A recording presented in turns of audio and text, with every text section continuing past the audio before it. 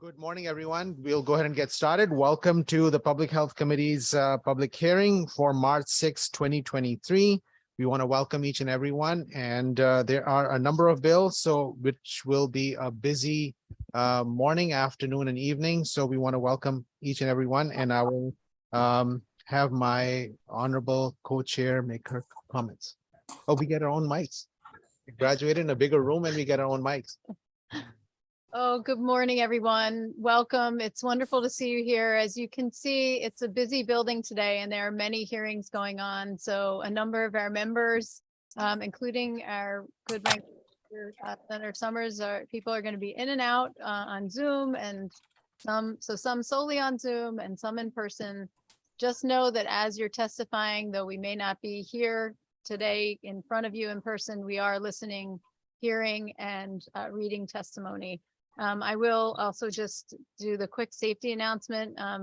Just note that the exits are behind you in the event of emergency, to please walk quickly to those nearest exits and go to your right to proceed down the main stairs. And with that, Senator Anwar. Thank you, Madam Co-Chair. We will have opening remarks from our honorable ranking member, Representative Clarice Dietrich. Good morning, everybody. Looking forward to hearing everybody's testimony. Thank you, Mr. Chair. Perfect. With that, the first person on our list is Senator Ryan Fazio. Welcome.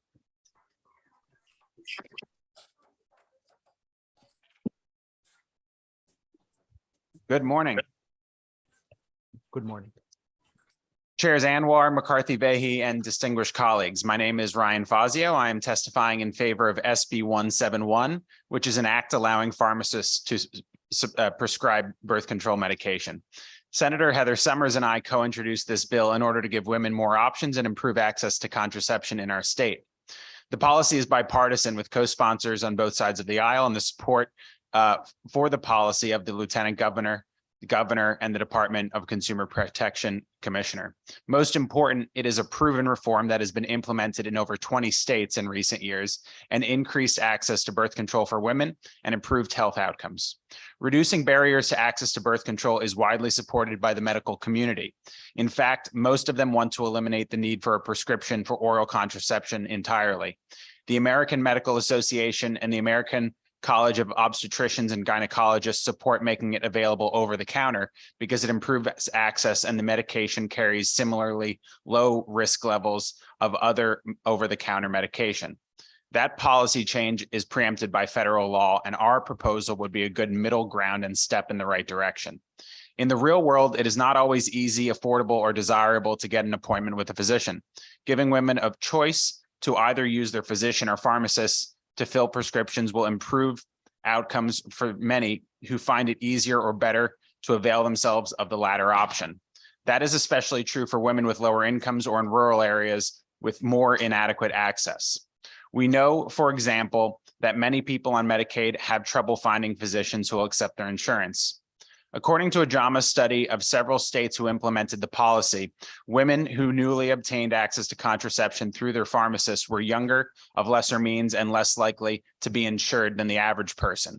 According to a study in the Journal of Obstetrics and Gynecology, a majority of women in Oregon who filled their prescription from a pharmacist in the first 2 years after the policy was implemented had not previously been using birth control.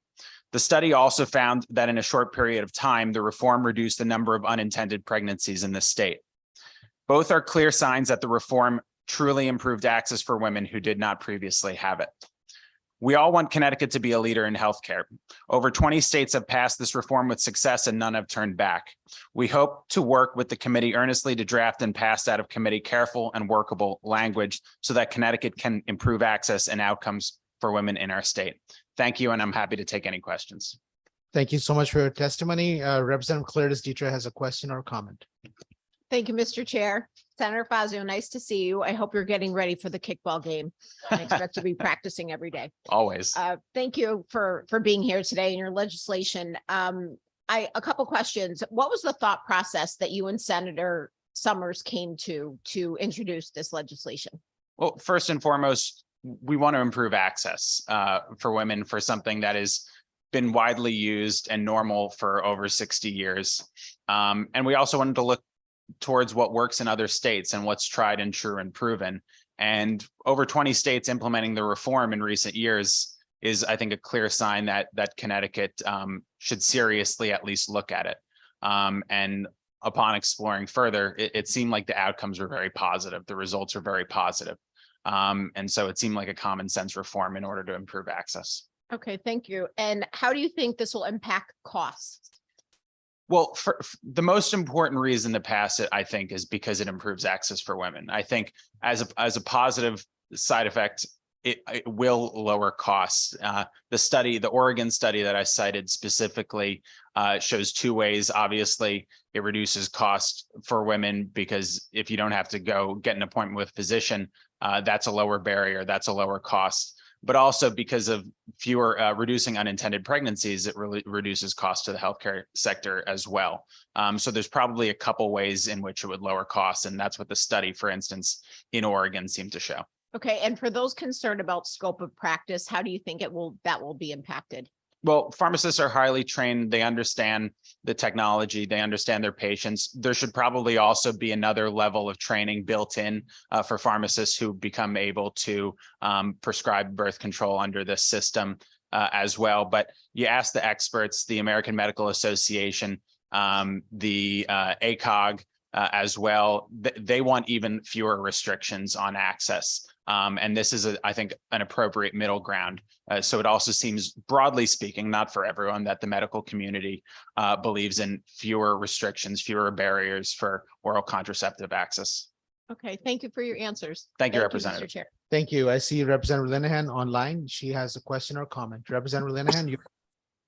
Thank you very much, Mr. Chairman, and thank you for bringing up this bill, Senator. I appreciate it a lot, and I am very, very supportive of the concept. I just have one question for you. Because the language is not completely written yet, one of my concerns, and this is based out of personal experience, as a young woman, I had several TIAs. And so I'm considered a stroke risk. So one of my concerns is that the pharmacists won't have access to medical records. So when this bill gets written, will you be writing a provision in there that would require someone to sign a form saying these are possible risks that you could have, and make any mentions of the dangers of oral contraception for some people, especially those with TIAs and stroke risk? Yeah, thank you, Representative, for that question. It's a very important question. We absolutely believe, first of all, that there should be an added layer of training for pharmacists who become able to make these prescriptions, that there should be screening with the patients and the pharmacists to understand what potential higher risks are. As you mentioned, it was a concept bill. The language isn't fully fleshed out. We want to work with the committee, with all members of the committee, in order to actually develop language that ameliorates all concerns, including the higher health risks for certain women. So it's a very important consideration. It's one we think that can be fleshed out as we develop language.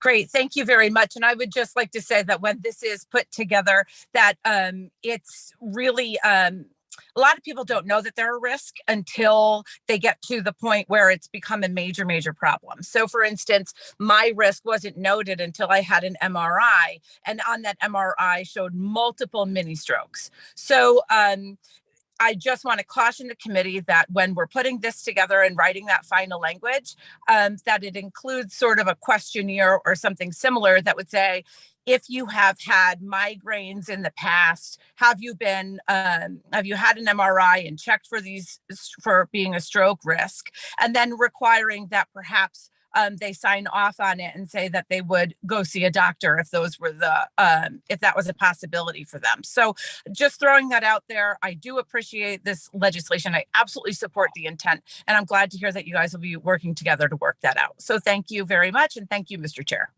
Thank you, Representative. Thank you. I have Representative Dauphine, followed by Senator Gordon. Representative Dauphine. Sorry. Thank you, Mr. Chair. And thank you for coming to testify. I have a few questions. Do you know what the current scope of pharmacists with regard to prescribing medication is now? And for example, are they prescribing other medications for other prognoses? This isn't a medication that requires a diagnosis. So I can't speak to other similar cases broadly in Connecticut. Obviously, in over 20 states, they've changed the scope of practice to include this. But in Connecticut, for a drug that doesn't require diagnosis like this, I can't speak to it. So thank you for that answer. And I appreciate that Representative Linehan brought up some concerns that I have with regard to perhaps some indications that you may not want to be taking the birth control. But my other question is, what do you see? I know the bill's not complete yet, but how do you see it playing out in terms of follow-up? For example, most women that seek out birth control are followed by their gynecologist, and they have follow-up visits to determine that things are going well and there aren't any issues with regard to the medication that they're on. Yeah, well, again, as you say, as we flesh out language, I think those are open questions. There could be follow-up with the physician. In some states, I think they regulate that they require follow-up with a physician instead of just the pharmacist. So those are questions that different states have tackled in different ways.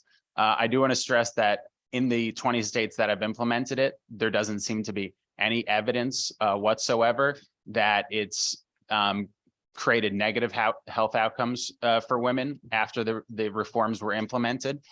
In fact, it seems to suggest exactly the opposite. So we absolutely should work out those kind of individual concerns that are very real and very important, and that different states have tackled in different ways. But broadly speaking, after 6-7 years of many states having implemented this reform, there doesn't seem to be any broad evidence of any negative health outcomes on the population. And thank you for that answer. And if I may, Mr. Chair, continue.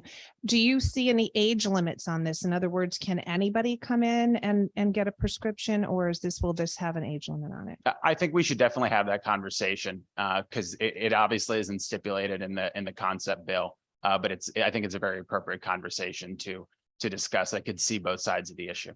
And what would you propose with that? I don't know that I've completely made up my mind on it. I think that there's strong arguments to have a 16, 17-year-old limit on whether there's on what the involvement should be of parents, and I understand those who think the access should be less limited. So I hear both sides. And just circling back to the first question again, what other medications are pharmacists right now prescribing? I can't speak to that. You don't know. Okay. Yeah. Thank you, Mr. Chair. Thank you. I have Senator Gordon and followed by Representative Mara. Thank you, Mr. Chair. Sorry I can't be there in person. I'm working in the hospital this morning, but I do want to say hello to my colleague and friend, Senator Fazio, and I do very much appreciate and I support the intent behind the bill. Certainly wanted to make birth control more available, especially in underserved areas, rural areas is important. I do want to echo some concerns that have been raised. One is, I would hope as the wording is fleshed out, that there is wording that will take into account not just that a person's doctor is notified if a pharmacist were to issue such a prescription of a birth control medicine, but also that a patient is strongly encouraged to see that doctor. I think doctors certainly being trained much more than pharmacists to understand the ins and outs, especially potential risks, of which there are blood clotting risks. I can speak to that as a blood specialist, do need to be taken into account. For some women, it may not be safe to give, or other situations there might be risks, but potential benefits might outweigh the risks. So my question to Senator Fazio is, would you be opposed at all if such wording were to be put into the bill as wording gets fleshed out relative to wanting to make certain that a person's physician is notified, and if a person signs some form, does agree as well to meet with her physician through you, Mr. Chairman. Thank you. Please. Thank you, Senator Doctor, for your input, and I appreciate. We certainly appreciate your experience in the field, and I do not have any inclination to oppose that sort of design of the policy either. Again, there's different states who do it slightly differently, and as we consider drafting legislation, these are all very, very valid concerns and could be implemented in any language. So appreciate your input. Well, thank you, Mr. Chairman. I look forward very much to working with Senator Fazio, Senator Summers, and all of you on the committee to see what we can do to try to move this bill forward in a reasonable and responsible way. I very much support the intent behind it, and I look forward to this committee's work. Thank you. Thank you, Representative Mara. Thank you, Mr. Chair. Senator Fazio, thank you so much. I am a big fan of this bill. As a pharmacist, I do also appreciate you mentioning that oral contraception does not require a diagnosis, and that is a truth. So I do believe with proper training that pharmacists can take on this responsibility. Some things I'd like to just bounce off of you to see if you are amenable to is one, making sure that this is not a mandate for pharmacies, that this is an opt-in, and this is with accreditation, either some sort of continuing education that they're required to do, and making sure that they have an area to counsel in. Are you okay with that?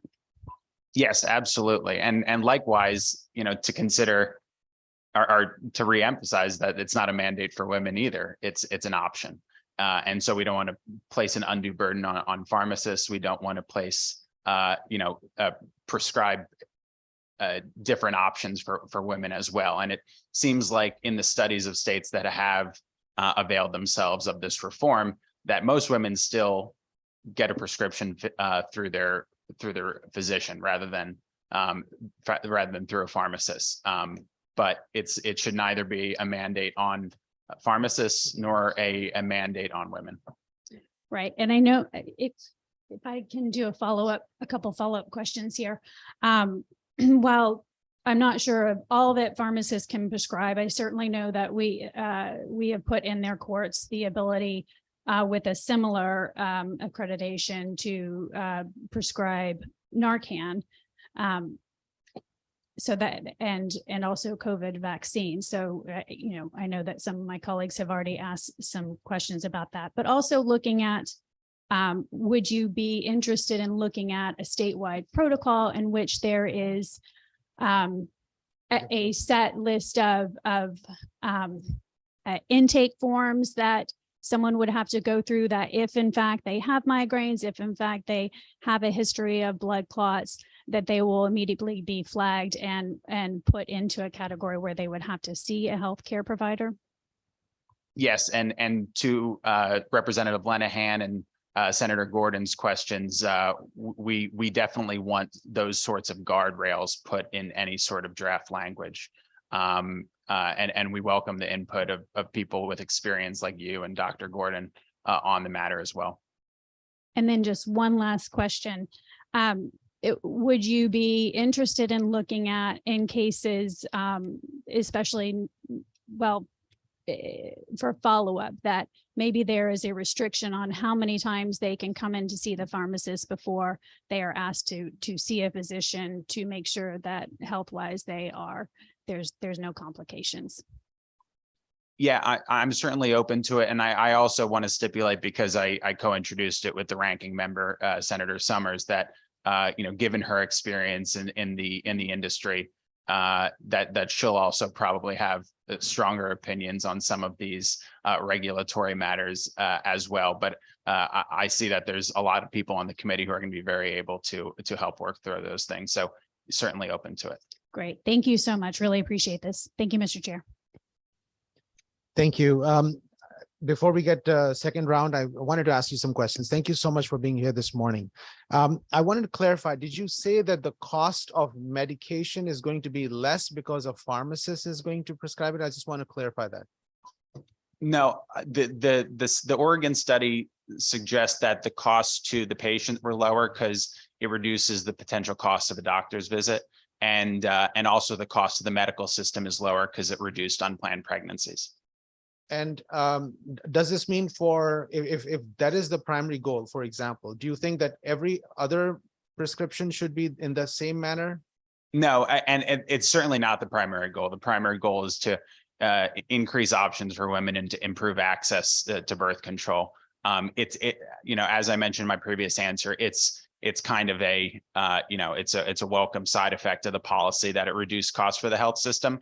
And to your point, this is always a balancing act between access and choice and also safety guardrails as well. And the evidence seems to suggest that that this sort of creating this sort of option for women to access birth control does not have carry with it any of the negative public safety, public health side effects of increasing scope of practice in other ways. So it's a balance.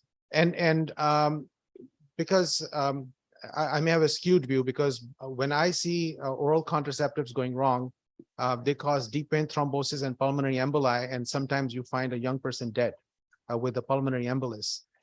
Do you suggest that the pharmacists need to have a higher or different malpractice insurance going forward, as we are opening this door where there is a medicine which has a certain percentage, even though small, associated with complications, including death? Yeah, and I think the evidence that I've seen, the studies that I've seen, is that any increased risk of someone being on birth control are very marginal compared to the increase associated risk from being pregnant or anything else. So that seems to be what the evidence suggests. And again, in the 20 so states that have gone down this path, there doesn't seem to be any broad evidence across the population of negative health outcomes. And so we do have the benefit of looking towards real cases, real life cases, case studies of where this policy has been. I want to make sure I get this right. So you're saying they will have to have malpractice insurance, hire different malpractice insurance, because now we are through. If this bill moves forward, their scope will change. Yeah, I can imagine that. Yes. Okay. And did this bill go through scope review with the DPH? No, I don't think there's been testimony submitted by DPH. Again, it's a concept bill. DCP did submit testimony, but I did not see the DPH submit testimony. And here's one of the things that we are trying to fight in this committee is the disjointed care that we are seeing. One of the concerns would be that the already existing disjointed care, when we are not even connecting all the different medical records from different healthcare systems and different specialists, now we will be anticipating an emergent the pharmacies to be part of the EMR as well. How does that work out in your thought process and then perhaps in the other states? Well, again, yeah. So if you look at the studies of the other states where this option has become available, most women who gained access through this new protocol didn't have access, were not taking birth control in the months previously. So it suggests that there actually wasn't any access, there wasn't any engagement with the healthcare system. They weren't seeing a physician prior to this option becoming available. So I think in the real world, the actual evidence suggests, the real problem is not the problem that can be solved or dealt with is not the disjointed incongruence of the system, but it's lack of access, lack of engagement to the system writ large. Okay, so I'm just going to try to repeat what I understand. So you're saying that for the individuals who are already part of the healthcare system, have their medical records together, they may most likely not use this service, but this is likely to be used for women who actually have no access and not connected with the healthcare system. Yeah, and that is what the studies, exactly what the studies of these states that have implemented that suggest. Do we have data about this being a major issue in the state of Connecticut? We have data about it being a major an issue across the country, lack of access, difficulty getting an appointment or dealing with the costs of getting an appointment. And being that the states that have implemented it saw an uptake in access, I think there's strong evidence to suggest that this would increase access in Connecticut. Whether Connecticut, so I would say yes, the evidence does suggest it. And I'm just speaking because this is something that has come up in other states. So if a patient comes to the pharmacist and the patient is not aware that she's pregnant, and this patient gets this over the counter or pharmacist prescribed oral contraceptives, do you think anything can go wrong? You know, I don't know. I don't know that I can confidently speak to that. I know that there are other over-the-counter medications. I mean, you know, Plan B and the emergency contraceptive pill, you know, other medications are readily available over the counter that have similar risks or greater risks than hormonal oral contraceptives. So, you know, that kind of begs the question, are we going to roll back access to over-the-counter medication in other places too? You know, the states that have implemented it, we have not seen, you know, any clear negative outcomes for the population. And so, you know, these are all questions that do need to be dealt with. I don't want to diminish them at all. But, you know, in the test cases that we've seen, there haven't been major negative. There haven't been any discernible negative outcomes associated with it. Okay. Again, this is not making them over the counter, but this is prescribing by a pharmacist. Yes. Yes. And so it's a important concept. I know where you're coming from. I think we will have to have a lot more conversation to see first the scope component, and then make sure that the DPH is on board, because that's the process. And then we have to make sure that we do not put do no harm is one of the first things, right? So and there is a harm risk, and then we have to identify that clearly, and then we move towards making sure that the guardrails are there, and then look at this. I appreciate you being here. I know Representative Claris Dietra wants to go the second time around, and then Representative Cook has first time around. So you go first. Thank you, Because Mr. Chair. Thank you, Mr. Chair. Senator, the question, the other states that have passed this, have they done continuing education for the pharmacists to be able to prescribe? Yeah, I can't speak to all the states, but I think that there is like a recurring requirement to keep up the level of certification. Okay, I don't know if you know the answer to this, but do you know who formulated that education? Was it the Department of Public Health, or any idea? No. Sorry. Okay, thank you. Thank you, Representative Cook.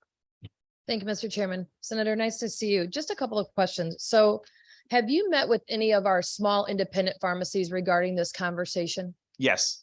And what is your take from your small independent pharmacy conversations? They were all positive. They were all supportive of the reform. They believe that they're capable of doing it with the right guardrails in order. And what part of the state are you from? I'm just curious. Southwestern part, Greenwich. Because I have met with my small independent pharmacies, and this is something that is not something that they're willing to hop onto for a variety of different reasons. They are overloaded. Their AWP is not anywhere near where it needs to be. And they feel that this is just one more thing that will put them in a situation where they will be held responsible, and God forbid something goes wrong, extremely liable. And so in that conversation, have you given that any consideration on the liability component? Yeah, and to Representative Mara's point, no pharmacist should be forced to, enlist in this program. And so that's something that, different pharmacists are going to decide for themselves. The Pharmacists Association in Connecticut did support testimony supportive of it. So I think most pharmacists, a lot of pharmacists, strongly believe that they would be able to carry out this service in a safe and reliable way for their patients. But beyond that, those who feel like that it would be a burden, it would be a liability, should absolutely not be compelled to do so. And I think that that's complicated to get into, because what we're doing now is we're allowing, and I'll just use an example of a big box pharmacist to a small independent pharmacist. And now we're forcing them to choose on something that they might not be comfortable choosing. But as we've seen, the small independent pharmacists get pushed out of business time and time and time again. This is just one more thing that inevitably will push them out. You know, if they're small and they're independent and they're really trying to make it work, the big box pharmacies are doing just that. And I think there's a fear from some of our small guys that this will be just one more thing that puts them into a different category. Can you see that? You know, I hear your concern and I take it seriously. I don't know that I agree with the conclusion that it would, you know, that it will lead to that outcome. The small, not everyone's going to have the same opinion. The small independent pharmacists that Senator Summers and I have spoken with are supportive of the reform. And I don't necessarily, I think people, you know, appreciate and they support and they like the relationships they have with their small pharmacists. And I think the public is supportive of the industry. So regardless of exactly how this plays out in real life, I would be shocked if that were sort of the road that it leads us down. And I do believe that we have already started the slippery slope of allowing certain things to happen with big pharmacists that have in essence shrunk our small independent pharmacists. And so that for me is a concern. And as a mother of 2 daughters and a female myself, there is serious health considerations that we need to take into fact when we are making these decisions. And it is not as simple as press a button and this is the medication that I want to take for reproductive protections, right? So I do believe that that needs to be in consultation with your medical profession, especially because if you do take the wrong medication or you have an adverse effect, contrary to what you're saying, it is not as simple as most folks can just take many of them. There are significant components to these, and they could have significant reactions to others. And so as we move forward, I really hope that we slow down this process and look at all of the adverse effects, the intended and unintended consequences, because the wrong medication, and maybe not with this, but maybe, we don't know, could really put somebody in harm's way. So thank you, Mr. Speaker, and thank you for your time. Thank you. Seeing no other questions and comments, welcome and thank you for being here. And we have someone. Which one? Representative McCarty. Excuse me, Mr. Chairman. Thank you for the opportunity and welcome to the public health. Thank you, I Representative. was just concerned, and I'm pleased to hear the conversation today about the appropriate guardrails and safety, because I do respect Senator Anwar's comments about we have to be careful of adverse. But how do you think we can address, and I know in the California report, it looked like 1 in 4 women did not have physicians, so there would be no medical record there to base off of. So can you assure that the training for the pharmacists would be able to address that type of population without having any medical history knowledge? Yeah, and that's what the training should be for. That's what the screening with the patient should be for. You know, on the flip side, you're also looking at a situation where you can bring people into the system, you know, have them engage with a pharmacist and give them access to birth control when they might not otherwise have it, because that's what, as you say, what the evidence suggests, that this is, you know, there is an access problem in some cases for women who are in more rural areas, who are lower income, who don't have insurance. So, you know, I certainly hear some of the concerns, but you're also creating access and optionality for women who might not otherwise have it with a reform like this. Okay, thank you very much. Thank you, Representative. Thank you, Representative Reddington Hughes. Thank you, Mr. Chair. My concern too would be that you're creating a system where, although your intentions may be good, it is really getting prescriptions at their own peril. So in the usual protocol with somebody being put onto a birth control component, there would be a follow-up and there would be a short period of time where they would be put on that so that the doctor could then follow their history and see, perhaps, did it give them high blood pressure? Did it create any other problems for them? This does not really have that kind of follow through.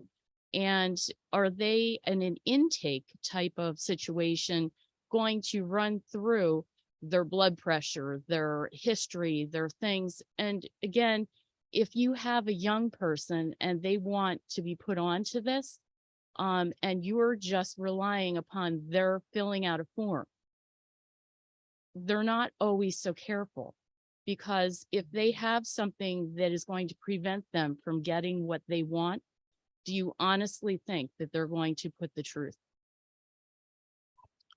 At a certain point, I think, at a certain point with adults, there's going to be, personal responsibility, but the screening process, the training process for physicians should ensure that we're flagging all of the risks, all of these, the health profile of the patients.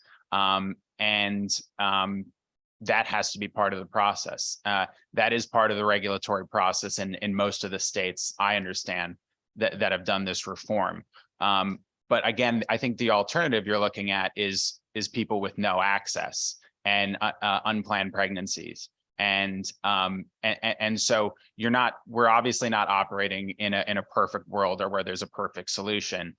There's different trade-offs, but the evidence suggests is that you're bringing people into the system, you're giving people access who don't otherwise have it with the current policies. And so I absolutely hear what you're saying, and that should, again, the screening and the training, that's a very important part of a new regulatory structure. But also improving access is also going to have enormous benefits too. And a quick follow-up would be, what kind of liability would be held on that pharmacist if these questions were not answered truthfully? Well, that's something I don't know that I can answer it in a totally informed way at the moment. Okay, thank you. Thank you. Seeing no other, we have Representative Wheelander who has a question. She's just snuck in at the last second. Thank you, Mr. Chair. I just wanted to quickly say that I appreciate the intent of this bill very much. I think as we move forward with medical care, I mean, a couple of years ago, telehealth was completely foreign.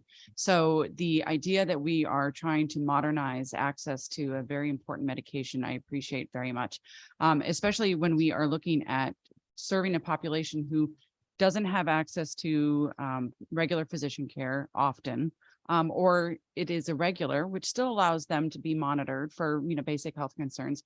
And often there's a barrier of multiple copays and travel and accessibility in a grand scale. So I appreciate what this bill is trying to do, and I look forward to supporting it. And thank you for bringing it forward. Thank you, Representative. Good. Seeing no other questions or comments, and I'll just check on line 2. You're good. Thank you, Mr. Chair. Have a great day. Thank you. Next is Representative Baumgardner. Welcome. Thank you for waiting and joining us this morning. Hello, everyone.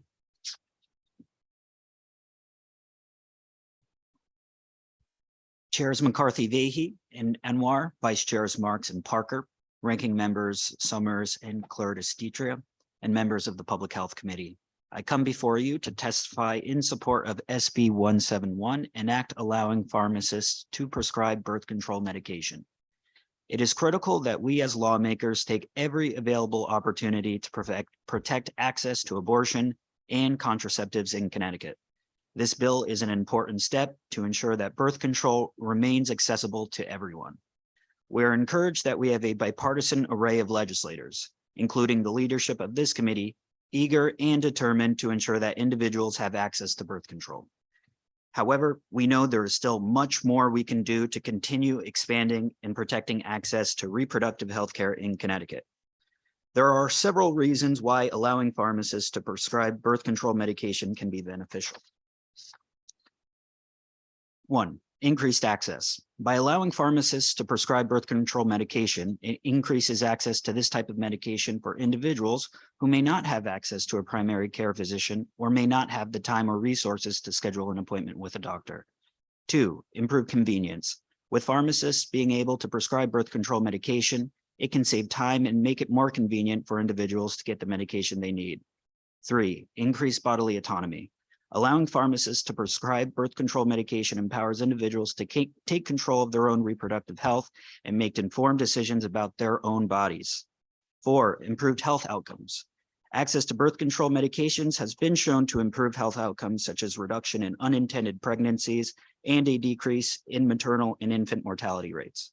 And 5, cost effective. By allowing pharmacists to prescribe birth control medication, it can be cost-effective solutions for individuals who may not have health insurance or who have limited financial resources. Overall, allowing pharmacists to prescribe birth control medication can improve access to care, convenience, bodily autonomy, healthcare outcomes, and cost effectiveness for individuals seeking birth control medication. 24 other states and Washington, D.C. allow pharmacists to prescribe hormonal contraceptives through a statewide protocol, standing order, or collaborative practice agreement. It is time for Connecticut to join them. While pharmacist-provided contraception may be a necessary intermediate step to increase access to contraception, but overall, the over-the-counter access to hormonal contraception should be the ultimate goal. As you may know, the American College of Obstetricians and Gynecologists supports over-the-counter access to hormonal contraception without age restrictions. We have, as a state, have passed historic legislation to protect access to abortion and reproductive rights. Most recently, protecting abortion in Connecticut when the state Supreme Court overturned Roe v. Wade. I want to thank advocacy groups like Pro-Choice CT, formerly NARAL CT, Planned Parenthood, and grassroots groups that were at the forefront of reproductive health rights at times when it wasn't popular to do so. Today, I commend Senators Summers and Fazio for introducing this important piece of legislation, and which is inclusive of all communities who may otherwise not have access to birth control. Thank you for your time. And also, I do want to vocalize my support for 2 other pieces of legislation regarding contraception.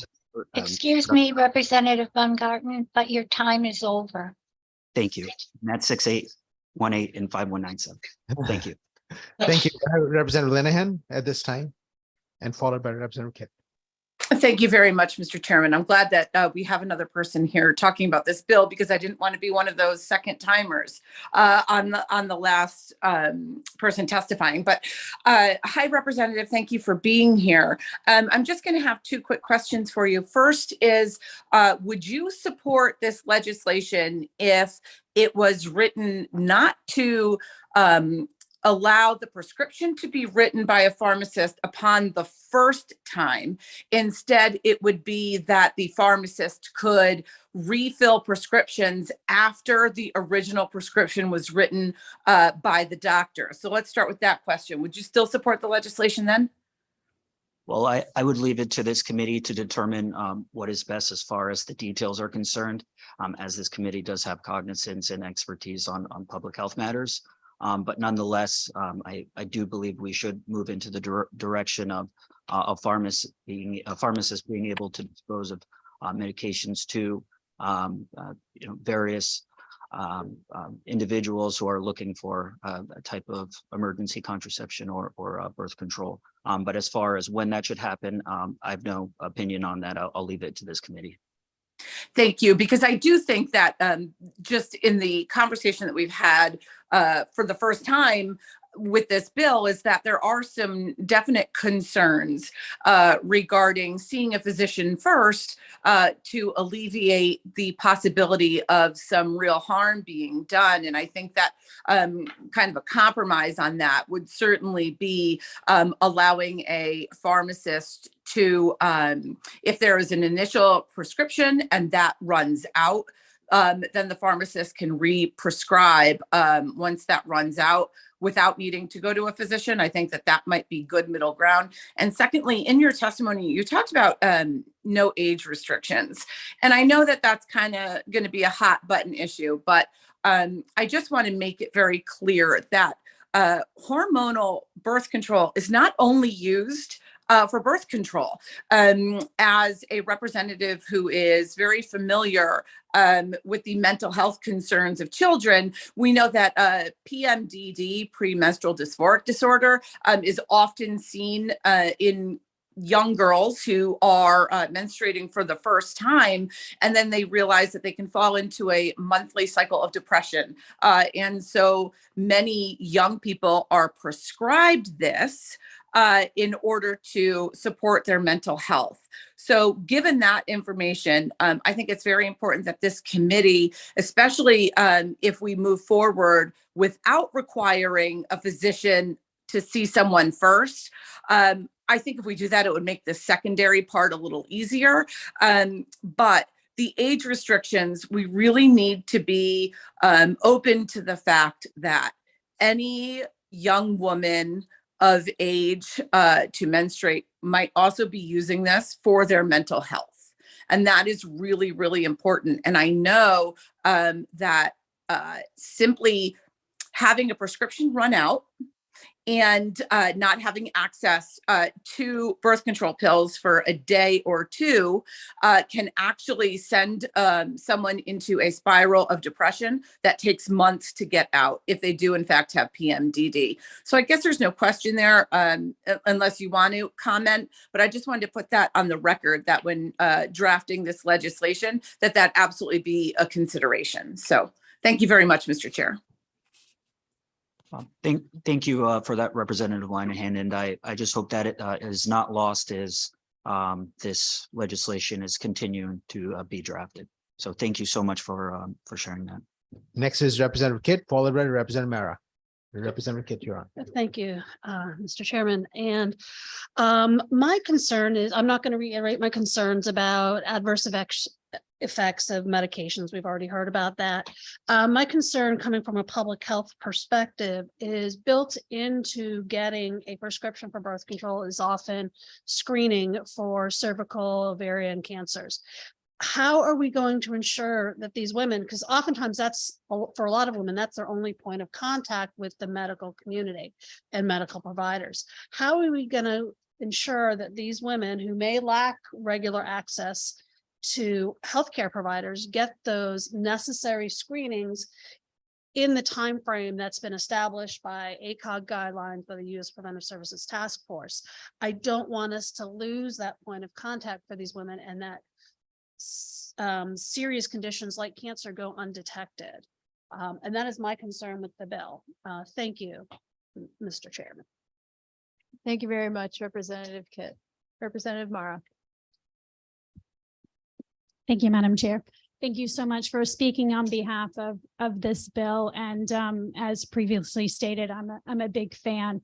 I don't think that we ever say people shouldn't take should have a prescription for Advil because we think that they should see their primary physician. So this is, I see this as kind of a similar thing that oral contraceptives should not be a barrier. You should see your OBGYN regularly anyway, and that should be, that should be your responsibility certainly to do that. But just speaking, because I know pharmacists are obviously one of the most accessible healthcare workers. Do you see that, would you be amenable to this bill moving forward if there was a component of required counseling and information on side effect details and what to do if and when side effects may occur? Would you be amenable to that being added to language of this bill? Thank you. I'm not sure what that, and thank you for that question, Representative. I'm not sure what the counseling would entail, would want to understand precisely. Sure, I can expand on that. In many of the other states, there's actually a required counseling component, which there are either counseling sheets and list of things that you need to go over with the customer patient that are approved by both the pharmacy, the public health, and various national organizations that are required for the pharmacist to go over with the customer before they get the prescription. Just making sure that you would be okay with something like that happening in this bill. As long as that counseling would not undermine the individual's bodily autonomy and their, right to, reproductive health care, then, I think I could support that, but again, would want to know precisely what that counseling would entail. Certainly. And I do appreciate your earlier question for Senator Fazio regarding how, really pharmacies are now increasingly delivering patient care as we've seen since the pandemic, now pharmacists are, obviously administering vaccine. We've seen with the epidemic was, as far as the opioid epidemic is concerned, also dispensing of naloxone as well. So they're increasingly becoming, involved in the everyday healthcare decisions and, providing that care to, our constituents. So I think they can also do the same as far as birth control is concerned. And if you just don't mind a quick follow-up, do you foresee that this could be a bridge to people that don't have access to healthcare to once they reach, the pharmacist and get access to oral contraceptives, that the pharmacist may be actually a bridge to seeing a physician or OBGYN as well? Yes. Thank you. Thank you, Representative Mara. Representative Dauphiné. Thank you, Madam Chair, and thank you for your testimony today. My question is just if you could reconfirm for me, you believe there should be no age limitations, is that correct? That's correct. And so with that, do you believe that there should be any parental consent given for the treatment of birth control? No. So if you were 12, you believe that a child could come in and get that prescription without parental knowledge or consent? Yes. Thank you. Thank you, Representative Dauphiné.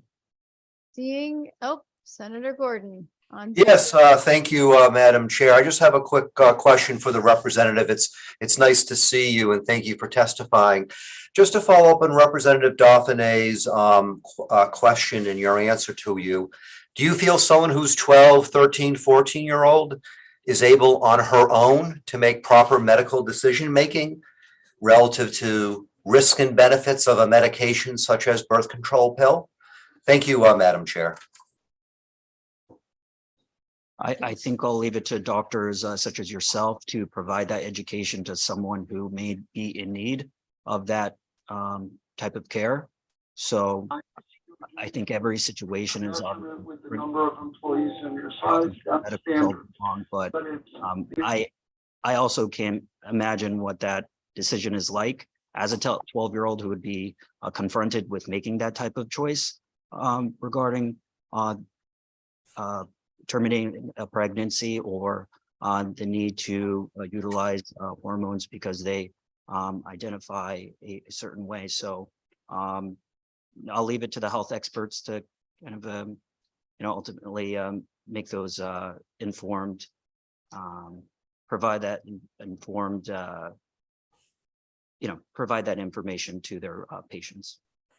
If I just might real quick, Madam Chair, just my follow-up question is, if I'm understanding you, Representative, you're saying that if someone who's 12, 13, or 14-year-old wants to go to her local pharmacy and get this this medication, that should be done in the connection and circumstance of meeting with that person's physician in order to make appropriate medical decisions, or that someone of that age could just go to a pharmacy and get it without speaking with a physician? I just wasn't clear on your answer to that. Thank you, Madam Chair. Thank you, Representative. You want to answer that Sure. quickly? I think in that context, you've brought a nuance in that obviously, but as there was a question earlier, I believe from Representative Linehan regarding the age restriction. And I think that would be a scenario where you would likely have to review that of the dispensing of Medicaid, birth control medication to, a minor, or as far as the first dispensing of it done by a, by a pharmacist. I think that would be a scenario. Maybe you would maybe have to look into that. But again, I cannot be the decision maker on that. I'm not a doctor. I'm not a pharmacist. And I'm not someone who would need to ever have to make this decision. So I'm not the ultimate authority on this. Thank you so much, Representative. And seeing and hearing no other questions, thank you for being here with us today and Yes. for your, nope, not going anywhere. Representative Reddington Youth. Thank you, Madam Chair. My question has to do with when you're looking at the younger age of children that, could possibly be prescribed. In the event that there is concern that there is something else going on as far as they're going to get this birth control, does that make the pharmacist a mandatory reporter? Representative, what do you mean by something else going on? If there is the thought that there could be abuse or other things that were involved in getting them to the point where they were at the pharmacy trying to get the birth control. I'm not sure I could answer that question. You could say the same about any other healthcare decision they're confronted with. Okay, thank you. Thank you. I see Representative Kavros DeGraw online has a question. Great, thank you so much. And thank you, Representative Baumgardner, for being here today. I'm not sure if this came up before in your testimony, but do you know currently how many other states allow for these vending machines? I've seen a bunch that now carry Plan B, like on college campuses, but do you know how many states currently allow this? I don't know about vending machines. I testified in support of the legislation as well, HB 5197. But as far as pharmacists prescribing birth control, I know that it's done in 24 states plus Washington, D.C. and several countries around the world. So, okay, so let me tailor it more to the pharmacist. I guess what I'm thinking of is the fact that there are a lot of young women right now, and especially since Roe fell, that are getting their birth control online. They're able to, without seeing a doctor and without really any consultation, have access to their birth control pill online. I'm not sure whether or not they necessarily have to have spoken to a doctor ahead of time, but my thought is that they might actually have more interaction with a pharmacist than they would say if they got it in another, other than a doctor's office. They would probably have more interaction, in that way. I'm just thinking about the level of information they might be able to receive from a pharmacist is probably pretty thorough, because they can also look at what other medications they're on. Would you agree with that? Yes, I do. Okay. All right. Thanks. I'll have to formulate a little better for the next one. Thanks, Madam Chair. Thank you.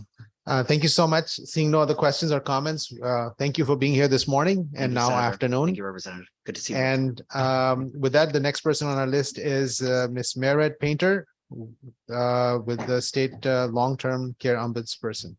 Welcome. Good afternoon, Senator Anwar, Representative McCarthy, and the distinguished members of the Public Health Committee. I'm Marie Painter, the state long-term care ombudsman. I would like to testify today on behalf of Bill SB 1074, an act requiring long-term care facility residents to undergo a criminal background history and sexual offender registry search. Although well-intended, I must oppose and deny the denying of admission for a resident of a skilled nursing facility solely based on a criminal history. Although I understand the concerns and the need for enhanced consideration when accepting an individual, and to have a full understanding of their history, it's important to note that skilled nursing facilities can already conduct a background check, and many of them do. However, admissions decisions should be based on the individual's current medical needs and the facility's ability to provide appropriate support and care, not solely based on their criminal history. These patients have served their time for the crime and have the right to be considered for admission to a bed if there's an open one, as long as they meet the facility's admission criteria. There are risks related to patient discrimination in skilled nursing facilities that receive state and federal funding, as well as considering where patients with criminal histories would go if they were denied across the board. This could lead to overcrowding of other healthcare facilities, or even result in patients not receiving the care they need. It is a responsibility of the state to ensure that all patients have access to appropriate care. This bill also requires that the state Department of Public Health give a waiver to allow admissions to skilled nursing facilities for patients with criminal histories. Would this put the state in responsibility for ensuring that that facility would appropriately support the supervision of that resident? If there's a negative outcome, is the state responsible for that facility not providing the appropriate oversight and support? In summary, I believe that denying admission to a skilled nursing facility for patients with a criminal history based solely on their history is discrimination, and it acts like double jeopardy. Admissions decisions should be based on the individual's current medical needs and the facility's ability to provide appropriate care and support. It is the responsibility of the state to ensure that all patients have access to appropriate care and support consideration. Thank you. Thank you, Ms. Painter. I wanted to just clarify a couple of things.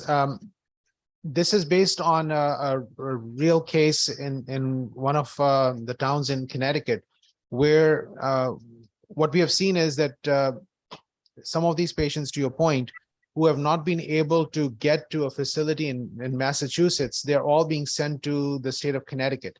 And in the state of Connecticut, there's no background check. And as a result, these individuals, some of them have been high risk and they have been a sexual assault of healthcare workers. And if we were to wear the hat of a healthcare worker and a patient next to another one who is capable of harming them and assaulting them, don't you think it would be worthy to look and assess those risks for our workforce in the long-term care facilities and also the other residents residing there? So I'm aware of that case. I'm aware of many cases. My concern is that those are business decisions. That is a company making a decision to admit an individual and not providing the appropriate support and oversight to ensure that that person's needs are met, that there is appropriate supervision, and that they accepted the person knowing what that history was. They knew that person's history and accepted them and didn't provide the safety mechanisms to ensure that everyone was protected. And that's my concern. We have histories of people who have been in long-term care facilities where the facility has had the support, or someone is at the point where they no longer are able to maybe get out of bed, or we had someone that was in a coma and was not able to rise at all.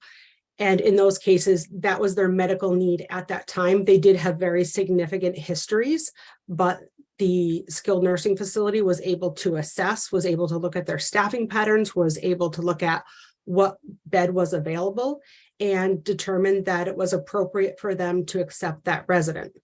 We have other facilities that have daycare centers. It would not be appropriate for them to be able to offer a bed to someone that had certain histories. And those are the assessments that need to be made.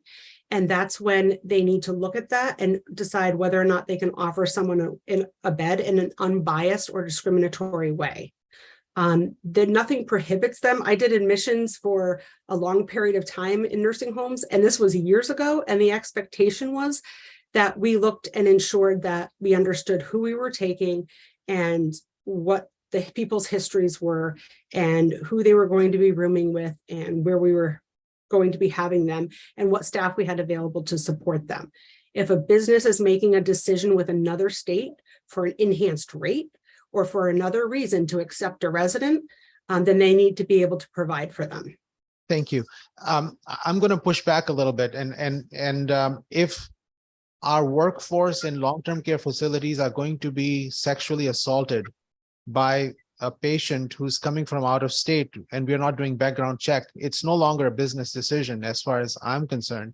But I can say that Massachusetts has a system where they look at it from another lens. They look at it from the lens that whatever the person's history, what are they physically capable of? If they're in a long-term care facility, they may be bedbound and they are not necessarily a physical risk to an individual. And they're using a risk stratification, not to make a decision, but make sure that the workforce is well-versed and recognize the situation and be better prepared during the various shifts that there are. So that's how I think we may want to look at it as Massachusetts has done.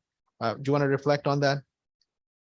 Yes, and I think one of the challenges Massachusetts is facing is they're sending people out of state. They don't have a place to send these individuals that are stuck. There needs to be a plan for what's going to happen when you don't have a place to send individuals. There won't be a bed to send them to. And if they're sending them to Connecticut and making those contracts with Connecticut nursing homes, what does that mean? And people have different criminal histories and the length of time, how long ago it was, the insight into that. I just think it's a challenging road, and I never ever want anyone. Those are the worst cases that we hear about. Anytime a resident is assaulted in any way, any type of abuse or neglect in a nursing home, sexual abuse cases are horrific. And I don't want anyone to think that I take that lightly at all. However, protecting individuals' rights to access healthcare is also important, and understanding those safeguards. One of the challenges that we have is that if someone is a registered sex offender, ensuring that they're registered and knowing where they are, and that having that list, that's also a concern. If someone is in a nursing home, if they're there for short-term rehab, that's come up. Is that their home? Do they need to list that?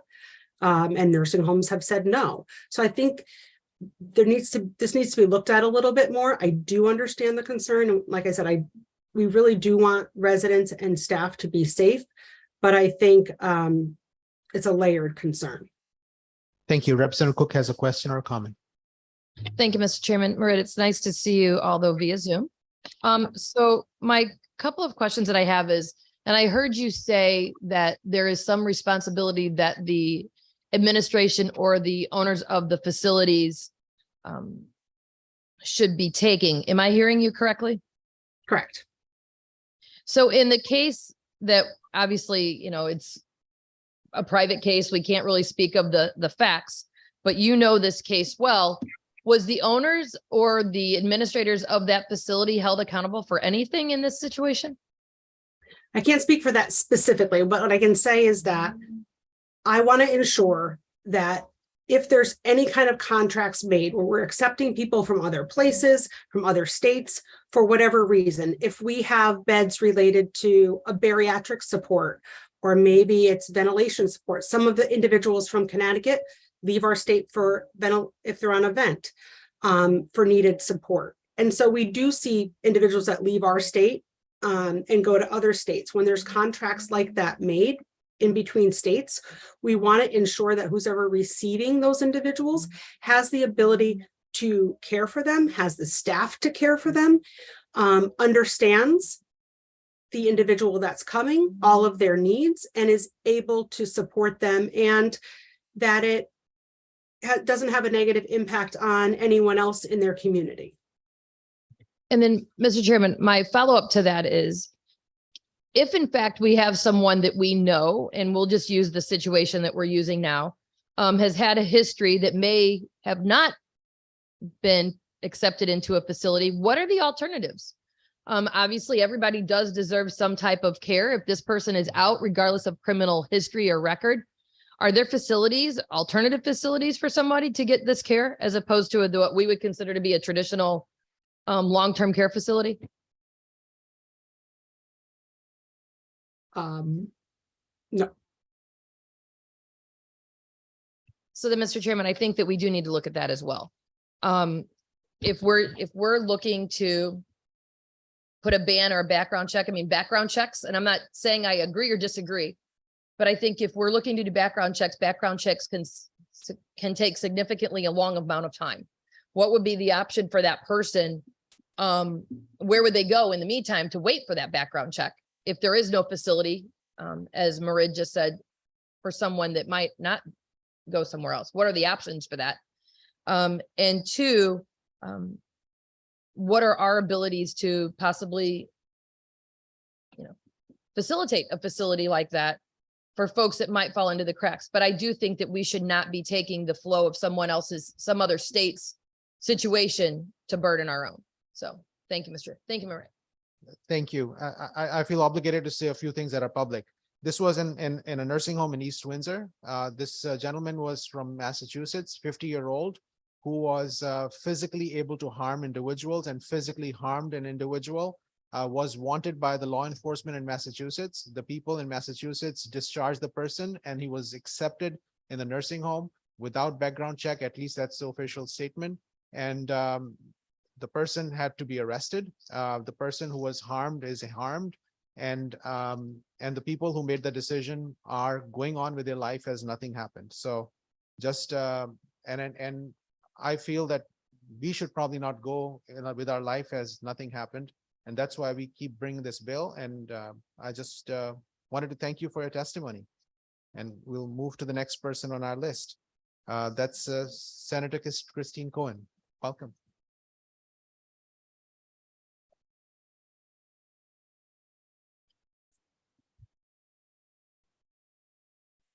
Welcome.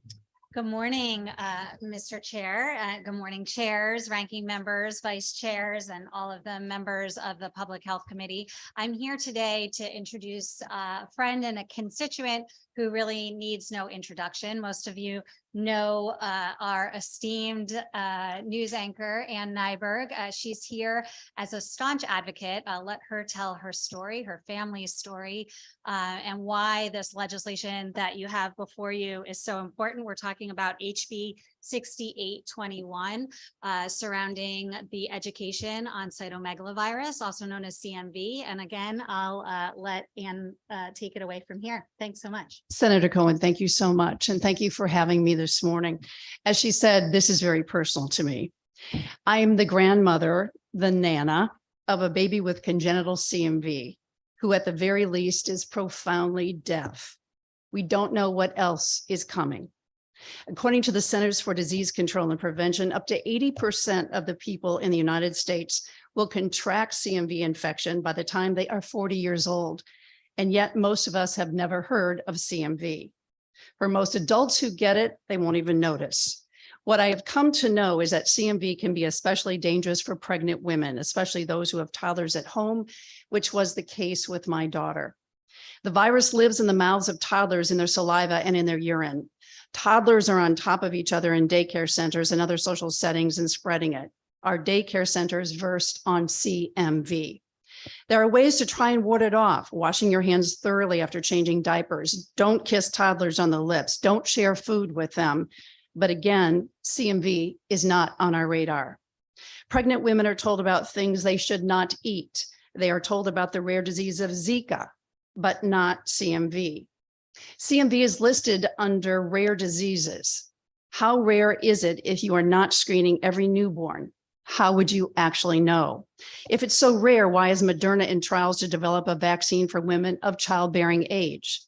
If it's so rare, why is Moderna having trouble finding women for their trials who have not had CMV?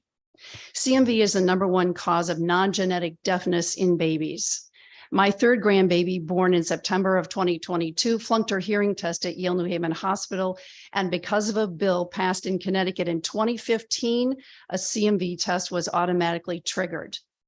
Our daughter and son-in-law were told their baby's head looked smaller than normal, that she may have microcephaly. She also had calcification in her brain. She may still. CMV had already started to work on her right eye, retinitis. Antivirals must be given within 21 days of birth to try and save a baby from more harm. Our grandbaby has been on them twice a day for 5 months, hoping that they will help her. In February of this year, Minnesota became the first state in America to pass a bill that every baby be screened for CMV. Connecticut should follow suit and be a leader. What's the cost? About $43, according to the state of Minnesota, a small price to pay to try and ward off more costly problems. I can't reverse what happened to my grandbaby, but I am steadfast in trying to help others going forward from CMV, which most of us, again, have never heard of. Thank you, and let's save some babies. Thank you so much for your testimony, and thank you for being here with us this afternoon now. Your testimony, your advocacy is hopefully going to help a lot more children. So thank you for that. Thank you. I have Representative Parker who has a question or comment. Thanks, Mr. Chair. Thank you, Ann, for being here. Thanks, Senator Cohen, for being here as well. And your testimony is powerful, and I appreciate you helping me learn about cytomegalovirus over these last couple of weeks and months. I have a couple of questions for you. First, for my colleagues too, as we sort of distinguish, I think we're talking about two sets of policies here. One of them is concerning before birth, and education. One of them concerns afterbirth and intervention. I understand that from your testimony, the bill as written, and we saw this from other testimony, including from the commissioner, isn't actually making any progress yet because Connecticut already posts materials on the website, on the DPH website publicly. So if you're suggesting new policy, I want to just get specific about that. So first, let's begin with the before birth. Do you have any ideas on what more effective education would look like? If it were up to you, what would we be doing to help educate folks? Well, if you go to the National CMV Foundation website, it will tell you that 91% of women have never heard of CMV. There are babies that are born that are not symptomatic. Our baby was, thank heavens, because of this 2015 bill. But these babies who are not symptomatic are not tested. And 6 months later, as we've seen from birth to 3 and talking with experts with deaf and hard of hearing babies, they then have developed deafness at 6 months. Tracking back with a blood test, it was CMV and it was missed. And again, you have 21 days, or you cannot help a baby. Thank you for that. I appreciate it. So maybe on the to continue that from what do we do about after babies are born, talking a little bit about the screening process. Something that I learned is that we do in Connecticut, as you mentioned, have this policy where babies, if they fail a hearing test, are then given a blood test for congenital CMV. What I learned is that only 50% of the babies that will end up having hearing loss or other effects due to CMV will be caught by that screening test, because only half of them display hearing loss at birth. For the other half, it kicks in a little bit later. So I think what you had shared is the idea of having an afterbirth policy being universal screening. Can you just share a bit more about what you've heard from other people? I know you've advocated and talked to folks in other states and other institutions. Why do folks say that universal screening is such an important step? Well, I think we can look to the state of Minnesota, which just passed this last month. They don't want to miss babies that fall through the cracks. If you talk to moms and families who are dealing with CMV, it can cause a myriad of problems, right? So if you miss it in screening, it can cause seizures, cystic fibrosis, the list goes on and on and on. And I, like all of you, have become somewhat of an expert in the last 5 months, having never heard of it myself. My advocacy is that in the long run, if we test babies, we're screening for them anyway at birth for 29 or 39 things when they're born. Why not just add that to the panel and then be done with it? In doctors' offices, pregnant women need to know that this is a possibility, not to scare them. And in fact, I've heard some OBGYN say, well, we don't, it's rare. We don't want to scare them. Well, let us have that information and we will do with it what we will. Moms who have toddlers at home are very, very busy, and, they are finishing their food and maybe they forgot to wash their hands and all of that. But if it's top of mind and you've been educated about this, you're darn well going to think about it. I just think that women can do with what they want this education, right? So educate us and test the babies and you won't fall through the cracks. As I said, with our granddaughter, we have no idea what's coming. She may still have calcification in her brain. And we look at her and she's under the microscope 24/7, right? We're trying to figure out, will she hit a mile marker? Is she going to make that? We know that she can hear tiny, tiny tones, but she wears tiny little hearing aids that are made for her every 2 weeks to just try and keep anything intact before. And that's another thing. They had to make a decision. Are we going to go with American Sign Language or are we going to go with cochlear implants? And they've chosen to have her have implants. So then that's general anesthesia. Here we go. So again, I can't do anything for my baby, my grandbaby, but I want to help others. And I am steadfast in that. Thank you so much for that. Yeah. So I hear you clearly advocating for the universal screening with the idea that it would catch what's going on for that other 50% of babies. And I appreciate, as you pointed out, it's not just medical interventions in terms of antiviral, it's also these other therapies around hearing, beginning to help young people think about American Sign Language, other ways to provide those therapies. What I've learned is that there's a lot more than just what that antiviral in the first 21 days can be. So And I have to say, Representative, shout outs to Birth to Three in the state of Connecticut. They are absolutely marvelous. They're in my daughter's home constantly looking at our granddaughter. They are amazing people, and congratulations to the state of Connecticut for having this marvelous program, which again, I knew nothing about until 5 months ago. Thank you so much for being here, Ann. Thank you, Mr. Chair. Thank you. Thank you, Representative Zuppis. Thank you, Mr. Chair. Hi, thank you for coming. Just a quick question on the screening. How is it screened? In my granddaughter's case, it was a simple urine test. It can be part of a blood test as well. If they miss it in the early goings, and in the case of this child who is now going deaf, who happens to live quite close to us, they did a blood spot test to find that indeed it was congenital CMV, and they missed the window. So if we're talking about screening every child. Yes, Right. I think as that's the- what you mentioned. So it would just be an added urine test Or an a added blood test in the hospital when they do the do. panels. I mean, they're doing a heel stick anyway. It's no big deal. Great. Thank you. Thank you. Thank you so much. Seeing no other comments. Oh, we do. Representative McCarty. last Thank you minute. very much, Mr. Chairman, and welcome into the public Thank health. you. And thank you for your advocacy. I think it's so important and talking about the screenings, but would you comment also, because we know that this can be passed on from toddlers and childcare. So would you like to comment about what we might be able to do with more education? Well, I question, and I do not know the answer to this, to the question. Are daycare centers really cognizant of this? Is there a poster in there to say, hey, heads up, toddlers carry CMV in their urine and in their saliva? I don't know if we have a universal education program in our daycare centers about that. But if you have pregnant daycare workers, they should know about that. So education is extremely important, because I'll bet you I could ask any of you in this room, have you ever heard of CMV? And most of you will say, what is that? It's real. Thank you for your question. And I thank you for being here. I have heard of it from 2015. I'd like to recognize Representative Ryan for bringing up this education piece again for us, because I think it is important what we can do to prevent this virus. And I appreciate your comments on the universal screening. Thank you very much. Thank you. And if I might just add to Representative Ryan, you and Lisa Saunders and others that passed that bill in 2015 saved our grandbaby from more harm. So thank you. Thank you so much. Thank you. Seeing no other comments or questions, we thank you for being here.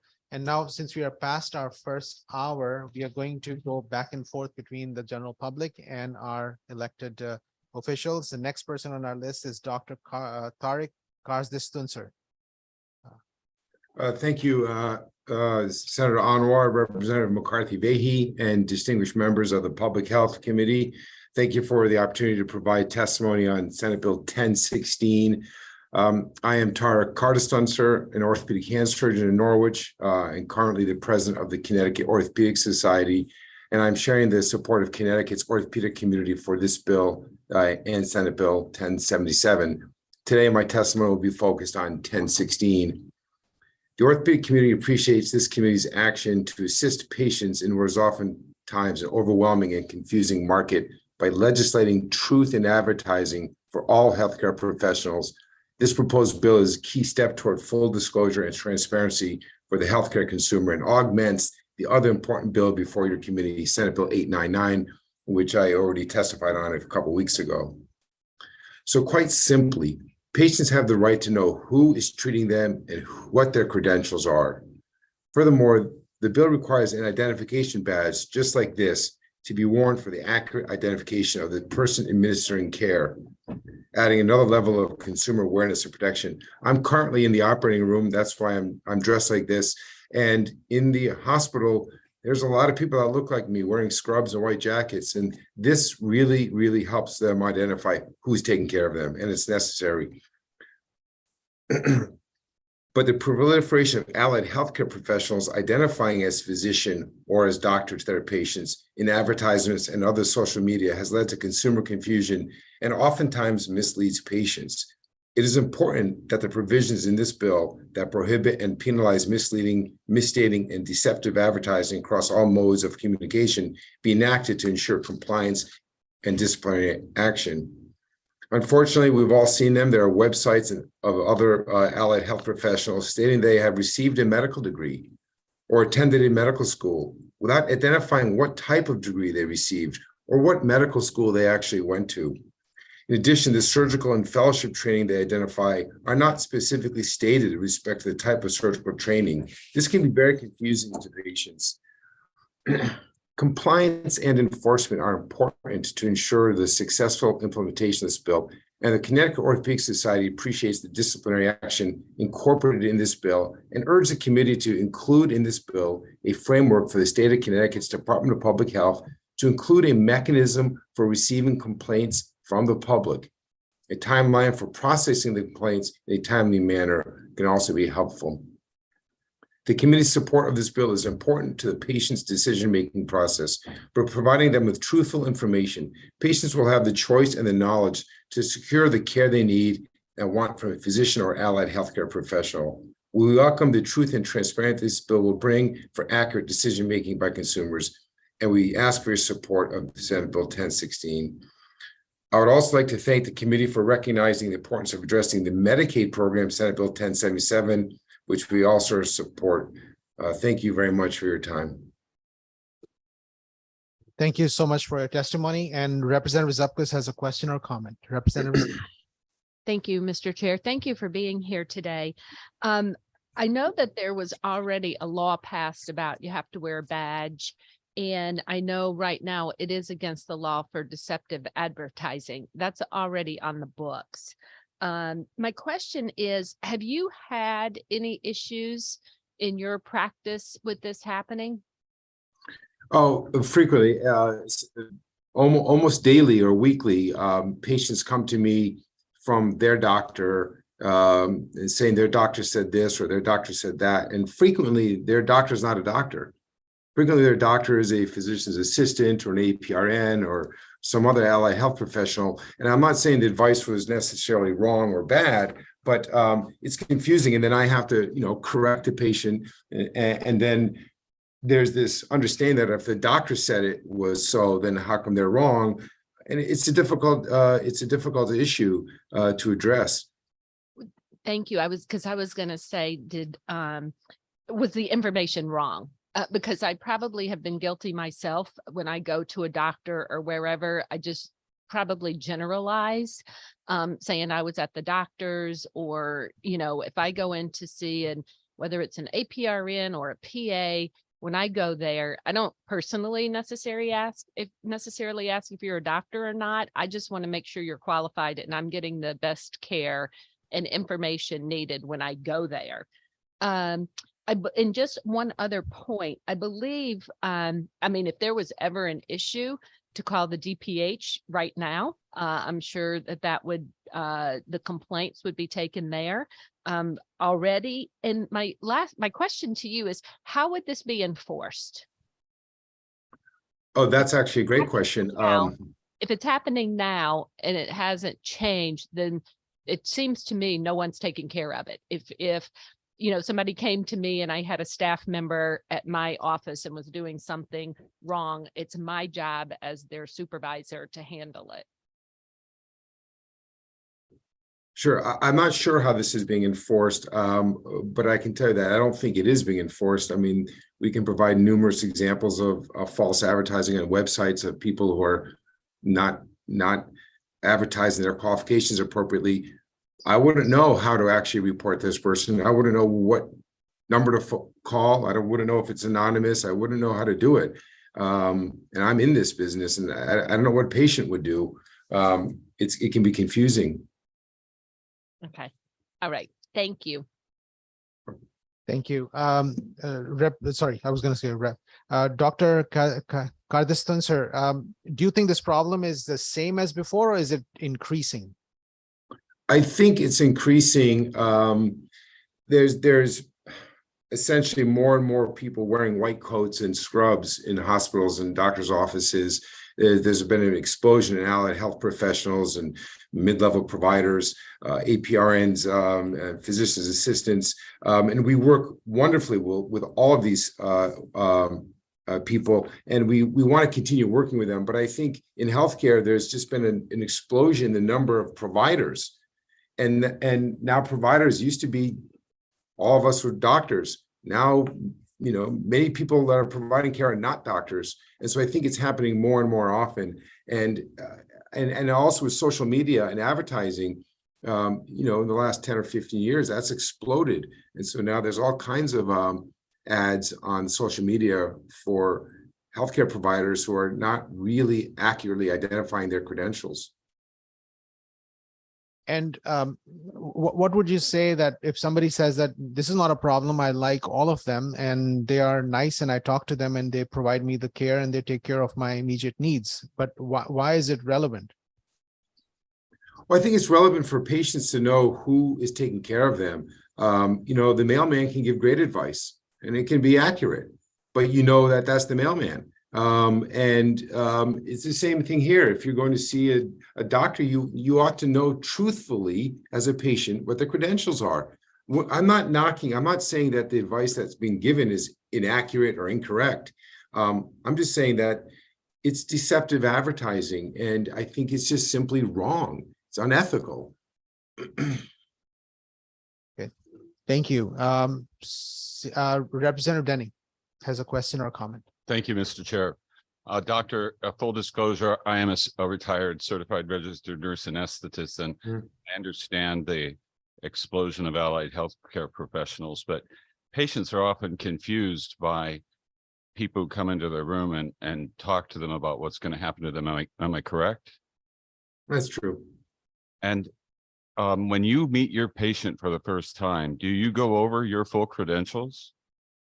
Well, when I meet them, I meet my patients in my office, and my credentials are by law on the front of the door when they walk in, and on my badge when they see me. But do you think that they pay attention to where you went to medical school, where your residency was? Or did they talk about whether you've ever been on the compliance list, or if you've had any kind of problems or malpractice?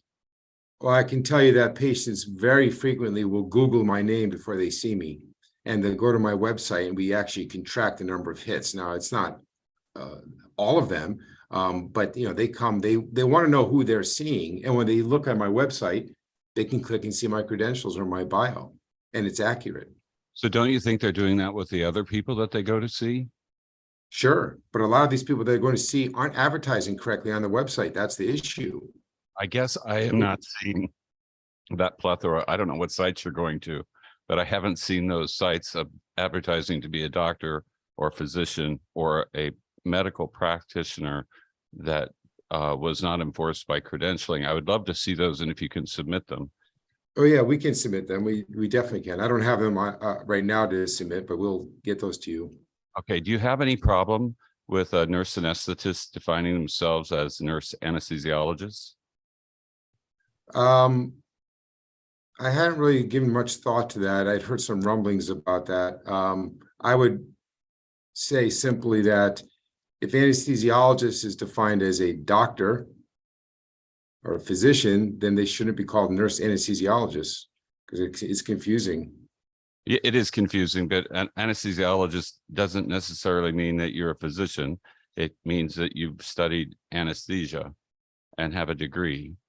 I'm just trying to clarify it because there's more and more allied health professionals coming into the state of Connecticut. In fact, we need more allied health professionals to come into the state of Connecticut so that we can fill our hospitals.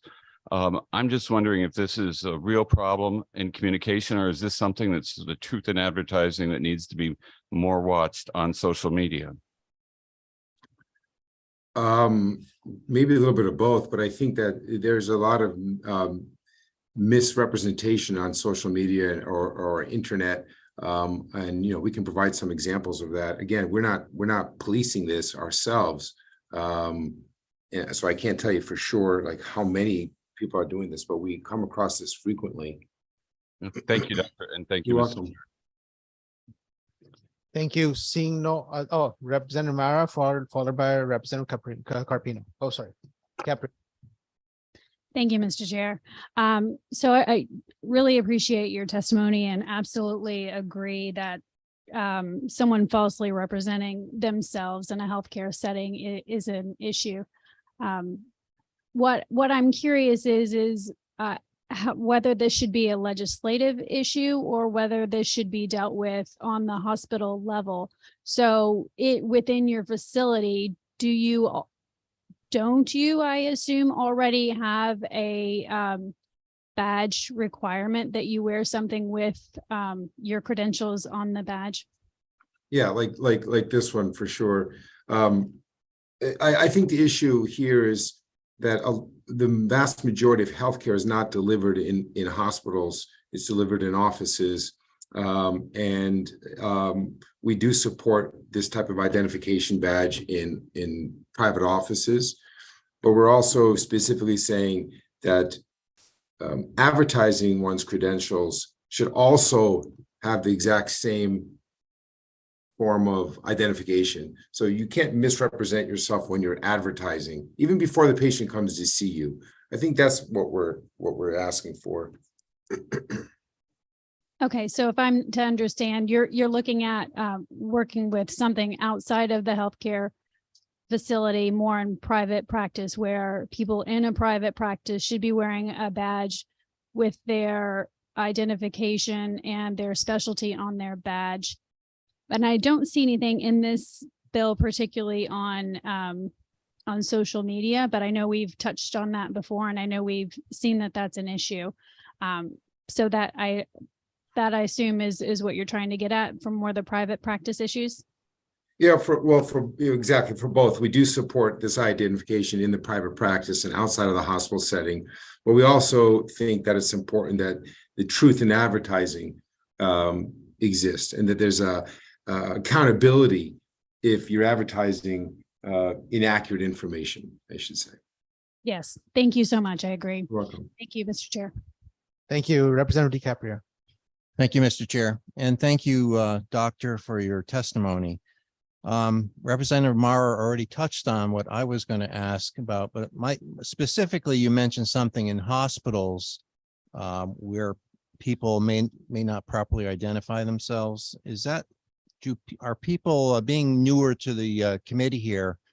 Is that a requirement in most hospitals that other folks in other job classifications wear some kind of identification, and specifically saying what position they hold? Thank you. Yes, it's a requirement. I think back to maybe 2016 or so, that everybody has to have an ID with a photo as well as their credentials and their title.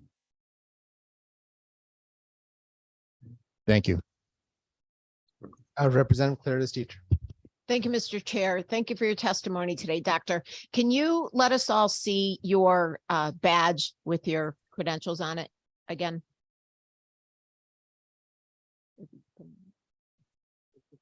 It's not on the screen. We'll just wait. Oh, it's not? You can't see it? There it is. Okay, so it says on there, doctor. So Yep. should it say physician? Because it doesn't say what type of doctor? And I'm not. Well, that's a great question. So it has MD, if you can see after my name in very small letters.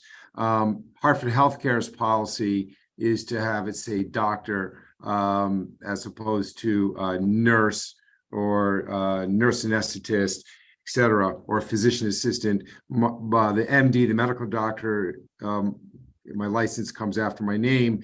But sure, I think it should say physician.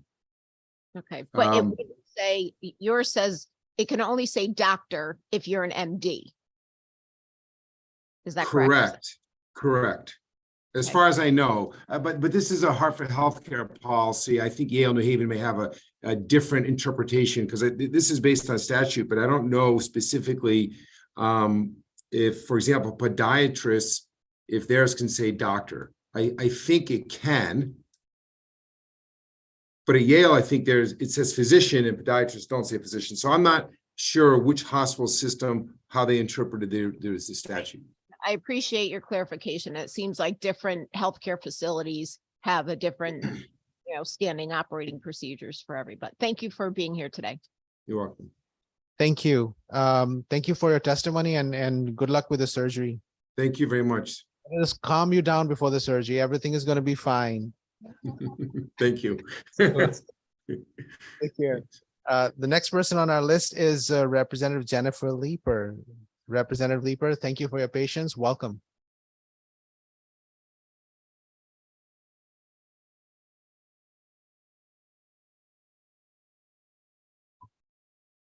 Good afternoon, chairs, Rep. McCarthy-Vahey and Senator Anwar, ranking members, Rep. Claritas Deetria, and Senator Summers, and all the good members of the Public Health Committee. I'm State Representative Jennifer Leeper, and I'm here to testify in support of HB 6819, an act concerning lactation consultants. Thank you for the privilege. This is my first time testifying in person before a committee. Last session, when serving as the vice chair of the Human Services Committee, I was shocked to learn that clinical lactation services are not eligible for Medicaid reimbursement because of their lack of licensure. And therefore, women on Medicaid are not eligible for these services when they leave the hospital. However, the ACA requires all private plans to cover breastfeeding support, counseling, and equipment for the duration of breastfeeding. I, along with 15 others, introduced HB 5760 to license certified clinical lactation consultants to ensure their eligibility for Medicaid reimbursement to expand access for women and babies on Husky. I'm grateful for the committee for raising this concept as a committee bill, although it is my understanding that language related to a registry rather than to a licensure was included, which is why you may hear from some professionals in opposition to the current language of HB 6819 today. Licensure for certified clinical lactation consultants would enable our neediest women who are disproportionately single mothers to better access this support, which we know is often essential in having a successful breastfeeding experience with your baby. I think we all agree that fed is best, but in the midst of an ongoing formula shortage and with well-documented health benefits that would help bridge the racial gap between maternal and infant health outcomes, supporting women and babies who want to breastfeed has never been more urgent. Just to put a few numbers to these health outcomes, per the American Academy of Pediatrics, a nationally representative sample found that breastfeeding was associated with a 21% reduced risk of post-neonatal death for all infants and a 31% reduced risk for Black infants. A recent analysis linking birth and death certificates for all U.S. births in 2017 found that any breastfeeding of non-Hispanic Black infants is associated with a 17% reduction in infant mortality and a 29% reduction in neonatal mortality. Lastly, mothers who breastfeed experience lower risks of type 2 diabetes, breast, ovarian, and endometrial cancers, and hypertension. In closing, I will quote the testimony of Marsha Walker, president of the National Lactation Consultant Alliance. Abandonment of breastfeeding immediately increases the risk for unwanted health outcomes in both mothers and babies. This is especially true for Black mothers and infants who suffer a disproportionately increased risk of morbidity and mortality from diseases and conditions preventable by breastfeeding or the provision of human milk. A better way to reduce maternal and infant morbidity and mortality and to reduce a decline in the number of mothers abandoning breastfeeding each day is to license the International Board Certified Lactation Consultant. I hope you'll support this initiative, and I thank you for your time today. Thank you so much for your testimony. Thank you. And this is very helpful. If I understand this right, this is step one to move towards Medicaid reimbursement. So you need to have the organization and the individual's consultant to be licensed and credentialed, and then Medicaid would fall into place. Yeah, that's correct. And I think honestly, there is some confusion amongst the profession why the ACA has said explicitly this must be a covered expenditure. But for women on Husky, it's only covered in a hospital setting. So that means around day 3, when women are discharged, there's no support for the continuation of their breastfeeding journey. And for many mothers in this room who did opt to breastfeed, I think there would probably be unanimous agreement. It's a quite different experience once you leave the support of a hospital setting. Is it fair to say the last year there was this panic nationwide with not having the right formulas and there was a problem? Do you think that if we had enough lactation consultants and we had the system in place across the country, that problem would have been somewhat less significant?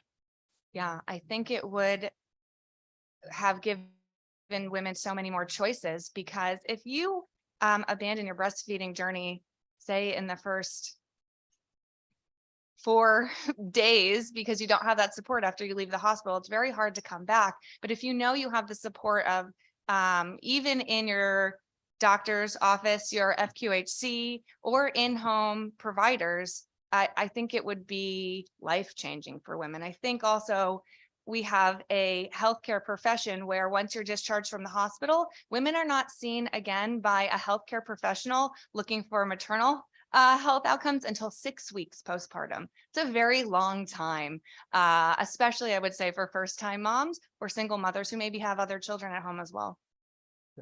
Thank you. Representative Gilchrist has a question or a comment. Oh, wait, sorry. Representative Gilchrist, wait for a second. My co-chair. Thank you very much, Mr. Chair, and thanks for your patience, Representative Gilchrist. Representative Leeper, thank you so much for your support and being a champion for this issue, one that I fully support as well. Just to clarify a few things in your testimony, and yes, sometimes things get lost in translation with language, and I'll just let everyone know that's on me as well.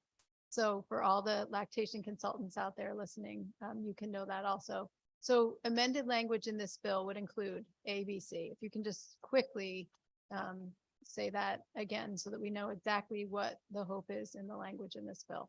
Thank you for that question, Madam Chair. So I think that Rhode Island actually has a desirable model where we would require the licensing, not require, but have a process for the licensing of lactation consultants, and then standard specifications for education, knowledge, and experience required for licensure.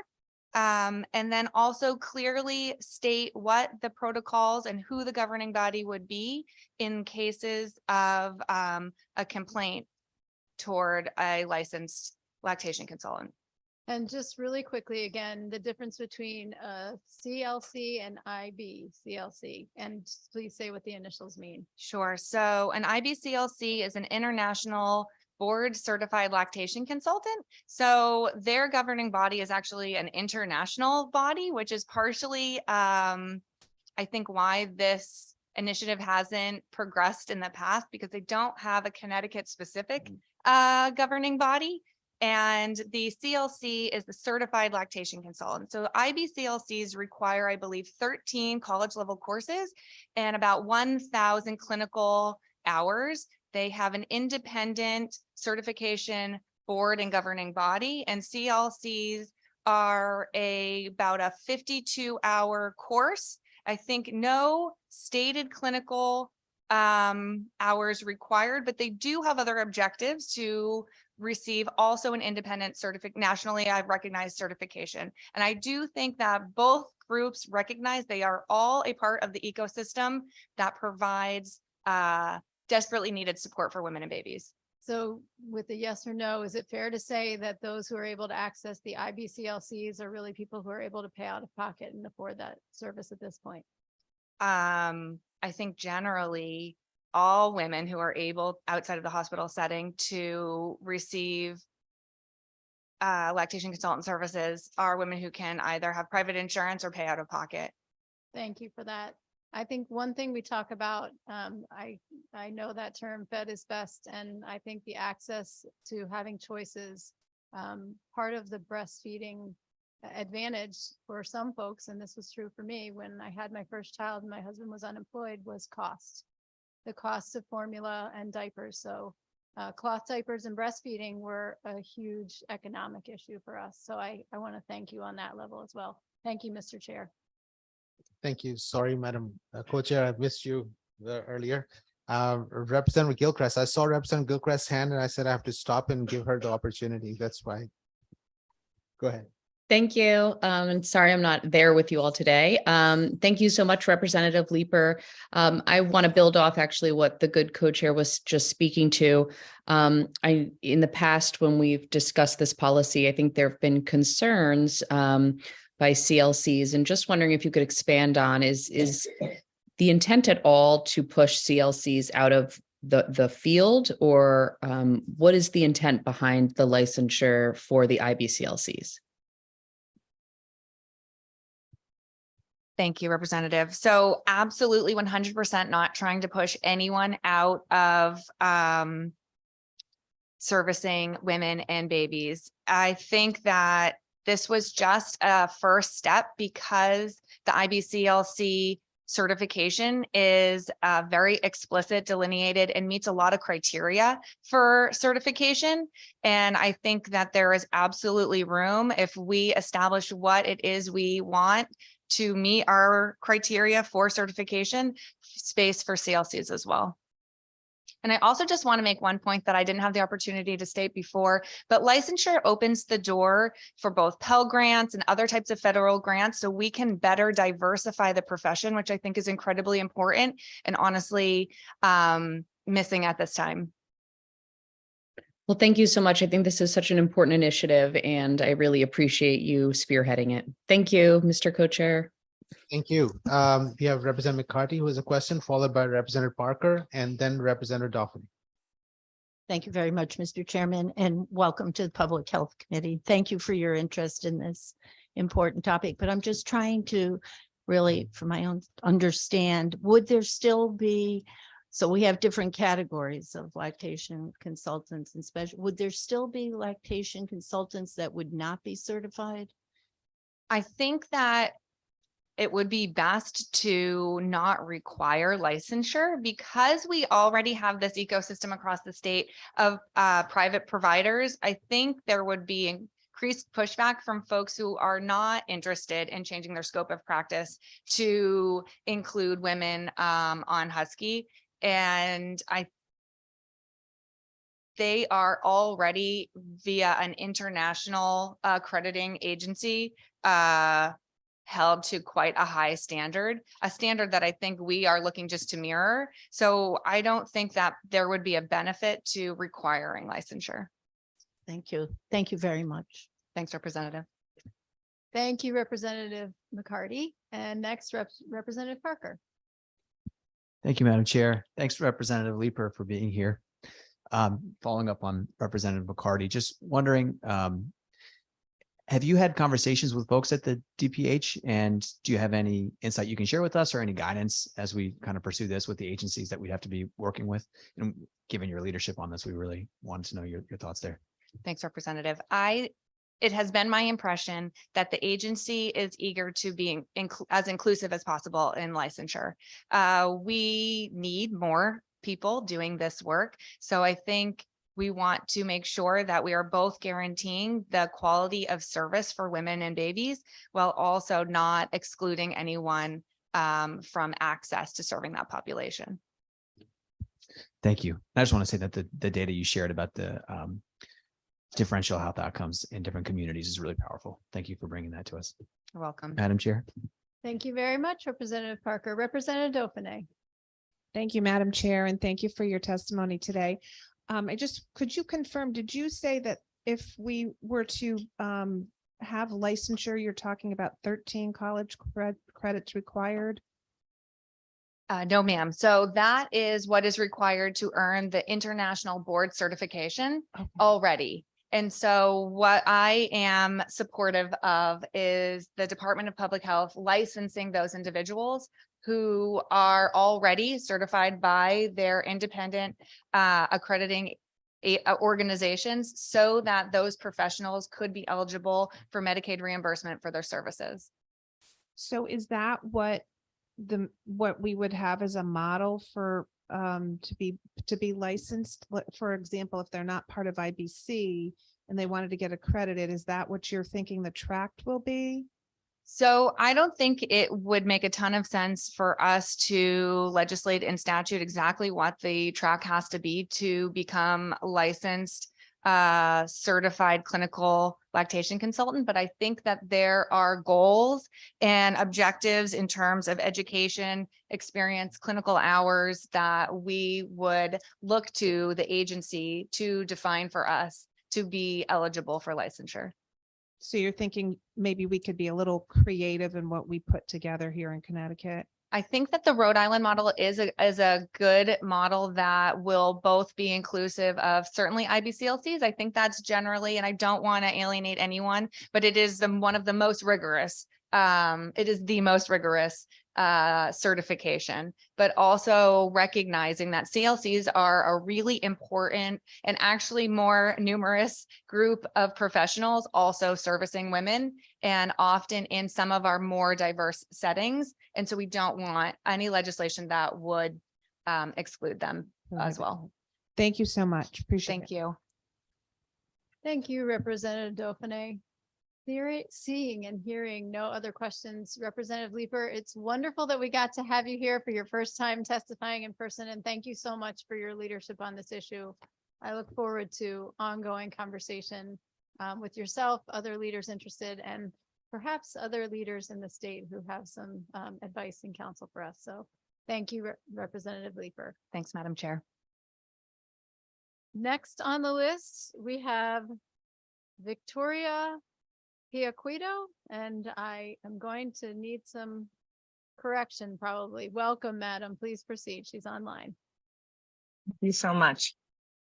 Good afternoon, Senator Anwar, Representative McCarthy-Vahey, and the distinguished members of the Public Health Committee. My name is Victoria Piaquito, and I am a certified registered nurse anesthetist residing in Connecticut. I oppose Senate Bill 1016, an act concerning truth in advertising by healthcare providers. This bill seeks to restrict the use of provider descriptors, including anesthesiologists, solely to physicians licensed in Connecticut. The term anesthesiologist is a generic descriptor used in conjunction with other professional titles to describe the practice of anesthesiology, including dentistry, medicine, nursing, and veterinarian services. At no time should a title be misused in a way that implies, represents, or induces belief that a person is a specific licensed healthcare provider.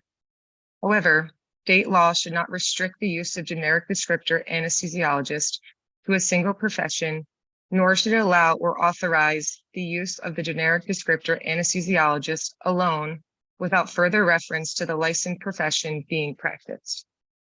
For transparency and to avoid patient confusion, the term anesthesiologist must be used in conjunction with the licensed profession being practiced.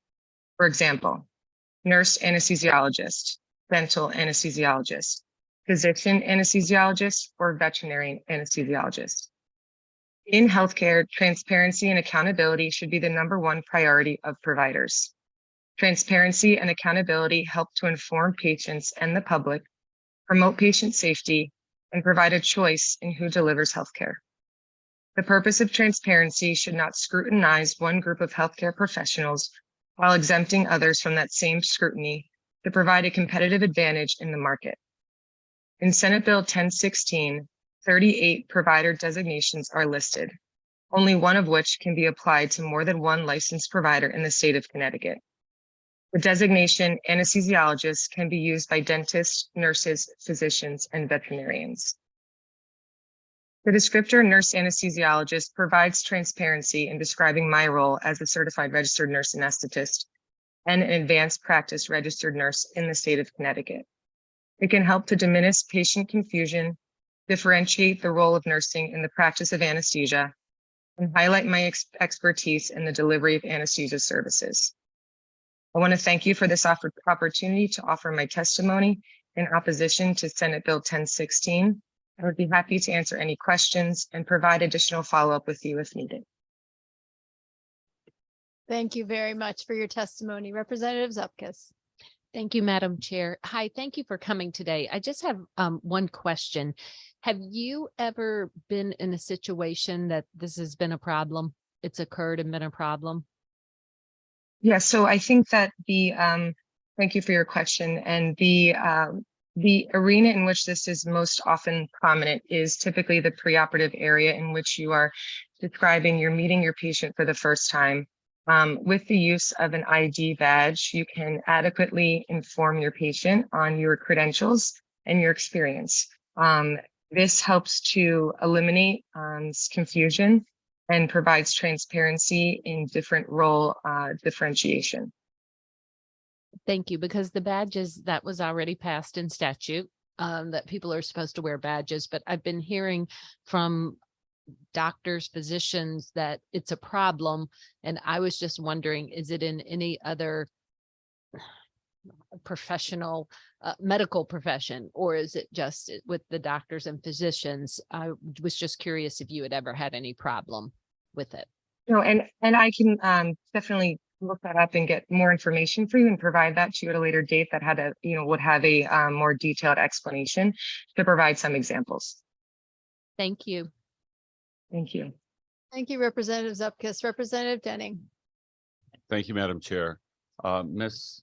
Piaquadillo, I am also a nurse anesthetist, and I'm just asking, when you meet your patients, how do you describe your profession?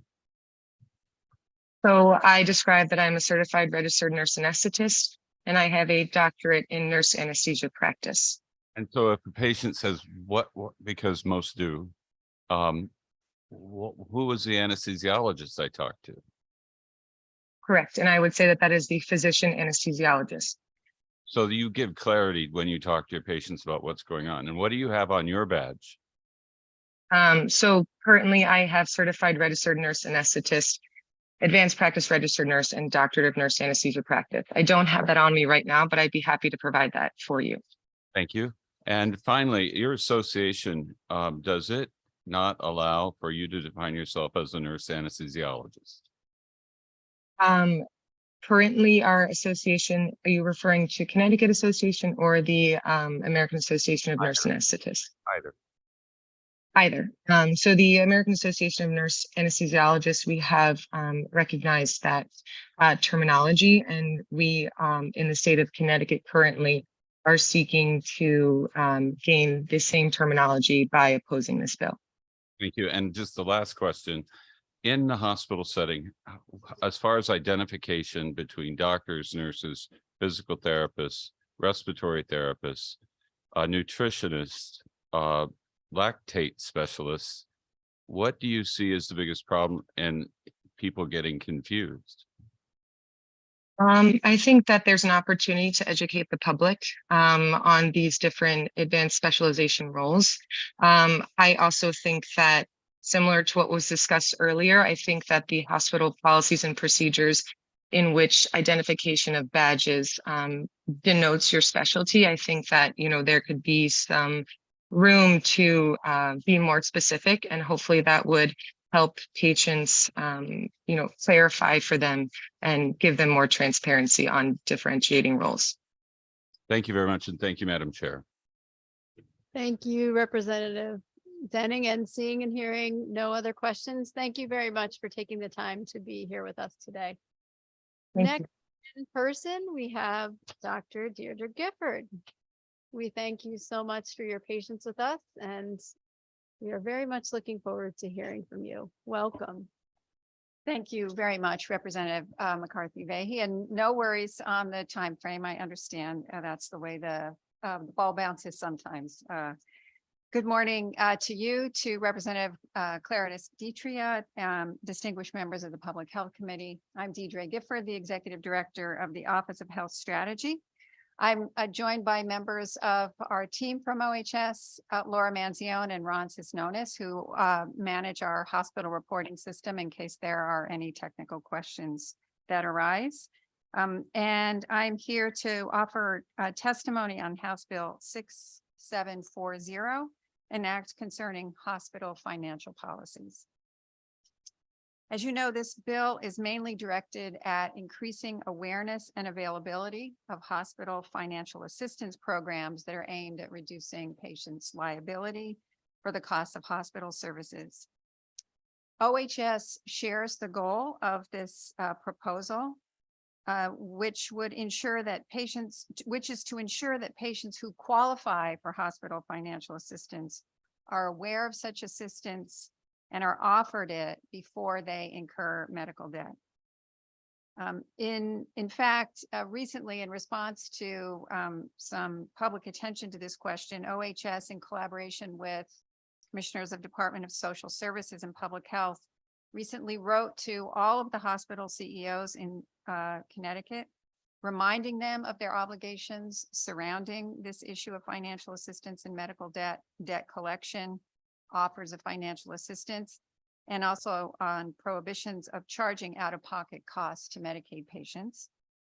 All hospitals have replied back to the commissioners with reassurances to that effect. Although we support the intent of this bill, the bill does create new responsibilities for the Office of Health Strategy that are not contemplated in the governor's proposed budget, and so and which surpass the capacity of our existing resources. We cannot support the bill in its current form. As you may know, OHS already collects on an annual basis a fair bit of data on hospital uncompensated care. We collect their uncompensated care policies, the activity and fund activity for their hospital bed funds, which is a charitable fund to cover uninsured care. We also collect information on the amount of charity care charges and what is provided to patients, as well as their bad debt. In section 1 of the bill, it proposes adding a new definition of underinsured patients, which would greatly expand the eligibility for some of these programs. OHS would support piloting such an expanded definition to better understand the magnitude of those in this category and the magnitude of the debt that they are incurring. Section 2 adds a definition of hospital financial assistance to standardize that nomenclature. We think that adding this definition would ensure that hospital spending on patients with financial needs is comparable one to the other. And so we think that this provision would improve existing reporting on uncompensated care to OHS. Section 3 of the bill requires OHS to develop a uniform application for hospital financial assistance that must be utilized by all hospitals. Although we appreciate this concept, we do, as I mentioned, the resources to develop and monitor the implementation of this application are not included in the governor's budget. Section 4 increases the amount of data that would be required to be reported to OHS, including data on race, ethnicity, and insurance status of patients who apply for and or receive hospital financial assistance.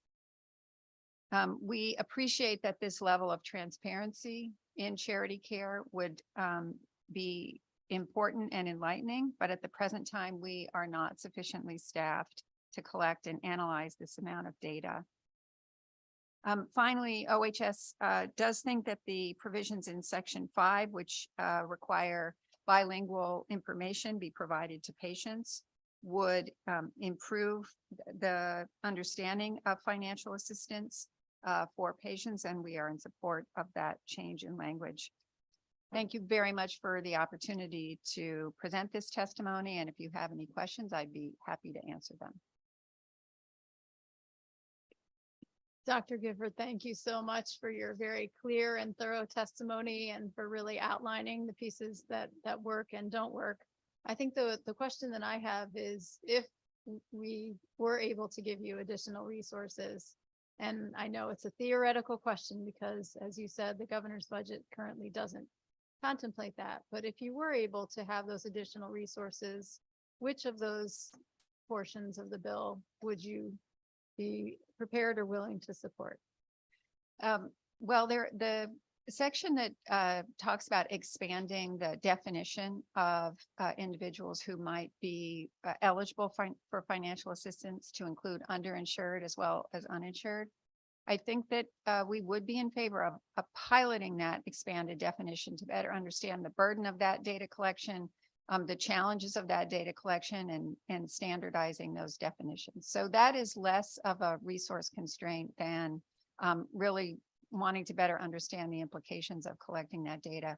I think the uniform application, Representative McCarthy-Vahey, is one where in particular the resource constraints, where we support the intent, but the resource constraints are the most significant because it would be an undertaking to convene the hospitals, establish the appropriate content for that application, develop the application, and then monitor its implementation. So that's really where I think we support the intent, but resources are not in the governor's budget. I appreciate you reviewing that and kind of underscoring, and there certainly does seem to be a value in that uniform application, but I appreciate you sharing the struggles that would be for your organization at this point in time. Questions from Representative Parker? Thank you, Madam Chair. Thank you, Dr. Gifford, and thank you for all your service to the state. We appreciate you and your team. Two questions. I'll follow up first on what Madam Chair was asking about. In terms of the staff it would take to implement that, maybe that piece specifically of the project in section 3 about bringing together that uniform application, and then maybe also in section 4, I think, which was about getting additional data from the hospitals and being able to analyze it. Do you have is that like one FTE in addition? Do you have any sort of broad strokes about what that would actually look like? I really have no idea, so I'm curious. I don't at the today, Representative, but we would be happy to provide you with that information. Great, I appreciate that. Thank you. And then to my other question, I also appreciated your clear testimony about defining these terms better. So just for my understanding, there's currently no definition of what underinsured means that we use in practice in the state. I'm curious, is there anything nationally that gets used as well? It's my understanding, and if Laura or Ron wants to jump in, it's my understanding that the term underinsured would be added in this context to the requirement for hospitals to provide assistance.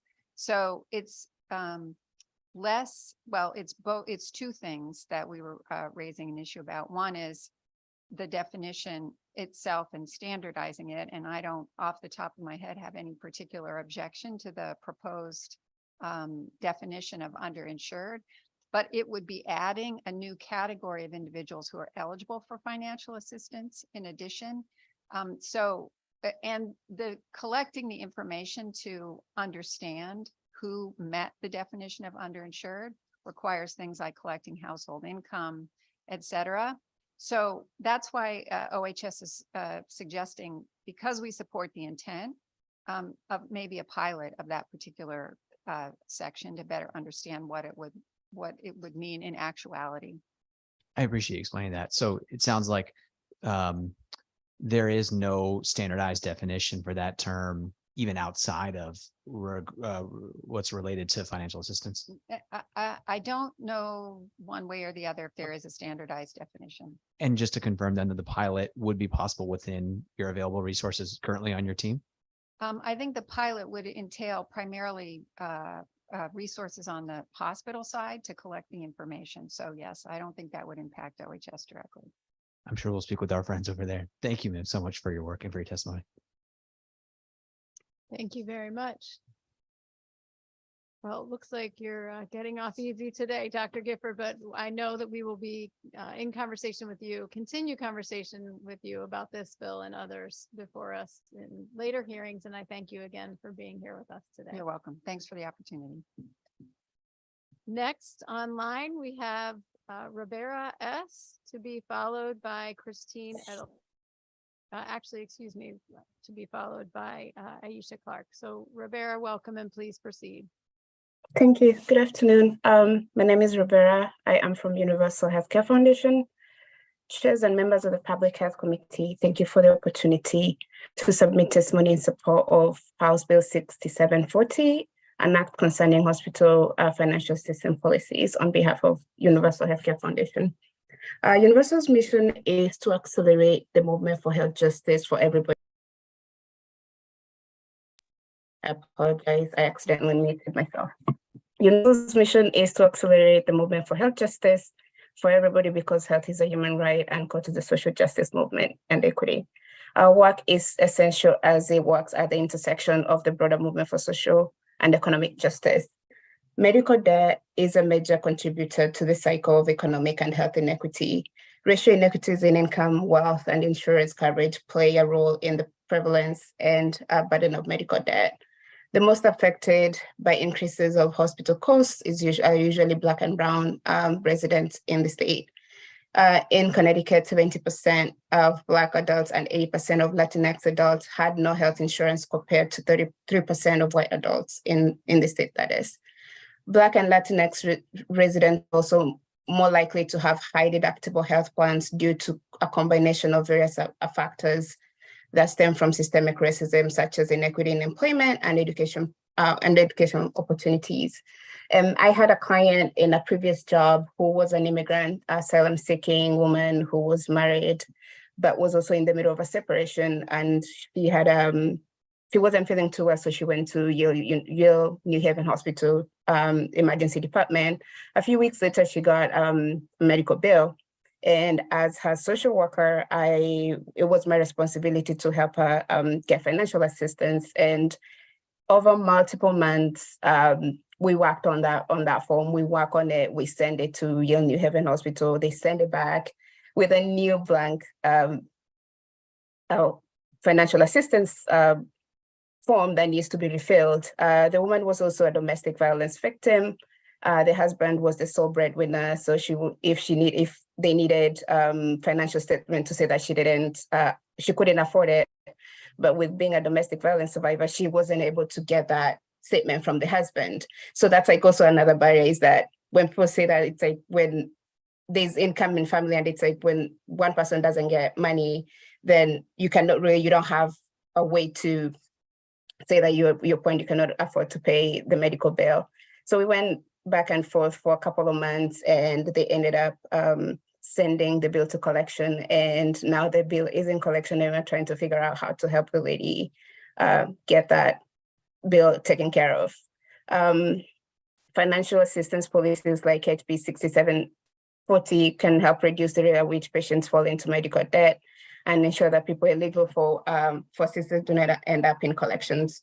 Thank you for the opportunity to testify in favor of HB 6740 and not concerning hospital financial assistance policies. I hope this committee votes in support for the bill, as well as support Connecticut residents with the high cost of hospital bills. Thank you. Rivera, thank you so much for your testimony today and for raising this important issue and specifically how it impacts, especially folks in the Black and Brown communities. And I thank you. Are there questions, comments? Let me check online. If not, thank you for joining us today. And we look forward to the continued conversation on this issue. Next, we actually have Christine Edelson, who I believe is here online. Christine.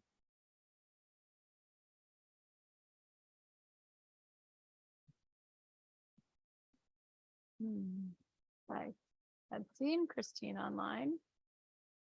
Okay, we'll come back to Christine. Is Cindy Prizio available? Okay. We'll just make sure that we're not having technical issues. I'll check in with the clerks, but I do see number 12, Ryan Seidel. Ryan, welcome, and please proceed. Oh, forgive me, I'm not looking up. Ryan, if you can hang on just a moment. Hybrid meetings. Cindy, is that you? Yes, it is. Okay. I'd like to Cindy? say good morning, but good afternoon to all esteemed members, chairs, ranking members of the Public Health Committee. I apologize. I just got in and I can't even find my testimony. I'm here to speak to, first of all, my name is Cindy Prizio, Executive Director of One Standard of Justice. I'm here to vehemently oppose Senate Bill 1074, an act requiring long-term care facility residents to undergo a criminal history and sex offense registry search. I believe that medical care and long-term care and is as part of a human rights as anything else. And I remember the poet Carl Sandburg would say, the ugliest word in the vocabulary is exclusive. And that's because we have exclusive schools, exclusive neighborhoods, exclusive clubs. Long-term care should be for everyone, equity and opportunity. And in spite of a person's criminal history, one day when. We went through some of our data because I think some of you know I serve a clientele that not many would.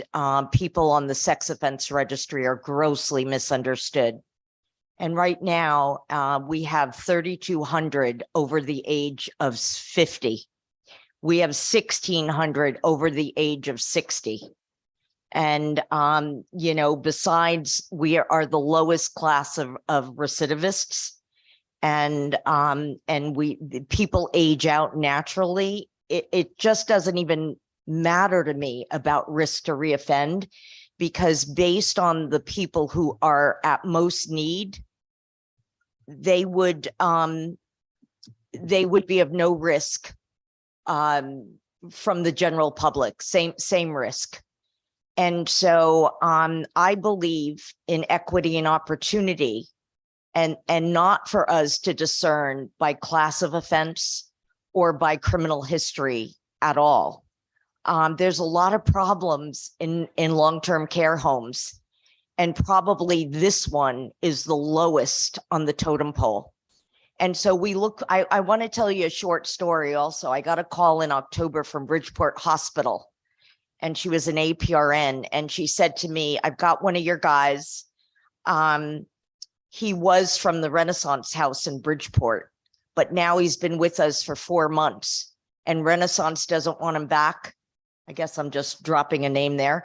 And we don't know what to do with him. But the longer he stays here, his risk to pick up something infectious or something bad increases every day. There's nothing more we can do for this man.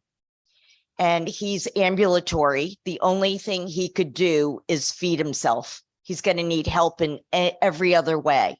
So we either need to find a home for him where we can get a nurse's aide in there pretty much on a regular basis, or we have to find long-term care where he's in a residential facility getting exactly what he needs. She asked me to look for a place for him. And excuse me, Ms. Fazio, but your time is up. Thank you. May I finish my thought? Finish that thought, please. We have a question for you too. So I just want to say, do you know what Carl Sandburg's best word in the vocabulary is? All welcome. And I think if Connecticut moves forward with a bill like this, we are going to be doing unimaginable harm, because I've already got an oppressed community that's already part of the public health crisis in housing and medical care. Thank you, Ms. Frizio. Thank you. We have a question for Representative Linehan. Please proceed, madam. Thank you, Madam Chairman. Hello, Ms. Frizio. How are you today? I'm wonderful, thank you. And you? I'm hanging in there. I appreciate your concern. I think it's been no secret that you and I are not usually aligned on things. And I have publicly said that we will probably never align on things, but I'm thinking this might be an opportunity for change. I don't know what the answer is on this, but Senator Anwar had told a story of the fact that there was someone who was sexually assaulted in a nursing home, and that was the impetus of this legislation. So, but I do agree that they need to go somewhere. Everyone needs a place to age. I do agree with that. I guess my question for you is, in your testimony, you did say that there is no one at risk or something to that effect. And Senator Anwar's story actually said the exact opposite, because there was someone, and I believe it was not only a resident, but also a staff member. So the concern that maybe some people are going to be incapable of any kind of assault, I believe that that's true. I believe you're correct about that. But I know that while we are so not aligned on many issues, I think that it's important to hear from you now what you think is best to do to keep people safe in nursing homes if it's not a background check. If you don't feel that someone with a previous sexual assault conviction should have a background check or be kept from being in these nursing homes, then what would you propose to keep someone safe? So first I have to address Senator Anwar's happening or event in his district. That was, it's really amazing to me how we let people in from Massachusetts when I've got plenty of homeless people here in Connecticut. So I don't understand how a man from Massachusetts came into that facility. And he had an active arrest warrant for him. And I don't know, he was according to the article, he was a 50-year-old man. I don't know him. And I'm sure there's so much more to the backstory than we hear in the news. So that's all I'm going to say about that, other than where is the data? Where is the data that supports all of these harms? From what I've read and the research I've done, going back a year ago when we were on the same bill, sexual harm is the least of it. There is sexual activity in nursing homes. I understand that people with dementia are very feisty, and I don't say that with a sense of humor at all, but I'm reporting the facts. We also know that staff employees could abuse residents. Some of the problems, I'm a preventionist. I believe in education. I believe in, one thing, and there's no one person or system to blame, but nursing homes may not attract the most qualified, or maybe based on salaries, I don't know. So I think we have to look at everyone entering a facility or working in a facility. I believe that when I said no risk to the public, when all of the science, Representative Linehan is behind me, all of the science, you can take a person with the most heinous offense or high risk individual, and after about 17 to 20 years, they are no more risk than you or I. That's 17 to 20 years offense-free in the community.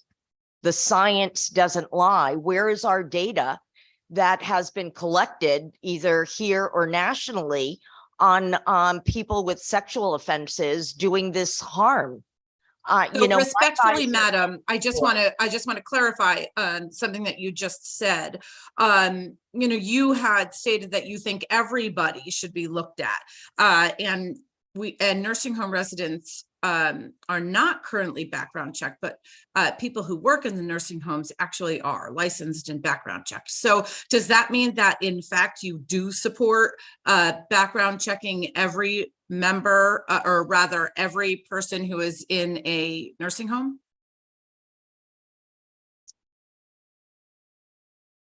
Okay, no, I probably don't, but I would need to think about that some more with background checks, because I do think they're useful. I just don't believe that people can be denied in the last years of their lives the medical care. They'll die without it. Right, and I'm not, and that's where I agree with you, actually. So we get that part. I guess my question is then, if we are to write language in legislation that will allow someone at the end of life to receive the proper medical care, but also allow people at the end of life to be safe from harm. And you did mention that there is sexual activity in nursing homes, but there is a big difference between consensual sexual activity and non-consensual sexual activity. So in light of that, and this is my only question, and it really just takes a very simple answer. We don't need to belabor the point, but do you have any ideas on how we can do both of those things?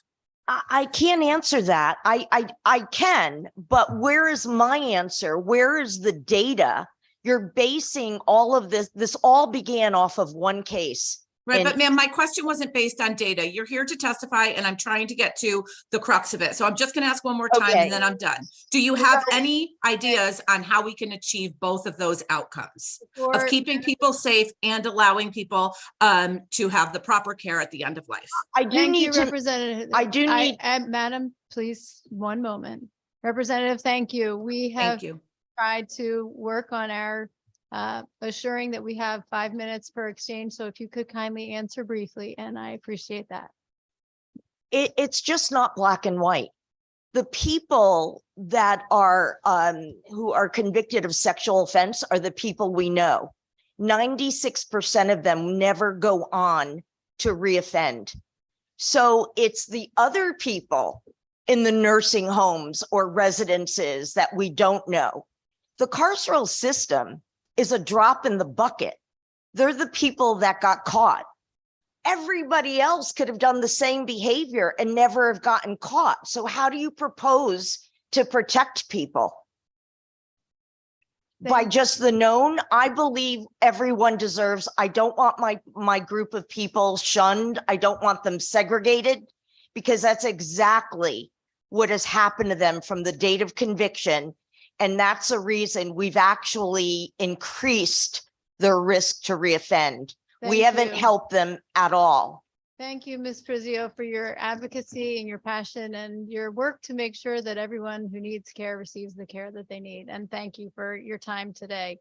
Next on our list, we are going to hear from Aisha Clark, to be followed by Ryan Seidel. Ms. Clark is on Zoom. Welcome, please proceed. Good afternoon, Senator Anwar, Representative McCarthy-Vahey, Senator Summers, Representative Clarence Dietrich, and esteemed members of the Public Health Committee. My name is Aisha Clark, and I serve as the Interim Executive Director for Health Equity Solutions, a nonprofit organization with a statewide focus on advancing health equity through anti-racist policies and practices. Thank you for hearing my testimony today in support of HB 6740.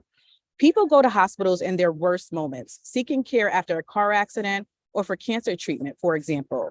These costs are not predictable because we do not know when they will come or when a person will become ill or injured. And because even when hospital prices are publicly available, the out-of-pocket costs to the patient are not.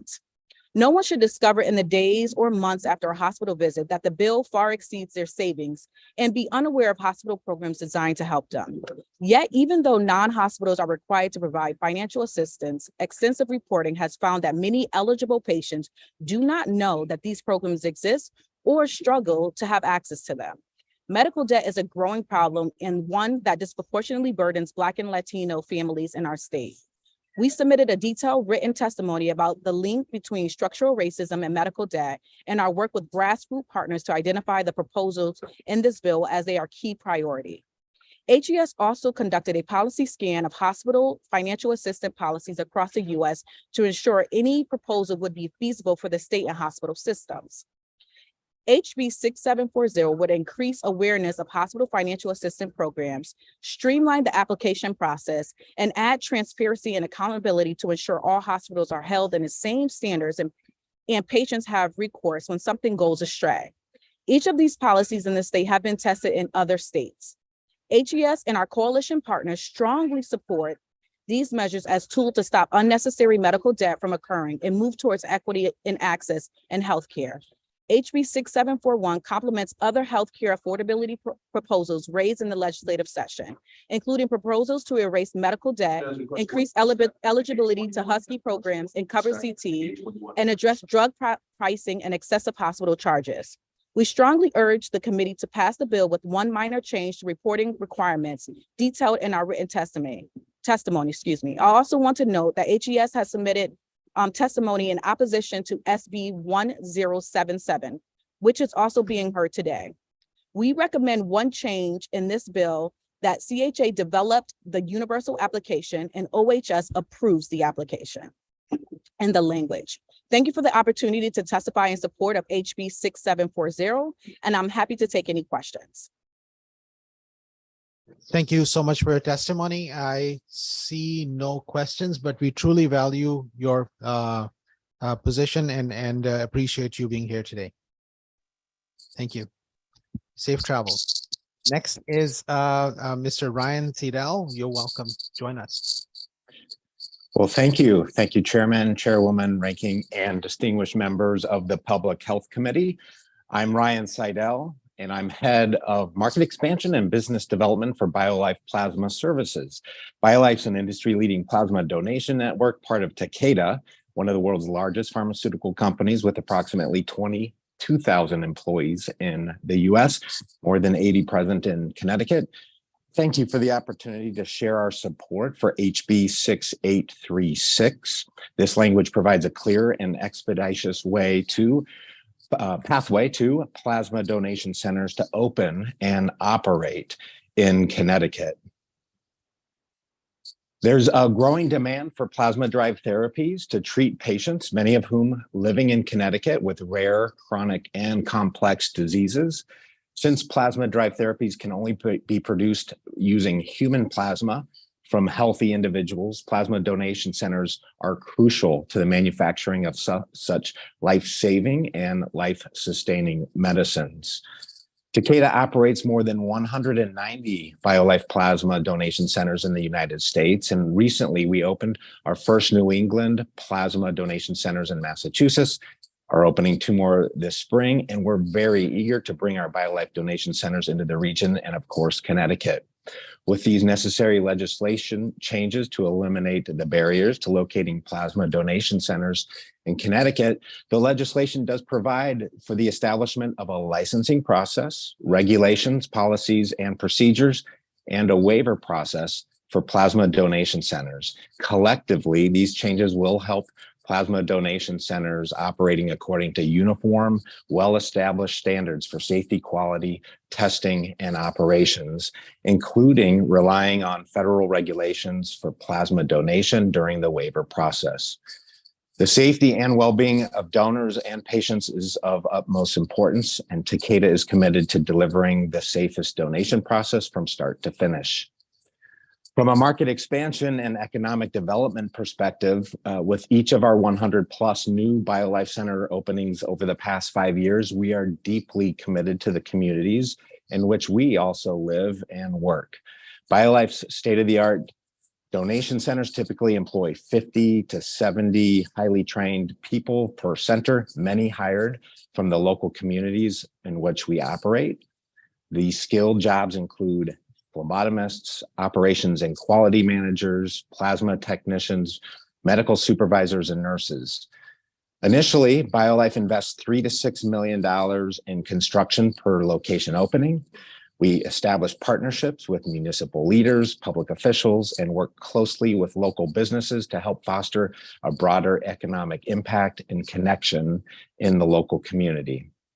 After each opening, we infuse $4 to $6 million in the local community each year as a result of donor compensation and employee wages. We're very grateful for the work to date the committee and Department of Health has and is ongoingly doing, and the willingness to address the industry concerns through this bill and the DPH bill HB 6733 that will be heard in the near future. And we respectfully ask the committee to act in order to help meet the demand of plasma-derived therapies for patients. And thank you for your time. Happy to answer any questions you might have. Thank you so much for your testimony, and thank you for being here today. Mr. Seidel, we do not see any questions, but we hear you loud and clear.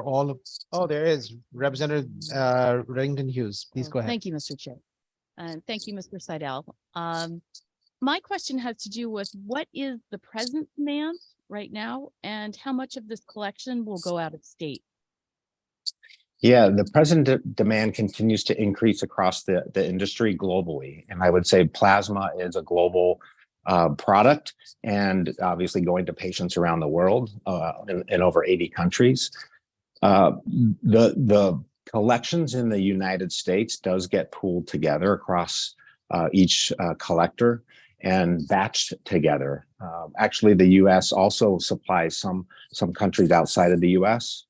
There isn't an exact match I can give you from collections in a specific state that go to a specific state. They do get batched together. And currently the collections across the country are going to patients in Connecticut. But just looking for, perhaps like a percentage of what that would be collected in Connecticut and then sent out of state. Yeah, what I would like to say is across the industry, the collections will be done by various providers. They'll go into a pooled batching at each of the manufacturing locations of the various providers, such as ourselves. That would then in turn be batched and then brought to all states. So I cannot give you an exact percentage at this time. Just one follow-up, and that would be, as it is situated right now, what percentage of that pool does Connecticut demand? That's a good question. And I think we could try to get that question answered either later in a testimony from a peer of mine, Bill Spear, or we could work to get you a response for sure. Thank you very much. Thank you. Seeing no other questions or comments, we thank you for being here today. And we've heard from the various different groups like yours who are excited about possibility of fixing the bill that we passed last year. Next person on our list is Misty Scoggins over here. Welcome. Thank you for your patience. Good afternoon.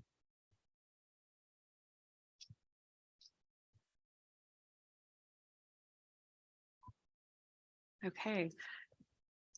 Thank you so much for being here today. Co-chairs Anwar and McCarthy-Vahey, I guess she just stepped out. So my name is Misty Scoggins. I am a certified registered nurse anesthetist, and I'm also an associate professor at CCSU in the Doctor of Nurse Anesthesia Practice program. I'm testifying in opposition to Bill SB 1016, an act concerning truth in advertising by healthcare providers, because this bill seeks to restrict provider descriptors to only physicians, including the descriptor anesthesiologist. I love being a nurse. I knew from a very young age that I wanted to be a nurse anesthetist. However, I was embarrassed to tell others about this because I found it hard to actually pronounce the word anesthetist. I'm not alone on this. Recently, Berlitz, which is an online language course provider, just this January, they listed anesthetist as one of the hardest English words to say and to spell. And on their list for the definition of anesthetist, they actually described it as an anesthesiologist. So as a CRNA, like other CRNAs, I introduce myself to my patient and explain my role in their care. And when I ask them to repeat back to me so I know that they understand my role, they oftentimes say, oh, so you're my nurse anesthesiologist, because it's the term that they know and understand.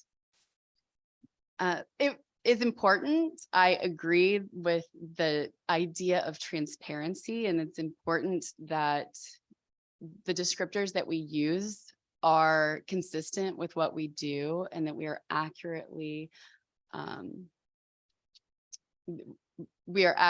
accurately presenting ourselves for who we are and what we do for the patients. And because of this, the American Association of Nurse Anesthesiology has recognized the optional titles of nurse anesthesiologist and certified registered nurse anesthesiologist. Unfortunately, this bill is an effort to eliminate patient confusion by reserving anesthesiologist exclusively to physicians. It's not going to be helpful. In fact, even research has found the most recent was around 40% of preoperative patients that were asked did not recognize that anesthesiologist did not recognize anesthesiologist as a physician. And because of this, the American Society of Anesthesiologists is actually encouraging and recommending their members to use physician anesthesiologist to clarify their credentials. I believe that CRNAs should have the same freedom to clarify our role in patient care. No. Oh, it's not. Okay, if that's the case, when I registered.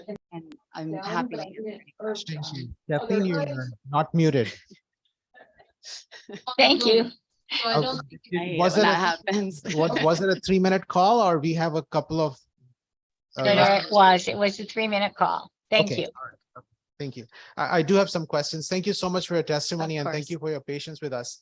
Now, as I look through the training now, again, I enjoyed your comment that the person has a difficulty pronouncing, so we should just change the name of the profession altogether.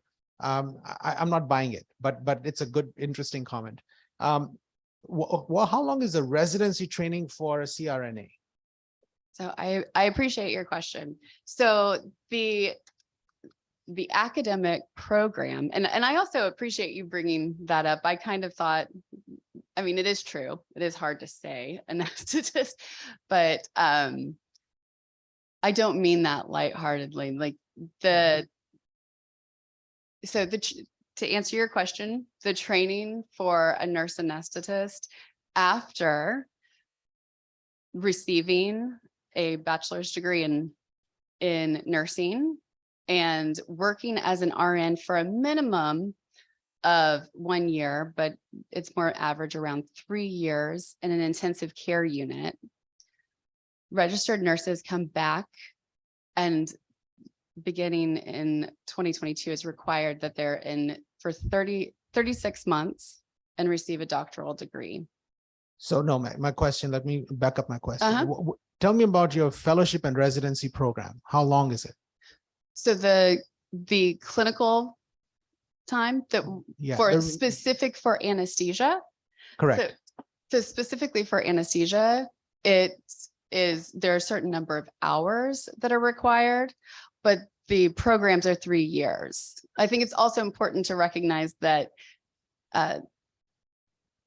nurses are learning during their time as in the ICU as well. So I think that the reality is there's no formal residency program for CRNAs. But there is, yes, there's required clinical training, and actually some of my colleagues are going to talk about that in more detail. So I don't want to. Your website does not mention a residency or a fellowship program, but it does mention that you're supposed to see, I'll tell you the number of patients, 350 patients. Is that No, that's not accurate. I don't know what website you're looking at. So the Council on Accreditation of Nurse Anesthesia Educational Programs would be the website that you want to, that's where you can see what's actually required for accreditation. We are also in the same bill looking at a situation where individuals who are not nurses, they actually claim to be nurses. How do you feel about that? I have not experienced that personally. In fact, I found it interesting when the physician, the orthopedic surgeon that was talking earlier, I found it really interesting that when he was saying that he has experienced this so regularly, it actually led me to Google myself just to get an idea. And actually, there were two different websites that came up. One was like doctor. I have limited time, so I'm Okay, not, well, yeah, so I don't want a I- yes and no answer to some of the things I wanted to ask. Okay, You don't. I have not personally experienced that. So Connecticut Nursing Association have made this as one of their top few priorities, that they feel that Connecticut Nursing Association or have felt that that's the issue. So that's why this part of the bill is in there.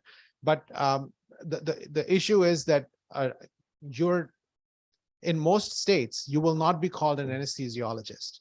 But it looks like in the state of Connecticut, there's a move to have a nurse and anesthetist change their title to an anesthesiologist, where anesthesiologists traditionally have spent thousands of hours to go through training, formal training. They go through medical school, they go through a residency, and then after that, they have to have a specific training in anesthesiology. So it's almost seems, if you were looking at the value of education perspective and the time people have spent, for somebody to come in the middle and say, we're going to spend much less time and take that title, that's what truth in title is about. The truth in advertisement is about, in my opinion. So in my opinion, the truth in advertising is about your license and whether or not you can do what you say that you can do. The quality of care, there's no evidence that the quality of care from a nurse anesthetist or nurse anesthesiologist is any less than that from a physician anesthesiologist. I'm not, I grew up in rural Kansas, and in rural Kansas now, and as far as I know forever, there's never been a physician anesthesiologist. The nurse anesthetists there are the only anesthesia providers. So nurse anesthetists are not, they're not physician extenders, they're not mid-level providers. We're advanced practice providers that give quality care. And I believe that nurse anesthesiologist is completely appropriate. Okay, thank you so much for your testimony. I will see if, yes, Representative Zupkus has a question or comment. Thank you. Well, I do want to make a comment because I cannot say that anestheticianist or whatever. So maybe it's me, but I have a problem with that word. I don't have any medical background. Have you ever experienced any of these issues that, we're hearing from these doctors, physicians? I don't know what the difference is. We're hearing from these that there are issues of people portraying someone they're not. Have you had any experience of that? So I have not experienced anyone trying to portray themselves as, like, I have not personally experienced that. I did, like I was getting at earlier, I Googled myself and saw that there are two different websites that I have not sent anything to, that I'm not affiliated with, that had me listed as a nurse practitioner. Now, I'm an advanced practice registered nurse, but I'm not specifically a nurse practitioner. I don't know if that is what the physician earlier was referring to, but I wouldn't know how to get these websites. Right. That, like, and I was thinking, wow, I wonder if a bill like this passed, if I would be held liable for something that was just inaccurately put on a website that I had nothing to do with. Right. Well, I think we all, even everyone sitting up here, have things put out on websites and social media that we have not said or done. So I understand that completely.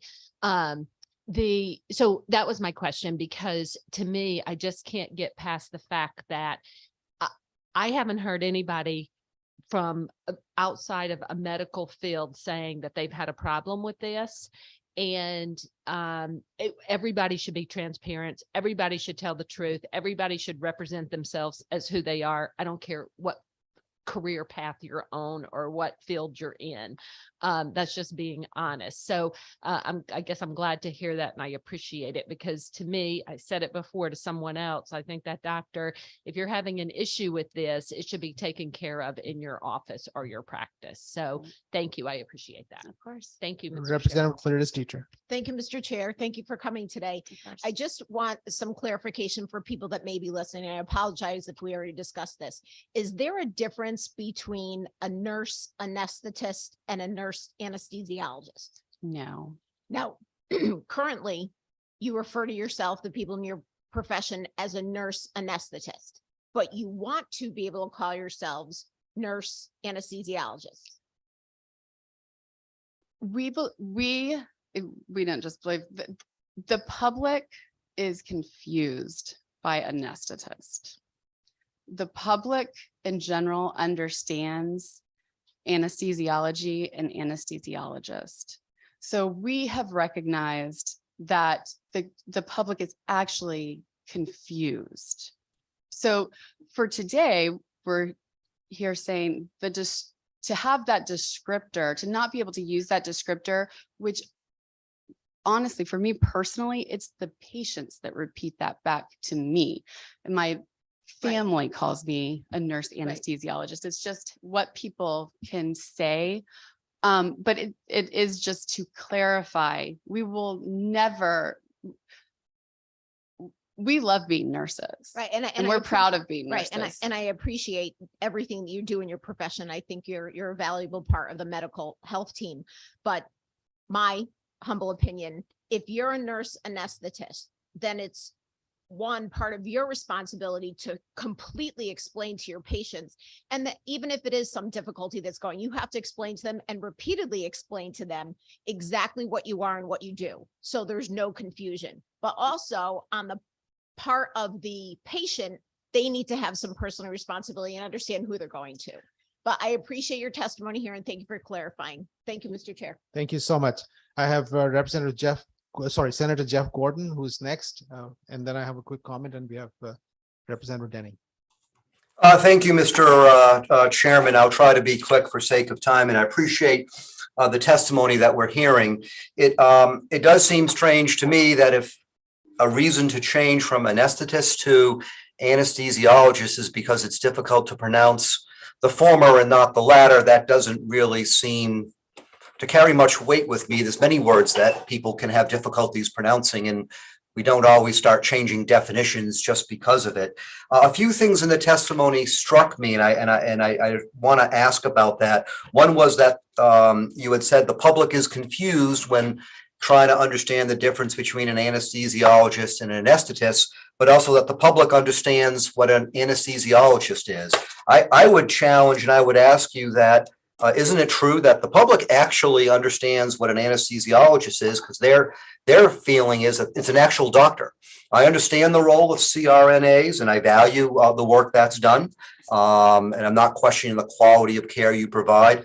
To get back to what the chairman had mentioned about how long a residency is for anesthesiology, it's many years, including if you wanted to be subspecialized. So there is a process if you want to be a physician anesthesiologist, and there's a separate process if you want to be a nurse anesthetist.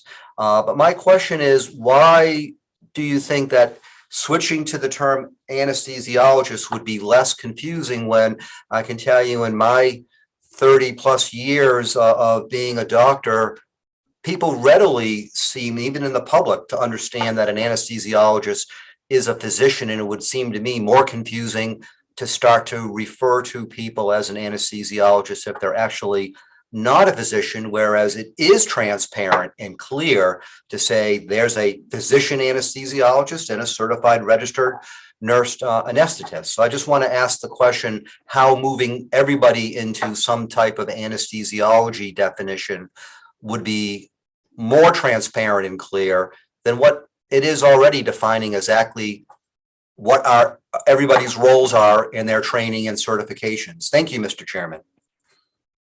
Thank you.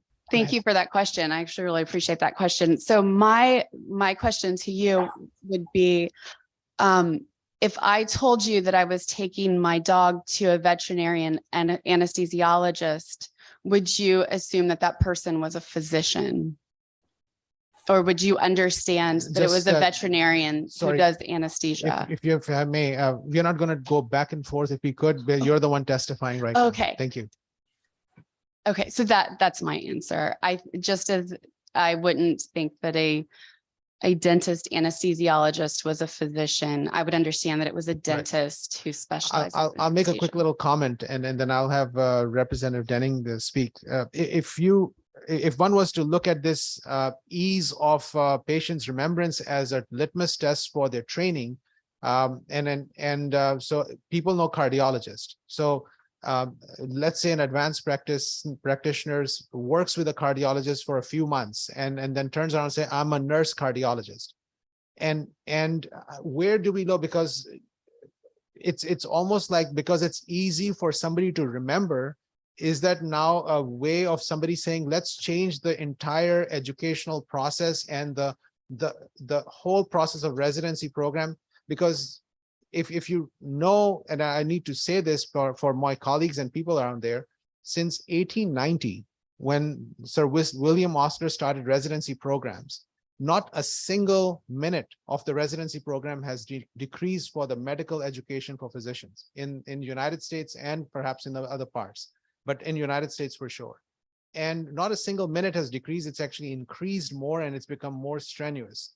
And now we are creating new pathways for individuals to get into the field and say that we are going to be part of the team. And then in the midst of the say, we are actually the owner of the team and you are no longer needed.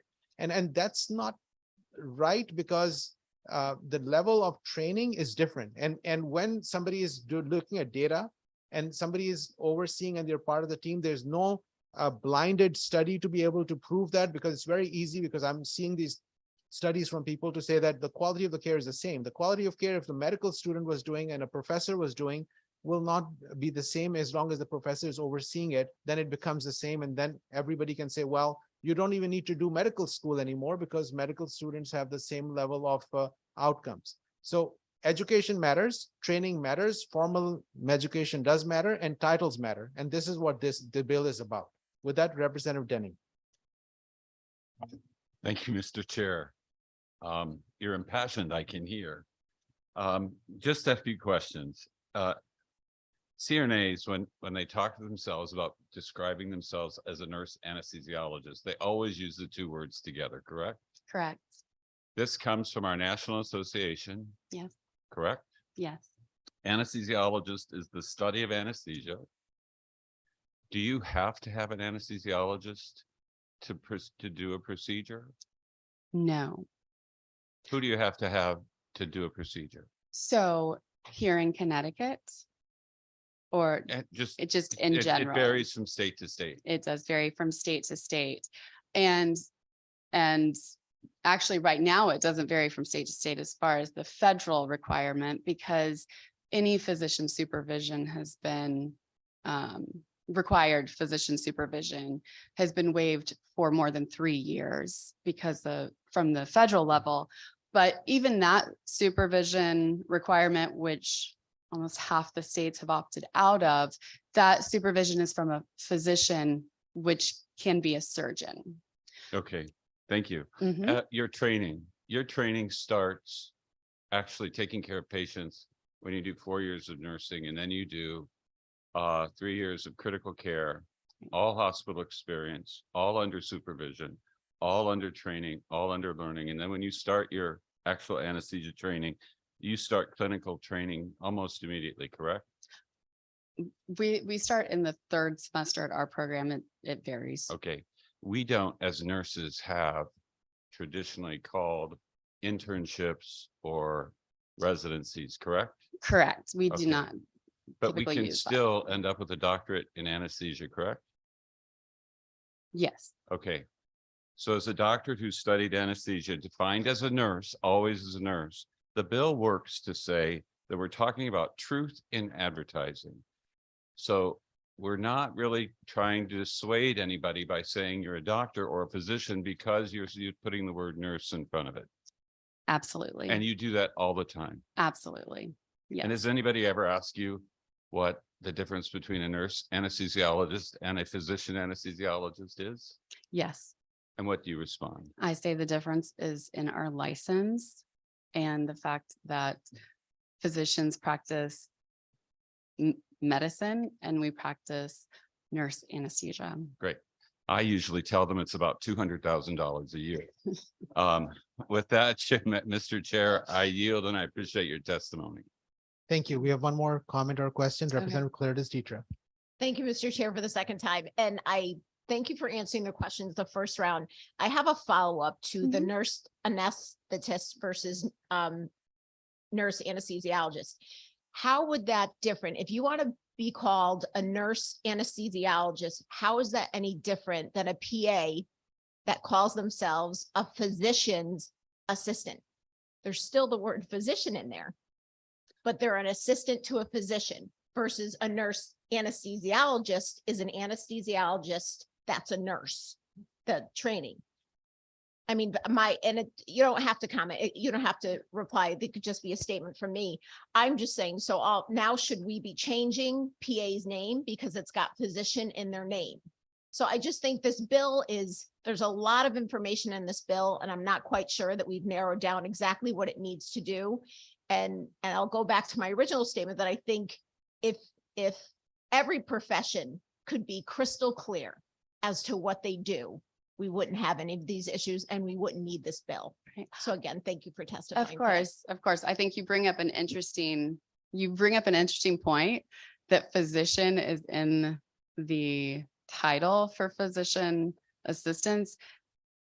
And so I'm wondering, do physicians believe that title should be changed? Exactly. Thank you. Okay. Thank you, Mr. Chair. Thank you. Seeing no other questions or comments, we thank you for being here and your patience with us today. Next person on our list is Kimberly Sander. Welcome. Hi, everybody. Good afternoon. Hopefully you can hear me okay. I'm on a train to DC. Okay. So good afternoon, Senator Anwar, Representative McCarthy-Vey, and distinguished members of the Public Health Committee. My name is Kimberly Sandor. I'm a registered nurse and a family nurse practitioner and the executive director of the Connecticut Nurses Association.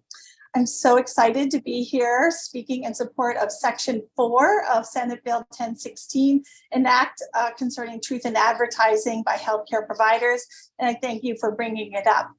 My written testimony does address additional concerns in Section 2 and 3, but I'm going to focus on Section 4 in my verbal testimony because this is a bill that came up originally in 2020 as House Bill 5185, an act concerning title protection for nurses. It had a hearing with overwhelming support.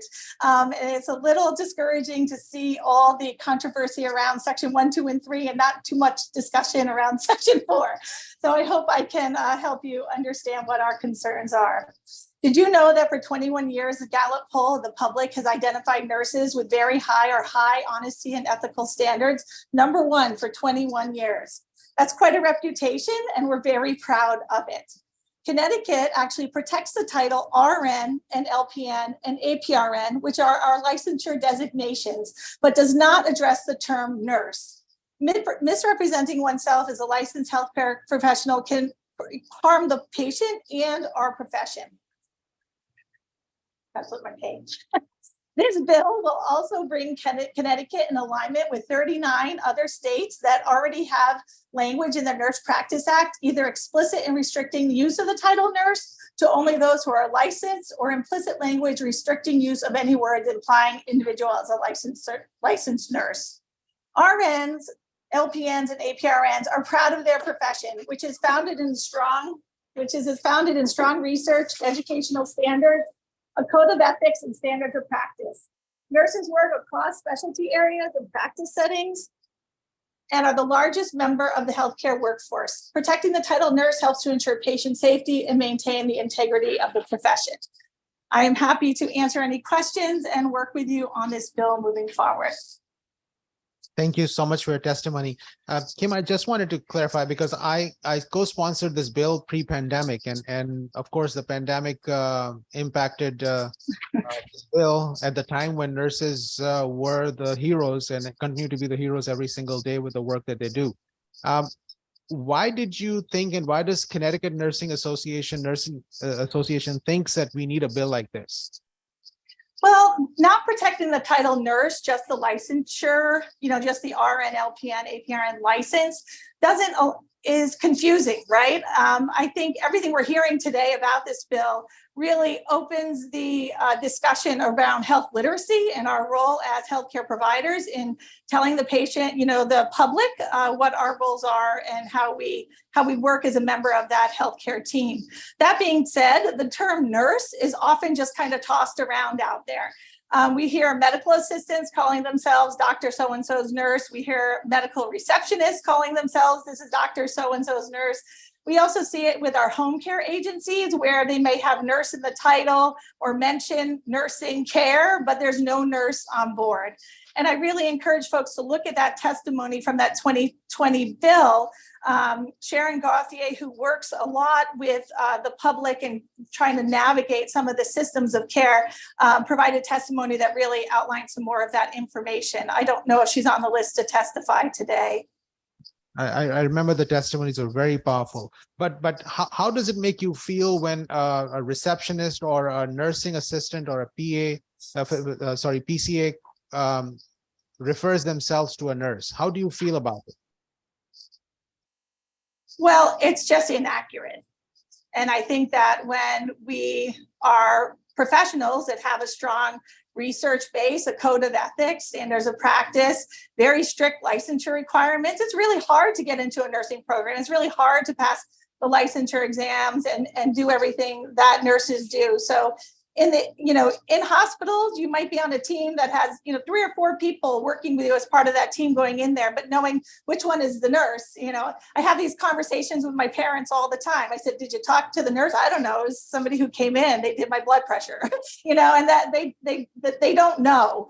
So Kim, if I was to say that, look, as a patient, it's very easy for me to pronounce nurse, and I have difficulty pronouncing receptionist or nurse's aide because it's more confusing. How would you feel about that?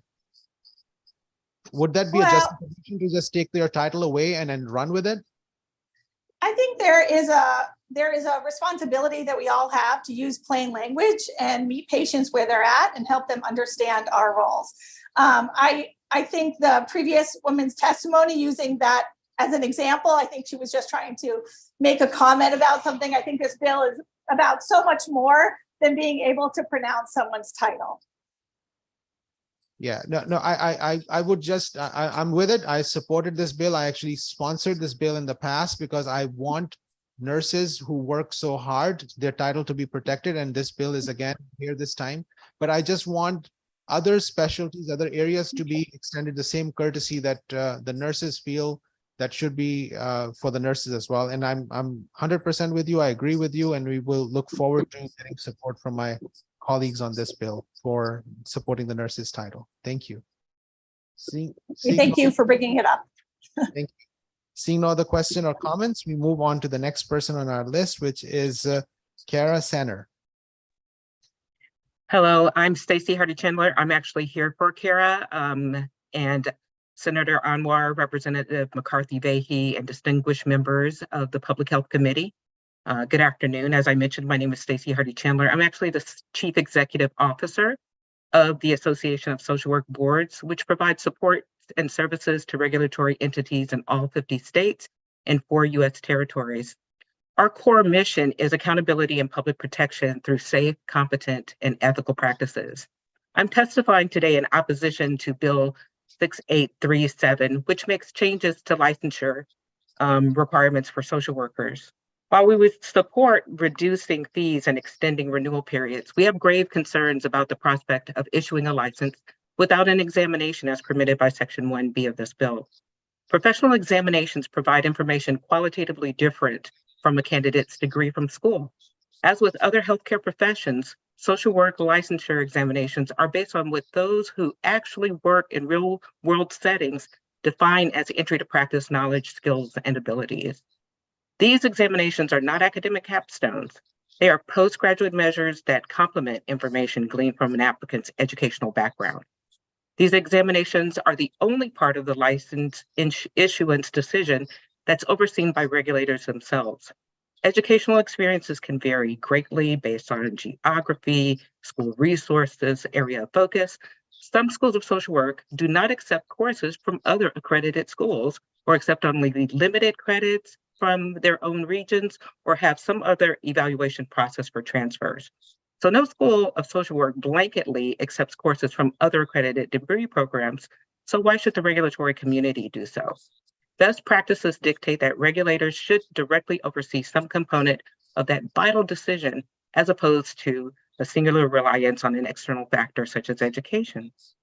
Professional examinations offer the only continuously vetted objective measure of entry to practice competence in the licensure insurance process. They involve robust anti-bias measures and embed layers of checks and balances beyond anything available in education. Social workers tend to serve the most vulnerable populations among us. This has such vast societal implications that the decision to issue a license to practice should at minimum include competency as measured by an objective industry standard. If I were to apply for a Connecticut driver's license, even if I had successfully passed a driver's education course, I would still have to pass a Connecticut DMV vision test, knowledge test, and road test. It's our position that Connecticut's vulnerable communities deserve at least the same level of regulatory diligence and oversight required of every driver who seeks a license in Connecticut. This is something that I think we can all get around, and that is accountability to the public. So SWB welcomes the opportunity to work in collaboration with stakeholders to address and resolve concerns for the best possible outcome for the profession and for the residents of Connecticut. Thank you. Thank you so much for your testimony. I appreciate you being here. What are your feelings of the fact that there is a sunset date in this? So one of the things that I think is important is that the measure be consistent. Connecticut already has a provisional license component to it. But we think that consistently, in terms of supporting the workforce, removing the examination is not a better decision. The best decision is to supplement the workforce. I've heard the discussion about other allied professionals. We don't have an array of allied professionals in human services, but I do think that there are other ways to expand the workforce without reducing the requirements for social work professionals. So where are you, National Association of Social Workers, do you know where they stand with this position, or you're on board with what they're suggesting? So NASW, and I do not want to speak on their behalf, but I know that their chapters have varied. There are some chapters that do not support a test, an examination. But I don't think that that is the national position. And I don't want to speak for another organization. Our position is that all professionals, as part of their credentials, should pass a test based on industry-defined standards. This is very helpful. Representative Gilchrist, you need to mute yourself. Perhaps our team can do that.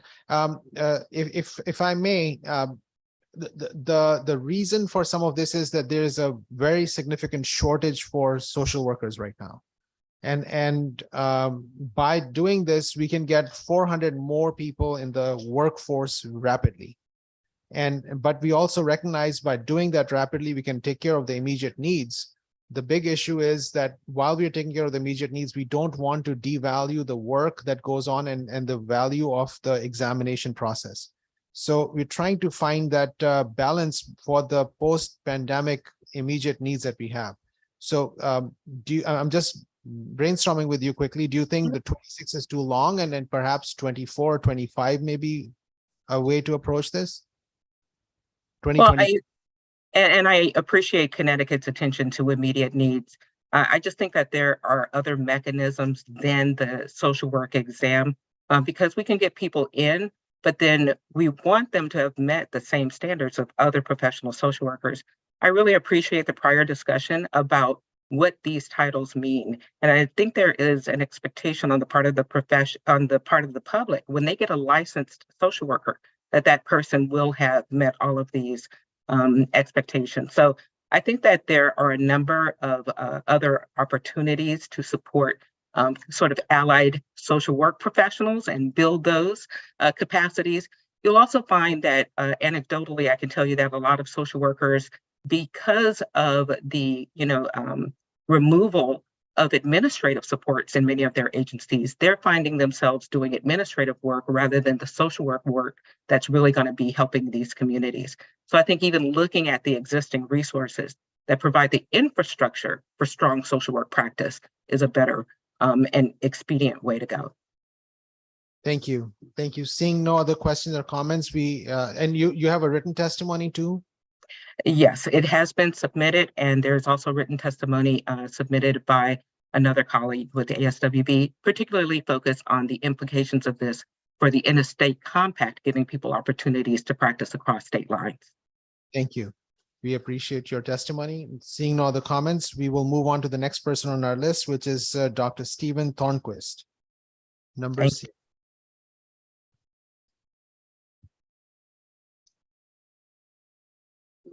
I think. Hello? Yeah. Can you see me? Okay, you can hear me? We can. Yes, okay, hi. A good day, Senator Anwar, Representative McCarthy-Vahey, and other distinguished members of the Public Health Committee. My name is Stephen Thornquist. I'm a physician. I'm a pediatric ophthalmologist practicing in Greater Waterbury area, and I'm here as the legislative chair for the Connecticut Society of Eye Physicians, representing over 800 Connecticut physicians in the medical specialties of ophthalmology, dermatology, otolaryngology, and urology in support of SB 1016.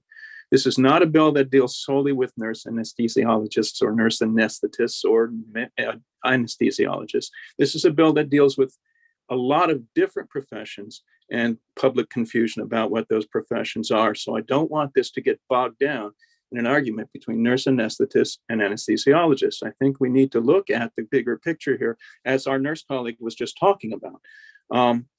The past decade, there has been an exponential increase in the number and types of healthcare providers and services available to patients. The practice of medicine itself is transforming with new technology and medication, allowing treatments that are more targeted and effective than ever before. And we are re-examining established treatments to ensure they remain effective and efficacious.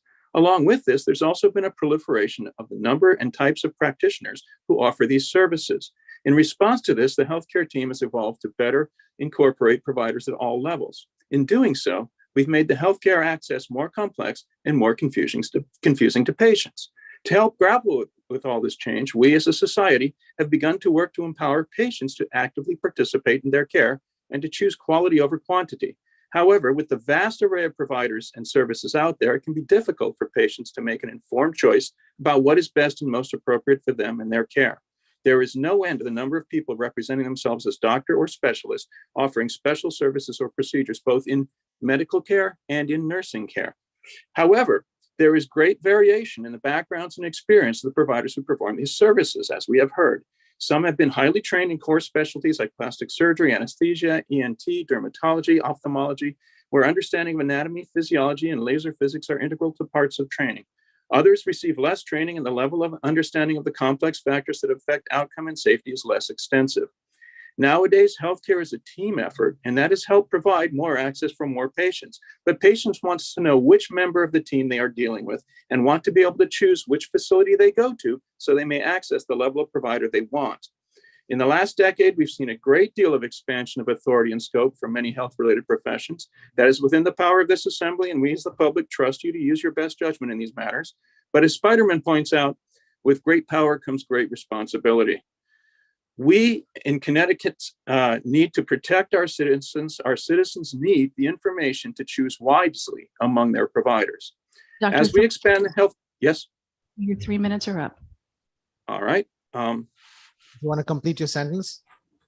As we expand the healthcare team, is it not incumbent upon us to provide patients with the necessary information in a clear, unambiguous manner to make their choices, and to provide backstops for those who violate the rules regarding presenting their credentials? Thank you.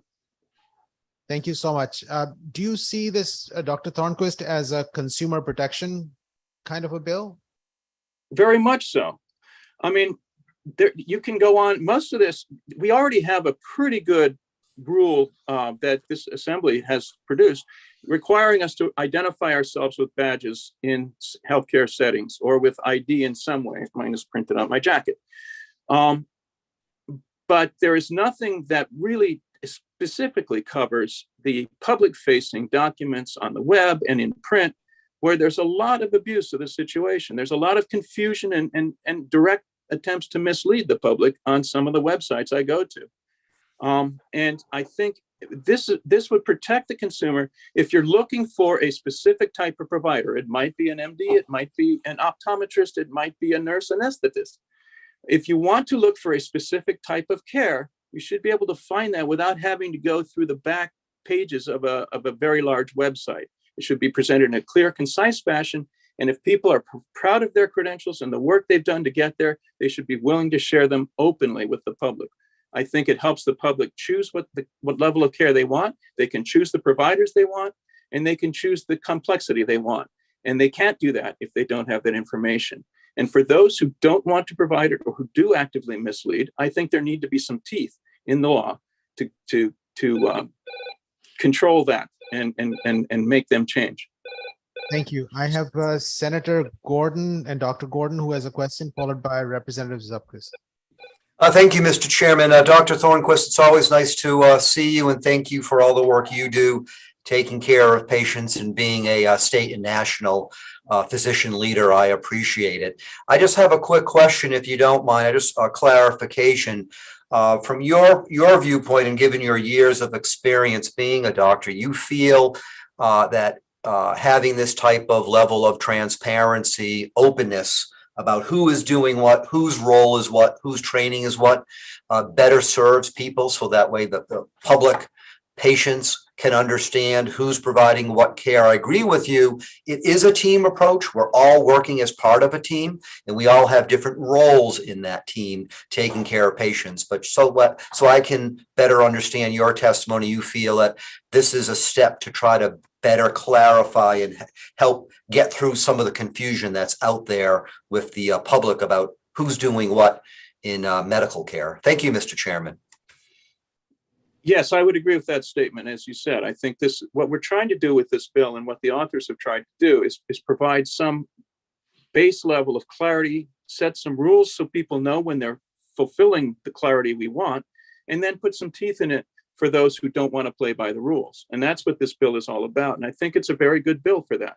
I think I have people who confuse me with an optometrist all the time. I mean, I live in a world of confusion. You think nurse anesthetist is hard? Try getting people to figure out what ophthalmologist is and how to spell it. We get people confuse providers all the time. And sometimes people come to me when they really wanted an optometrist who's more focused, if you'll pardon the pun, on glasses and that end of vision care.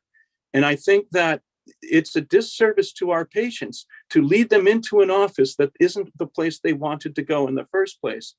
And then they have to either decide whether they're going to go and spend another visit or sit with the care they have or change again. And I think that it's a problem that we can solve very easily. It doesn't really hurt anyone to simply say, this is what I do, and this is who I am, and this is what my qualifications are. And so I think it's a simple concept, really. Thank you. Representative Zupkus has a question or comment. Representative Zupkus. Thank you, Mr. Chair. Hi, Steve. Thank you for coming today. Nice to see you. Nice to see you too. And honestly, with all due respect, this means nothing. I don't know the difference between an ophthalmologist and an optometrist. So I appreciate what you do, but I really don't even know the difference in that. So as far as your confusion point, I think you're right. Just like I don't know the difference between an anesthesiologist and an anesthetician or whatever that word is, that I'm the only one that can't say. But so my question is, would you have a problem if it was a doctor of ophthalmology and a nurse of ophthalmology? Would you have a problem with that?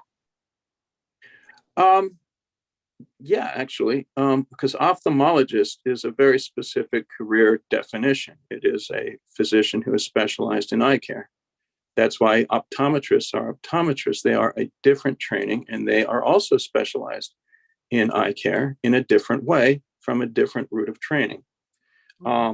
if when we talk about, when we talk about confusion, right? And even with the anesthesiologist, to me, for the common person out there, it makes very good sense to say a nurse of anesthesia or a doctor of anesthesia, a nurse of optometry, a doctor. I mean, to that, you're really saying, this is what I am. I'm a doctor or I'm a nurse. So to me, that makes sense.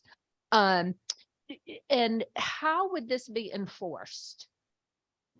There's actually an enforcement clause in the bill, if I am not mistaken, where it says if you misrepresent your credentials, there will be certain penalties, and those penalties will accrue by the day. Each day is a separate offense.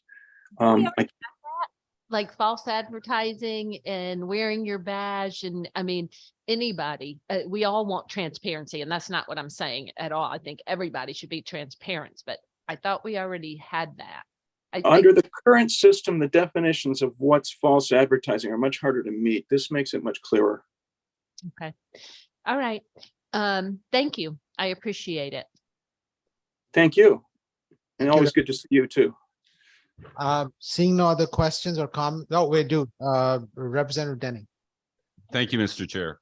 Doctor, nice to meet you. I am a nurse anesthetist, just for full disclosure. I think titles are important too. And you describe yourself as a pediatric ophthalmologist. Mm-hmm. You look too old to be a pediatric ophthalmologist, making my point. If our titles are important, wouldn't you be an ophthalmologist of pediatrics? And so everybody uses these terms a little confusing, they're a little disorienting. And I think it should be clear that if you're having a doctor or a nurse giving your anesthesia, you have that clarity. I don't see, and you talk about websites and things that are trying to do this. I've not experienced that. So I would love to have you share that with me and the committee, those sites where you see people trying to mislead. I think that for the most part, we've become very specialized in the roles that we have in hospitals. We do, if you're going to have an ultrasound, you have an ultrasound technician. If you have an X-ray, it's done by an X-ray technician. And there are certain people who are both surgical technicians and surgical nurses, and one can be a surgical nurse technician. So the titles are very confusing as to what people can do, but don't the hospitals and the medical centers regulate that very well? Well, the hospitals do within the hospital, but I doubt very much that there's a lot of direct facing patient information and websites and advertisement that goes on specifically by individual providers within, for instance, St. Mary's Hospital. Where this bill applies more appropriately is to those in private practices and other outside institution settings that are directly interfacing with the public in an effort to drive patients in. It's a different setting. I would agree with you that, most anesthesiology provision services are done under the rubric of a much bigger organization that itself may reach out, advertise, and represent its providers. But this is a different setting than what you might find in your profession. And getting back to your initial point, pediatric ophthalmologist, pediatric is an adjective in that setting and refers to the group of patients which I treat, just as there might be a geriatric ophthalmologist or a geriatric nurse anesthetist. It doesn't mean the nurse or the physician is geriatric. It merely means that their practice is oriented towards it. Otherwise, I think very few of us would refer to ourselves as geriatric providers. Right, I understand. But in English, most of the time we put our adjective before our noun. And that's just basic English. But in medicine, we tend to mess things up a little bit. If you were to meet somebody who called themselves a nurse anesthesiologist, would you be confused as to who they were and what training they had? I'm in the profession, so probably not. But I think that my cousin who isn't might be. And do you think saying nurse anesthetist would make it any clearer to him? It's a different title, and it's what they've been for since their inception. So or you have, since you are one as well. I don't see, frankly, the value in changing midstream. An anesthesiologist has been what it has been for, well, 100 years or so. And nurse anesthetist has been a separate career path with a separate set of training for, I don't know quite how long, but quite some time as well. And I guess I just don't understand why you need to draw the two into a more muddled path with both terms sounding so similar when you don't need to. I guess with nurse anesthetists, we were the first anesthesia profession, and we gave anesthesia as nurses much longer than physicians have. And I think it's just because we have elevated our training to a doctorate level that, and to help with clarity, to say nurse anesthesiologist versus physician anesthesiologist, I think really does help the public understand more clearly what's going on. But I do appreciate your testimony. Thank you. Thank you so much. Thank you, Seeing no Mr. other Chair. questions or comments, we move on to the next person on our list, which is Melanie Wild Lane. Good afternoon, Senator Anwar and members of the Public Health Committee. My name is Melanie Wild Lane, and I am the Executive Director of the Connecticut Association of School-Based Health Centers. We are a statewide organization supporting about 130 fully comprehensive school-based health centers, offering medical, mental health, and sometimes dental health services within our school settings. We also support approximately 150 expanded school health sites, which offer single services. I come before you today to testify on Senate Bill 1161, an act concerning the recommendations of School-Based Health Centers Expansion Working Group. Every child deserves a chance to be healthy and to reach their full potential in life, but many children we know have problems that make it more difficult for them to learn and succeed. We all want our young people in Connecticut to be healthy and to thrive. School-based health centers, as you well know, play a vital role in helping young people with their medical, mental, and oral health concerns. Healthy kids make better learners. As you also know, the expansion working group, of which I was a member of, worked tirelessly to identify pockets of need. Since the expansion working group submitted their recommendations over a year ago, much has changed. Areas that were identified as possibly benefiting from a school-based health center are not the only schools that are in need. The state changes rapidly, and what was determined to be a high needs area last year may have changed, or vice versa. I ask the Public Health Committee to please consider not only moving this raised bill forward, but to also consider expanding this grant opportunity to include all districts or all parent organizations that are interested in opening a school-based health center, expanding services to include medical, mental health, and dental health, and expansion of staffing and hours of operation as well. The expansion work group document that was provided for Senate Bill 1 last year was a document meant to be a guide and should be used as such, but need is need.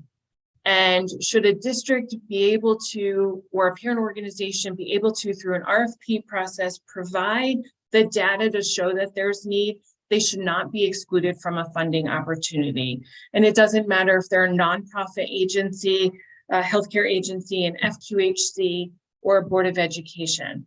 This bill will allow school districts and their parent organizations to offer supports to young people so they may remain in school and thrive.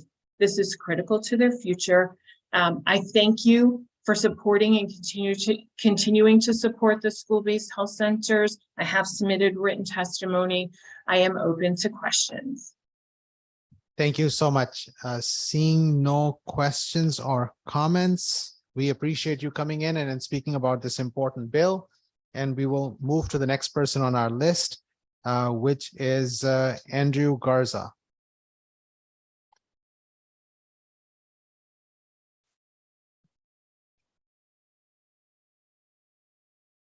I think Mr. Garza is not here. We'll move on next to Kathy Flaherty. Kathy, you're on. Welcome.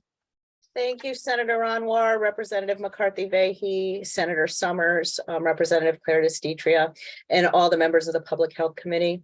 My name is Kathy Flaherty. I'm an attorney and the executive director of Connecticut Legal Rights Project. We're a statewide nonprofit that provides legal representation to people who are eligible for mental health services from DEMAS. And I'm here today to testify in opposition to Senate Bill 1074, which is an act requiring long-term care residents to undergo a criminal record and sex offender registry check. I submitted testimony written, so you should have it. And I submitted testimony last year against a similar bill. The substitute language for the bill last year became a task force that would have various stakeholders appointed to it. That bill passed one chamber but didn't pass the other. So it's a little distressing that we're back where we started last year when we ended on a task force, which I actually think is probably the best way to proceed this year. Because like my colleague Cindy Prizio said earlier, we need to know what we're dealing with. And if we don't know what the numbers are, then we don't know if we are taking the best steps to potentially address the issue. The other thing I would say is that everybody who is a potential resident or going to be a resident of a long-term care home is a person with a disability, and those people are entitled to rights that are protected under both the Rehab Act and the Americans with Disabilities Act. And my fear is the way the language of this bill is currently written, you would potentially be in violation of federal law. And I don't think that's the best way forward. I'm happy to answer any questions. Thank you so much, Kathy, for your testimony, and we appreciate you highlighting the various components and your concerns. Seeing no questions or concerns, we will move on to the next person on our list, which is Christopher Dow.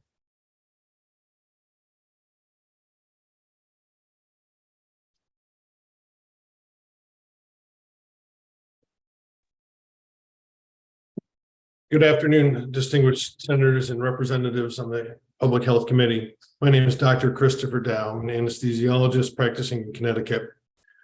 I'm speaking, representing several of my colleagues in anesthesia, and I want to just clarify that I have not raised any money, campaigned for anything, nor been elected to any post, so I will not be referring to myself as a capital R representative. In order to maintain a hierarchy of responsibility in our society, it is imperative that titles matter. Just like the different people on the flight crew have specific and at times overlapping roles, members of a medical team have overlapping yet distinct roles and responsibilities. Titles in healthcare imply certain expectations of safety, accountability, and responsibility. Blurring the lines by broadening the definition of what is meant by doctor, cardiologist, anesthesiologist, dermatologist, etc., will have the effect of opening the definition of those terms to interpretation. This bill serves to define those terms and is a necessary step to clarify the roles by defining the titles physicians have spent years of study to obtain. Additionally, as nurses, physical therapists, occupational therapists, etc., are pursuing and obtaining doctoral degrees in their respective fields, patients may be left to figure out which doctor the ultimate responsibility lies with. SB 1016 is a necessary law to protect patients by maintaining the common understanding of what a medical doctor is. Failure to provide safeguards such as this bill will continue to whittle away at the public trust in healthcare and decrease the desire of Connecticut's best and brightest to attend medical schools, as the esteem of becoming a physician will no longer exist. Thank you very much. Thank you so much, Dr. Dow, for your testimony. I don't know if you had logged in earlier to listen into our conversation about the titles of CRNA was suggesting that they are supposed to be called nurse anesthesiologists. Did you hear that part of the conversation, or? I've been listening to the testimony intermittently, and I did hear one nurse anesthetist say that. Okay, so the nurse anesthetist has said that they prefer to be called nurse anesthesiologist, and this bill would have a negative impact on their hope and plan to do that. Is that been an issue with the title of nurse anesthetist versus nurse anesthesiologist? I've never heard of a nurse anesthetist refer to themselves as a nurse anesthesiologist. I have spoken with several nurse anesthetists, I think it's, well, the last word I heard one say was ridiculous to think that they should be referred to as anesthesiologists.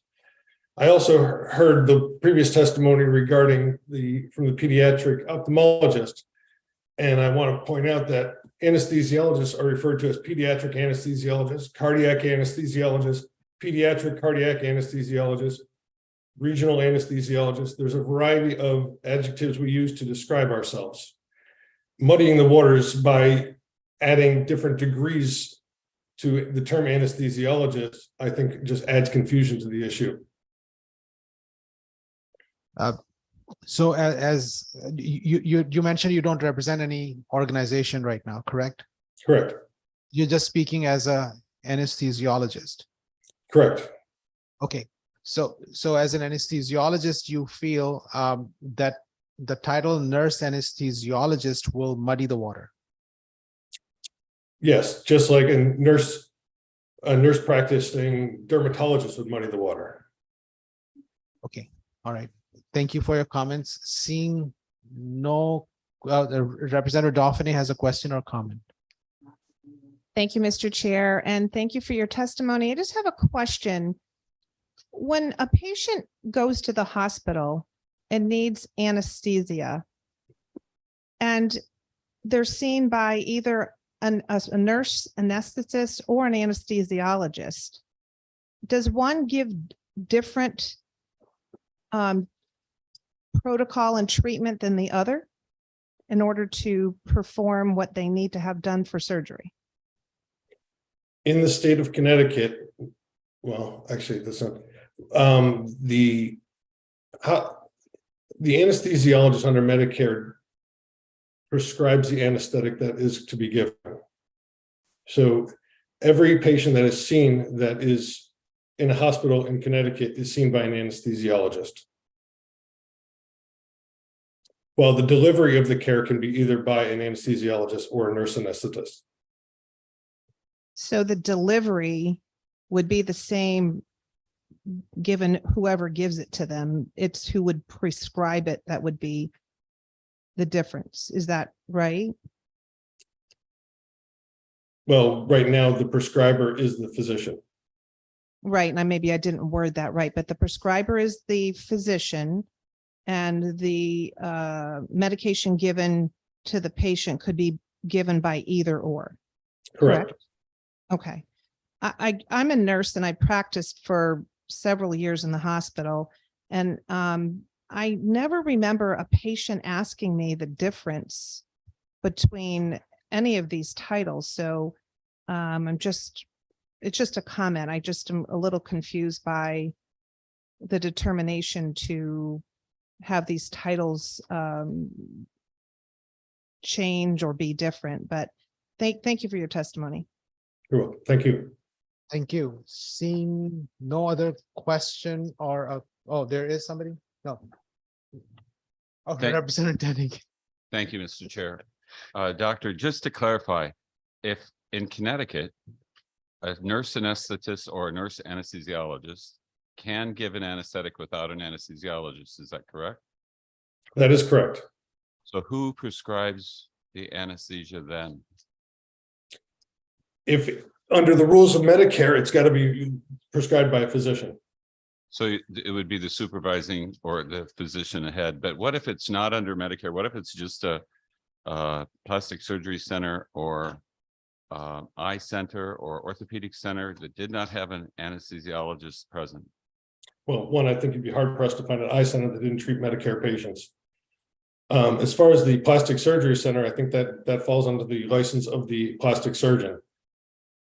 Now, in truth, I think in the spirit of this bill, if there is full disclosure and truth in advertising, I'm curious whether or not the plastic surgeon is saying that there is not an anesthesiologist on the premises, or it's just a nurse anesthetist, not just, but it is a nurse anesthetist. Or a nurse anesthesiologist as defined by our national association. You just don't buy that. Well, that's we can define things however we want. Whether or not it's commonly accepted is another story. Right, but to make it illegal is my question. Are you misleading people by telling them that you're a nurse anesthesiologist? That's my question. Well, I'm not telling anyone I'm a nurse anesthesiologist. No, you would be a physician anesthesiologist. I am. Yeah, and I would be a nurse anesthesiologist. That's what I'm saying. Is that misleading to the point of legal clarity? Not today, but when this bill is passed, it would be. I see. All right. Thank you for your questioning. Thank you, Mr. Chair. Next is Senator Gordon. Thank you, Mr. Chairman. I'll try to be brief for a quick question for Dr. Dow, though. Did he leave? So he's off my screen, so I don't know if he's still there. Dr. Dow, you still there? I think he is. Then that's fine. I'll hold my question then. Thank you, Mr. Chairman. Thank you. All right. With that, we move on to the next person on our list, which is Nathan Tinker. Welcome. Welcome. Good to see you. Senator Anwar, Representative McCarthy, Vahey, Senator Kushner, Senator Marks, Representative Parker, Representative Summers, Representative Claridis-Ditria, and members of the General Law Committee. I'm sorry, the Public Health Committee, not the General Law Committee. Thank you for the opportunity to testify. I'm Nathan Tinker, CEO of the Connecticut Pharmacists Association. I want to thank Senator Summers and Fazio for bringing forward SB 171. And I would also like to thank Senator Fazio and Senator Mayer for inviting me to join them and Lieutenant Governor Bysowicz at a press conference on this important topic a few weeks ago. SB 171 enables women to simply visit their local neighborhood pharmacy for a birth control prescription from a pharmacist who has been trained to safely evaluate and prescribe contraceptive therapy.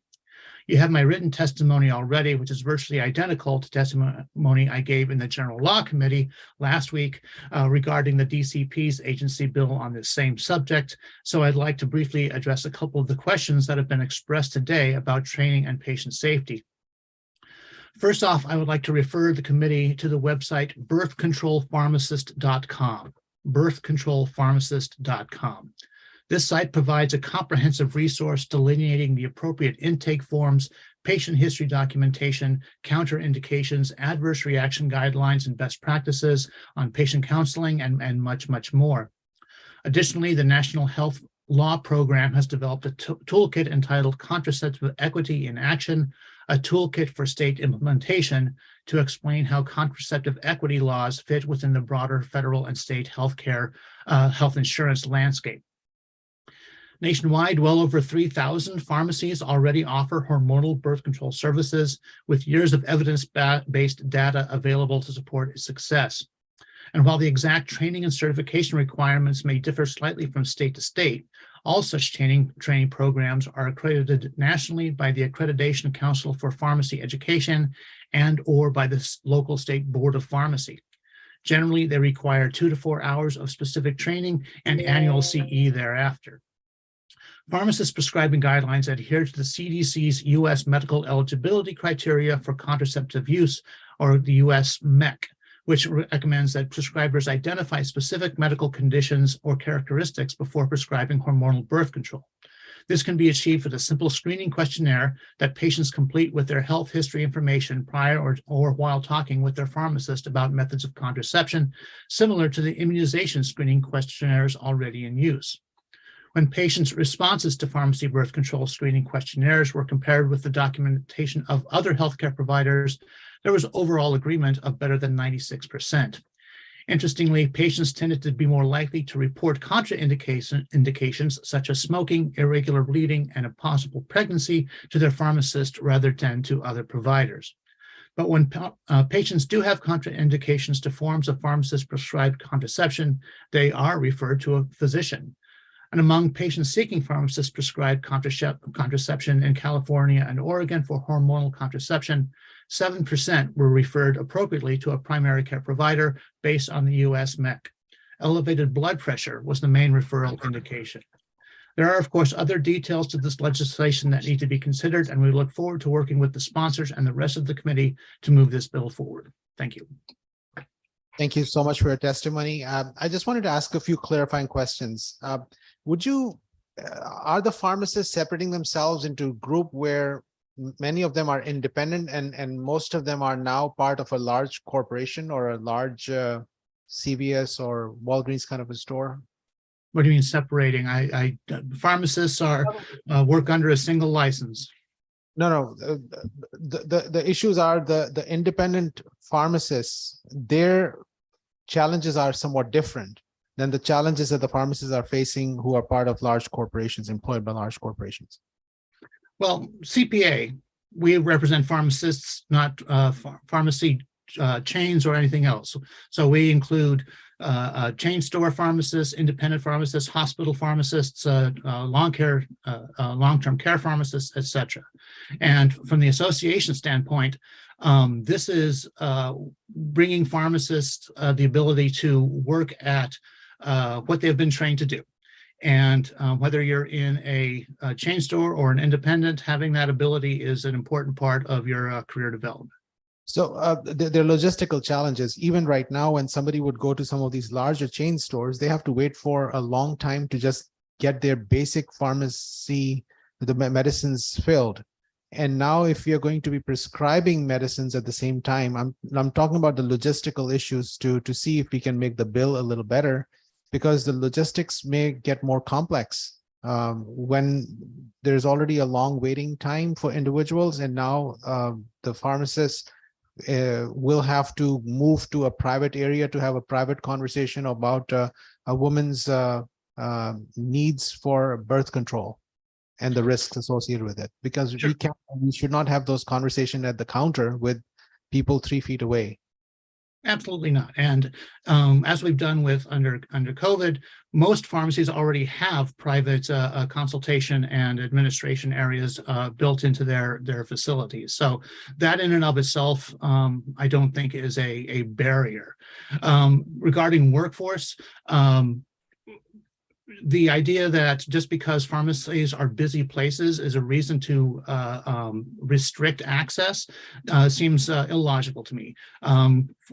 Doctors' offices have wait times that are sometimes months. Other providers have similar sorts of issues. And the fact that you could actually go to a local pharmacy and within a few minutes have access and talk to a pharmacist on this, I think speaks to the a big issue of access and equity rather than, workforce. The reason I'm asking is not for access purpose, but earlier there was a testimony which was saying that the independent pharmacies are better equipped to do this rather than the large box stores. So that's why I was trying to clarify this, but I hear you're representing everybody, so you have to speak that it's going to be not necessarily much difference as far as you can speak at this point. Correct. And I don't think that, once the regulations are in place and the protocols are in place, that you'll see a significant difference in the different settings. The idea is that these all pharmacies provide a reasonably quick and easy access to something that should be basically a basic human right. Thank you. I think Representative Claritas Dietra has a question or a comment. Thank you, Mr. Chair. Thank you for testifying here today. A couple questions for people that, again, may be listening out there. What are the different forms of birth control that are out there? Well, the ones that would be included in this are only hormonal. So oral, transdermal, ring. There may be a couple others as well that fall within that, but not surgical, not other forms that would require that level of physician interaction. Thank you. And how many states currently allow pharmacists to prescribe hormonal birth control? So in total, there are 25 jurisdictions, including Washington, D.C., that allow this. It's been law in Oregon and California since 2016. Okay, and to the best of your knowledge, have there been any problems with this proposed legislation in other states? No. No, there's plenty of evidence, peer review evidence showing that this is actually a significant improvement for women to have access and equity within the system. And if this bill passes, this legislation, would pharmacists charge a fee? What's the word I'm looking for? A fee, sure. We won't have to talk about, reimbursement under ACA. Women's health and hormonal contraception is required for any insurer that works within the marketplace, and it is already covered, obviously, by most other insurers and Medicare and Medicaid as well from that standpoint. So we would have to talk a little bit about what is fair and reimbursement for the consultation and the delivery. But I think that is a conversation that we're having on a variety of issues and not only in birth control. Okay, it was a consult fee the word I was trying to say. And did you say in your answer that would that be covered by insurance? It depends on the state. Some of the states that have done this have mandated that it be covered by insurance. Other have it as a copay. There are a variety of ways that has been approached, and national law program, which I mentioned earlier, has some recommendations on how to do that fairly. Okay, thank you, Mr. Tinker, for your testimony, and thank you, Mr. Chair. Thank you. Next is Senator Gordon, followed by Representative Dauphiny.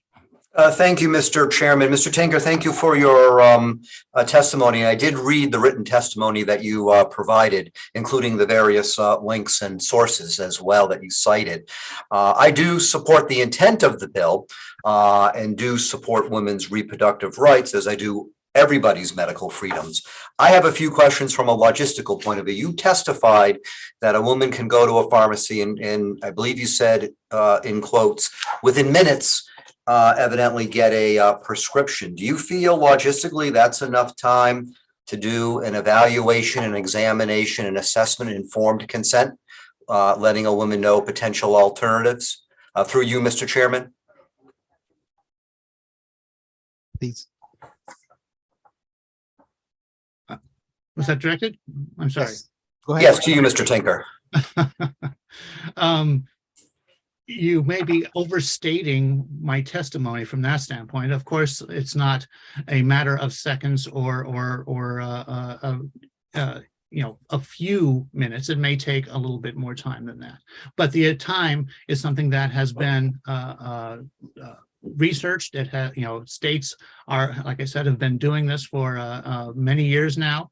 And the protocols are both nationally accredited and approved. And as long as those are adhered to, which is what pharmacists do, the process should be simple and straightforward.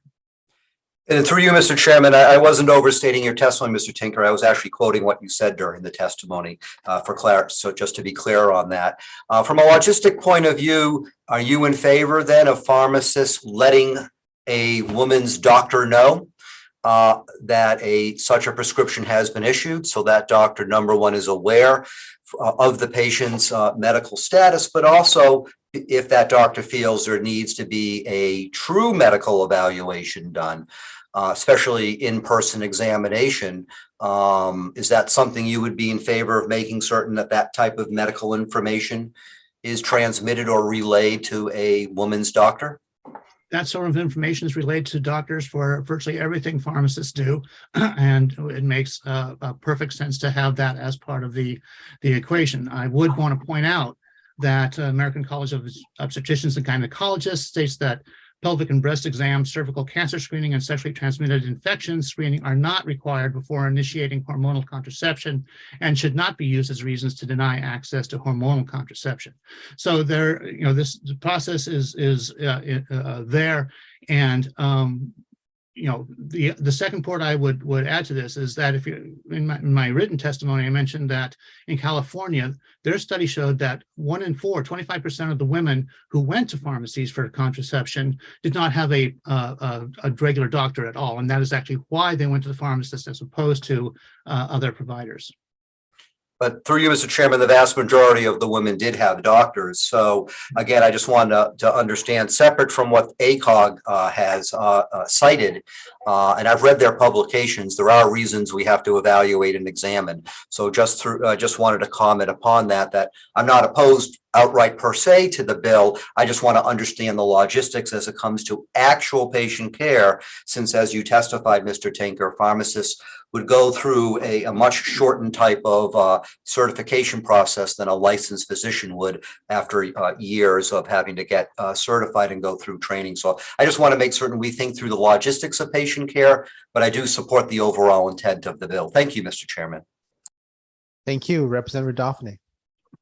Thank you, Mr. Chair, and thank you for your testimony today. My question is, it seems as though all those that have previously testified, that be it pharmacists in favor of this, have indicated that in the states that are now doing it, I think 24 plus DC, have had a substantial increase in demand with regard to this. Have you done any kind of an analysis on what your increased profits would be should you, take this on? No. Thank you, Mr. Chair.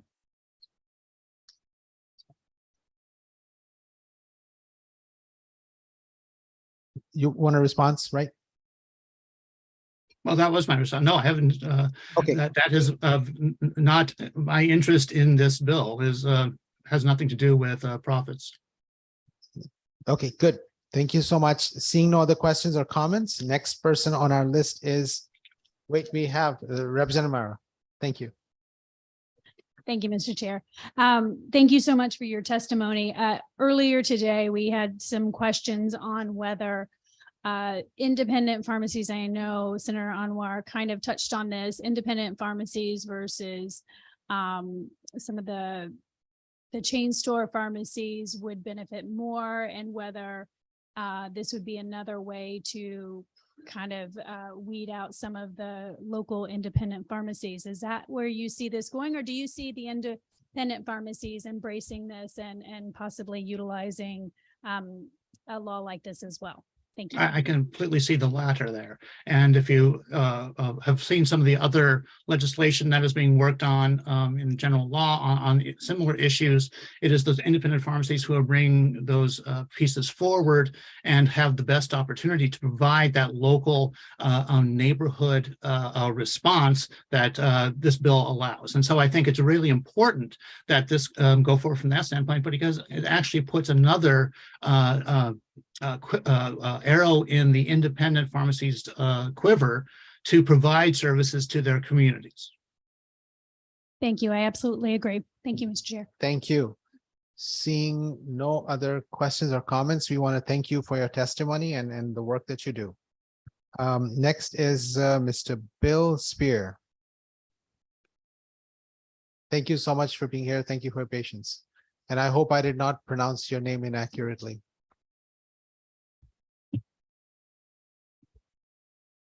Thank you, Mr. Chairman. Your name, you pronounced my name correctly, Spear.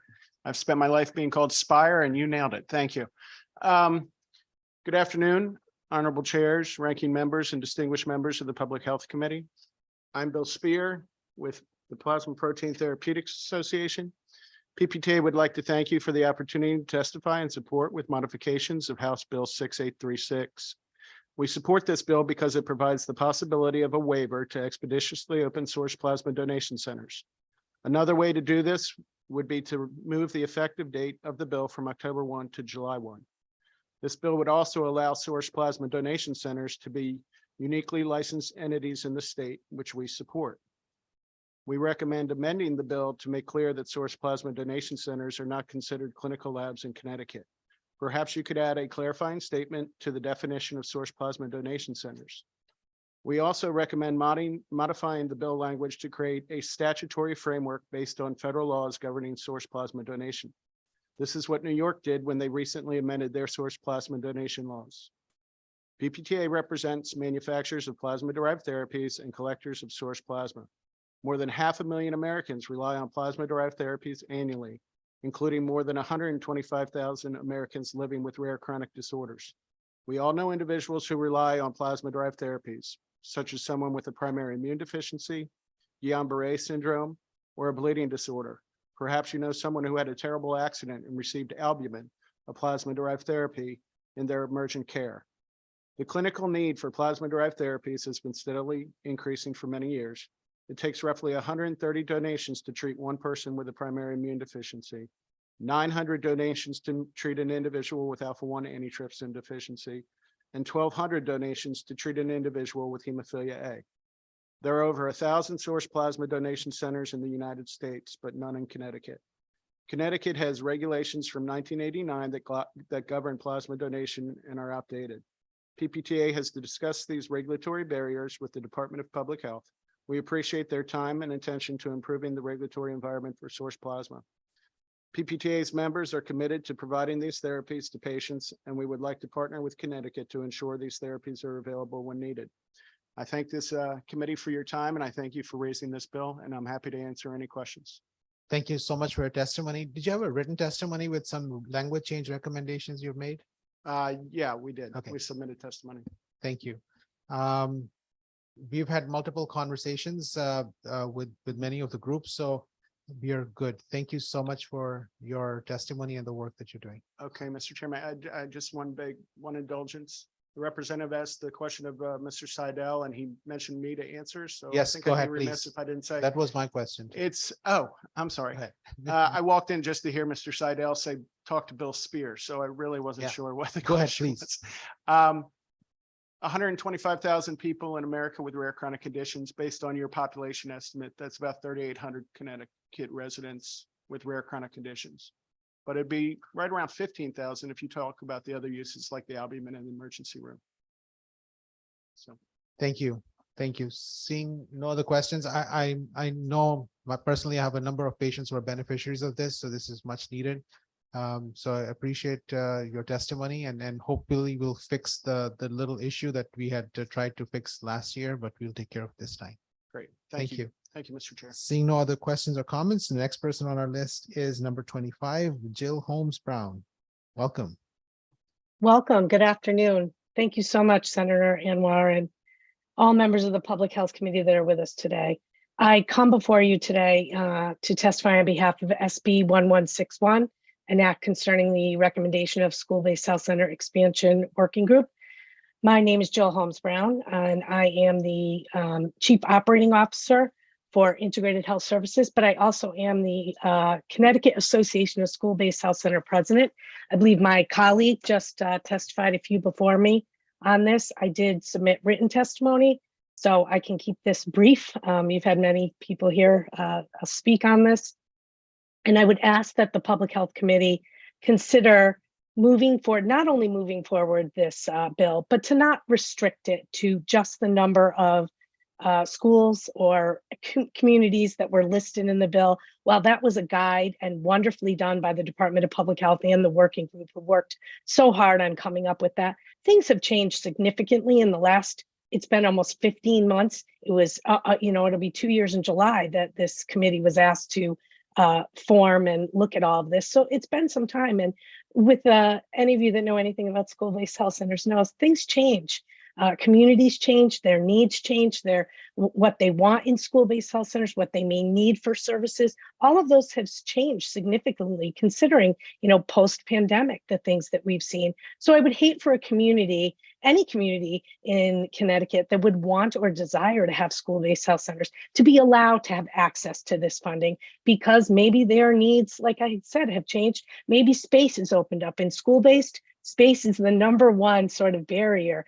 Communities would love a school-based health center, but they just don't have the space. So what if that's changed in the last year and their name isn't on that list? The association and all of us working towards this would just like to see that opened up so that anybody that would want to would be able to at least write the RFP and see if let their data do the talk as to whether or not they could be considered for funding. I thank you very much for your time. Thank you very much, Ms. Holmes Brown. Are there questions from members of the committee? Seeing and hearing none, thank you for your advocacy and your very important work supporting the students and young people and children of our state. Next on our list, I believe, is Cody Cooney. Am I correct? Let's see.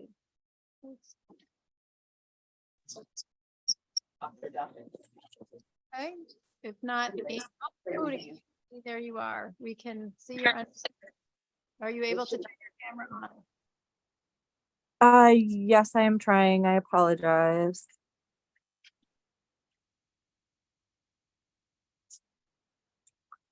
Well, if not, we certainly can hear you. Yes, thank you for your patience, and I apologize. I'm actually on my phone at work. My name is Cody Cooney. I am a private practice lactation consultant in Connecticut, and I am here to speak on Bill 6819, an act concerning lactation consultants. I also have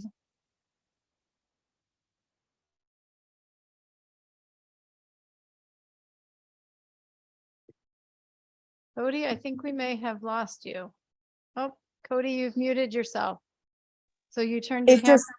There you go. Well, I just got promoted to panelist, so I think that's why you can now see and hear me. So I also have a bachelor's in public health and spend thousands of hours working at a nonprofit that served underserved families in Connecticut. I absolutely believe that more lactation coverage is needed for underserved communities, but this bill as it stands is not addressing the needs of lactation consultants. Most of us just heard about this bill as of yesterday, which is why I'm at work unprepared to speak as well as I could be. We need to see an outline of what licensing would look like in the state of Connecticut for us to properly support a bill. As of now, there is no language discussing what this would look like for us to be able to support or oppose it. I have very real concerns about some of the language that has been spoken of in this testimony about licensing other lactation support specialists such as CLCs. There is a huge difference between an IBCLC and other lactation counselors and other lactation support staff.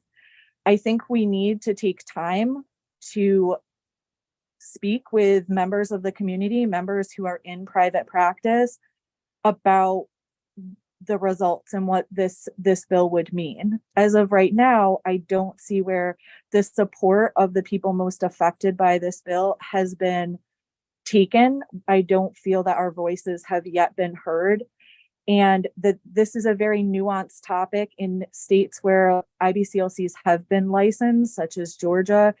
There have been problems, and I think that this is just happening much too fast, and that input needs to be taken from the providers that are going to be most affected, and that's going to be private practice IBCLCs.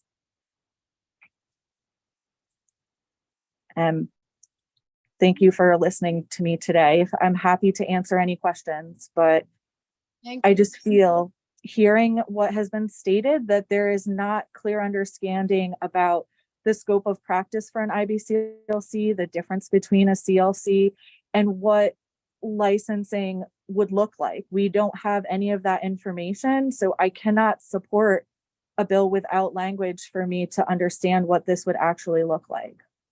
Thank you, Ms. Cooney. And you may not have been, because you're at work, able to listen to the testimony earlier, which was that sometimes when we file our bills, we don't always have the language in there that we'd like. We did have some conversation earlier in the meeting about some of those differences, exactly what you were discussing. That's one of the reasons for our public hearing process. And I think the goal is not to be like Georgia, but more towards some of the places where we're seeing a more successful model of being able to provide support to women across the spectrum in terms of specifically at all income levels. But absolutely, absolutely. I did. Madam, I will let you Yep. respond. Just Okay, just go ahead. allow me to finish, and then I will let you respond. Our hope is to really engage in a conversation with all of our lactation consultants to assure that we can address some of the concerns that you have raised, and certainly acknowledge that there are differences in the types of lactation consultants. And I will give you an opportunity to respond briefly. Right. I guess my question would be, as at this point, there has not been engagement with the private practice IBCLC community. I'm an active member of the Breastfeeding Coalition. This in Connecticut, this was not discussed at any time in recent meetings. So it did feel like we were blindsided with this hearing today. And given I did listen to the part where people were talking about how bills are working and the language not being there yet, but you're not going to be able to get support for something that is so monumental and so changing the way that we practice in this state without having language that we can look at and without having collaboration from private practice IBCLCs that will be affected. This is one hearing that most of the community heard about over the weekend, so there hasn't been ample time to prepare. Thank you for that. And you know, I appreciate very much that feedback. I couldn't agree more. Bills that we work on here in this committee for a few things. Collaboration is a really key and important word. And another is the fact that it sometimes takes a few years for us to get there, and we will put things on the table so that we can learn from people like you and others. And I appreciate very much you taking the time to be here today. Seeing and hearing no other questions, Ms. Cooney, I look forward to ongoing conversations with you and others, and I believe that other members of the General Assembly do as well. Thank you for taking the time away from work to be with us. Thank you. Next on our list is number 27, and that's Amy Rodriguez, who's here in person. Welcome, Ms. Rodriguez. Thank you. Good afternoon, Senator Anwar, Representative McCarthy-Vahey, esteemed members of the Public Health Committee. My name is Amy Rodriguez, and I'm a resident of Torrington. I'm the chairperson for the Policy and Advocacy Committee of the Connecticut chapter of Postpartum Support International, PSI. We're a volunteer organization here in Connecticut. PSI's mission is to promote awareness, prevention, and treatment of mental illness related to childbearing. I'm a licensed clinical social worker specializing in the treatment of perinatal mood and anxiety disorders, and I'm also a mother of 3, ages 9, 6, and 2. I have both professional and lived experience with perinatal mood and anxiety disorders, especially after the birth of my oldest child. PSI Connecticut supports Senate Bill 1160, an act concerning perinatal mood and anxiety disorders, because it is an important first step in addressing one of the many gaps in our state to protect mothers and families from suffering in silence and without proper care. Mental health conditions are the most common complication of pregnancy and childbirth. 1 in 5 mothers and birthing people will experience a perinatal mood and anxiety disorder, but only 25% will receive the proper treatment.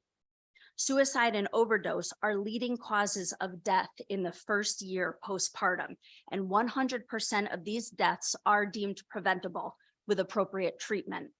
This is not a partisan issue. It's an issue of life and death.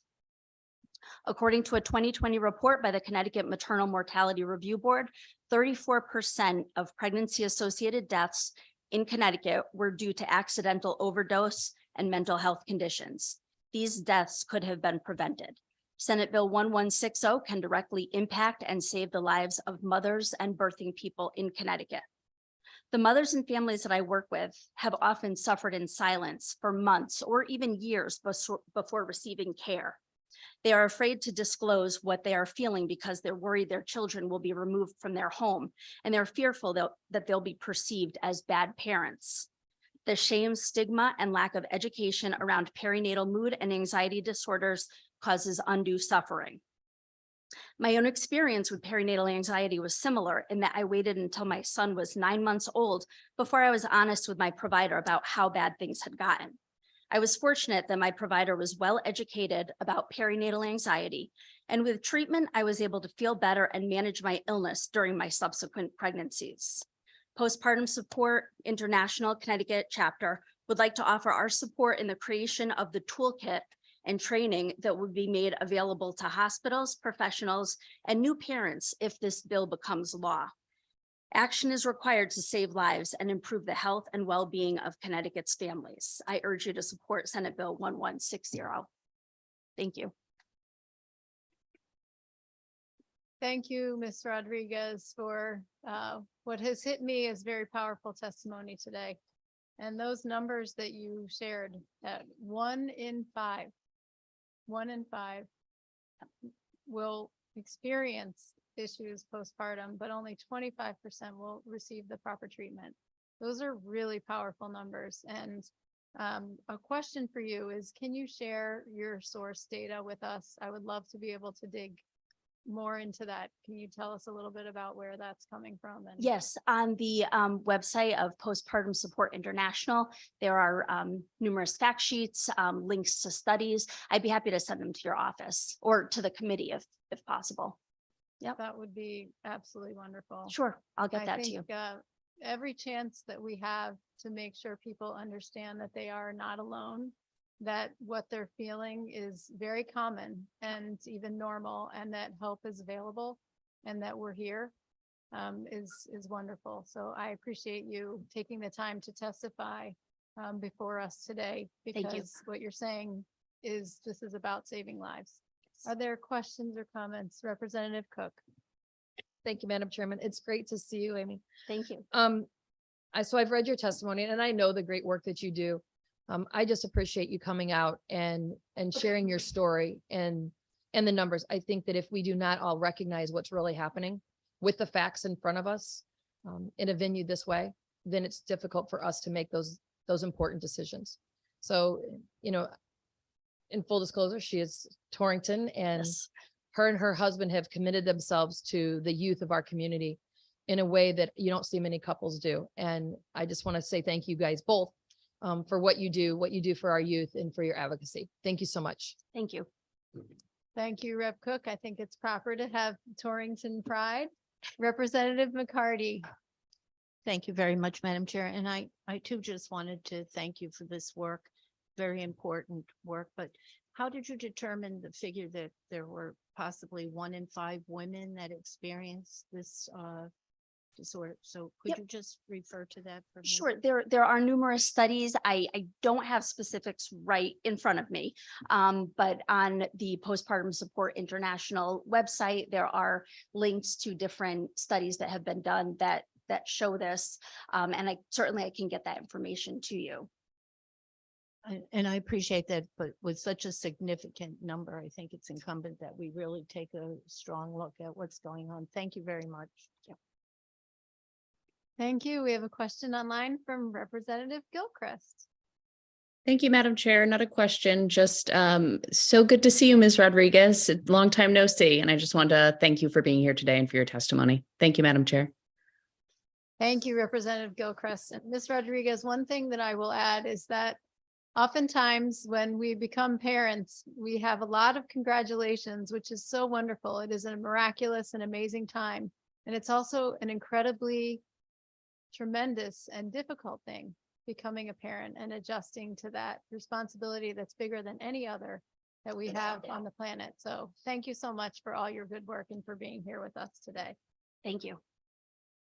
Next is, I believe, is Reverend Robin Anderson here with us? I don't believe so. So I believe next we have Steve Weinsick-Karp. Welcome. Thank you very much. I want to thank the committee for introducing this bill. We are National Association of Social Workers, the largest social work organization in the state, strongly supports Bill 6837 as drafted. Section 1 addresses a significant issue, which is that the current licensing exam for the Master Social Worker exam has been proven to be biased in a number of ways. And my testimony does have some of the data, but just barely over 50% of Black test takers pass the first time. Latino test takers, 66% pass the first time. Older social workers have more difficulty passing, whereas white social workers pass at 85%. So we see this as troublesome in an exam that we cannot currently support. Our recommendation is to suspend the exam until such time, we have April 1st as 2026 in this bill, and it gives the opportunity for the Association of Social Work Boards to redevelop an exam that it has much more equity. We know there are individuals who would like to simply eliminate the exam. We have some problems with that. Number one, unlike some of the other mental health professions, social work degrees include both clinical training and non-clinical training. So we have students coming out with community organizing, policy, administration. These individuals will be grandfathered during this open period, which means that someone who's not taken clinical classes, has not done an internship in a clinical setting, can become a licensed master social worker. On the other hand, the good news of this, I suppose, is that we do have a shortage of social workers. By suspending the exam, it will allow us the opportunity to bring far more social workers into the field for a temporary period of time without examination. Another downside, though, has to do with portability. Most states do require the master's exam. So what we have found in the past when people have been grandparented in, that they are very surprised when they try to move to another state and discover that their license will not be recognized because they didn't take the examination. So we do think this is a balance, this section, between the need to have an equitable exam, thus suspend the current exam, and at the same time, the need that the profession has to assure that we have a test that makes sure people are fully qualified beyond just the MSW degree. Section 2 of the bill addresses the problem of annual renewal of license. Connecticut is one of only 6 states in the country that renews their license annually for social workers. 3 states, including New York, do 3-year, and the other 41 states do 2-year. Making this a biennial 2-year renewal license will put us in the mainstream of all the states. It will do some fee reduction cost, and it will do some administrative cost reduction, some administrative reduction. So we really feel strongly that moving to a 2-year license just makes complete sense. The other problem is that right now, because we have an annual license based on the month you were born, very few people have a full year once they get their license. With a 2-year license, that at least extends that period out and assures that they'll have at least 12 or 13 or 14 months before they have to renew a license. Excuse me, Mr. Weinstein-Karp, your time is up. Okay, if I can just say one more quick thing, is just that our fees are the most expensive on an annualized basis of any jurisdiction in this country by a large amount, and this will also address the discrepancy between our fees and other states and jurisdictions. And I thank you. Thank you, Mr. Weinzip-Karp. I actually was in another hearing listening to another social worker when we had the earlier testimony from one of the social workers. And I wanted to know if you just would comment or reflect on the conversation that you heard earlier. I had the transcript on, so I got bits and pieces of it, but I wondered if you could give a brief reaction to that earlier, if you were listening in. I'm not sure which social worker. I know a couple of social workers I think had testified, but I'm not sure which one that might be. We had, hang on one second. I believe Kara Sanner. Okay, so Kara Sanner is actually the CEO of ASWB, took her spot. I understand ASWB's position that they do not want to see a suspension or an elimination examination. This is their exam. There is some level, I suppose, of self-interest when you know your business is partly examinations. I understand their concerns about regulatory borders and protecting the profession. You know, there's almost no complaints against social workers. So I don't think that we're really in a position of being too concerned about regulatory protection. ASWB is taking some steps already to assist people who failed the exam. But I think the bottom line is that the current exam does show significant bias that needs to be corrected. So I think that our our solution here of a temporary suspension really, I think, gives ASWB the time to put together a more equitable exam, meets workforce needs, and I think protection of the public is not going to be hurt in any way by a temporary suspension. Thank you for that. A clarifying question from Representative Clara DeStitria. Thank you, Madam Chair. I see your testimony and the renewal chart. Is this a renewal fee every year? Is it every other year? I don't. Right. So our current renewal is an annual renewal. And as I say, we're one of only 6 states in the country that does that. So you have the cost of the application, then you have the cost of a renewal, which is typically within 12 months. And if you've taken a course to prep for the exam, you have that price, and then you pay for an exam cost. So I mean, we're looking at people can be paying $800 to $1,000 in their first year just for the license. But yes, I mean, it's an annual renewal. It's one of the most expensive in the country. And you may not have the answer, but what's the reasoning behind it being so high, the renewal? Well, we were told, we recently got licensed in '95, that the DPH's position was that the renewal rates were the same as the application rate. We convinced them at that time that $250 was too much money for an annual renewal, which is what back in '95 our application was going to be. That we were told that was their policy. So they went down to $150 for social workers. But every time, this is a good question, I'm glad you asked me this. Every time the state has run into significant deficits, one of the places we have gone is to raise fees for licensing. However, when every time the state, or the time, maybe not every time, but now the state's in a significant surplus, it seems only fair that we should roll back some of those fees, because we've paid our dues for years to help the state when we were in trouble. Seems like it's time for us to be able to get some relief because the state has a nice deficit, a nice surplus at this time. Okay, thank you for that clarification. Thank you, Madam Chair. Thank you, Representative. I think that was helpful for a lot of us. Seeing and hearing no other questions. Thank you very much for being with us today and for all your work with the social workers of our state. Thank you very much. Is Alice Forrester. Well, Welcome. hello. Please proceed.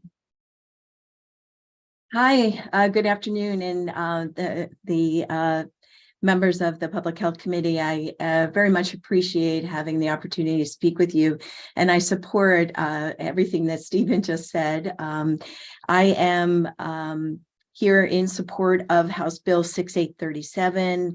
I support both the reduction of cost and the elimination, but a little different from Stephen. I'll give you a point on the elimination of the exam.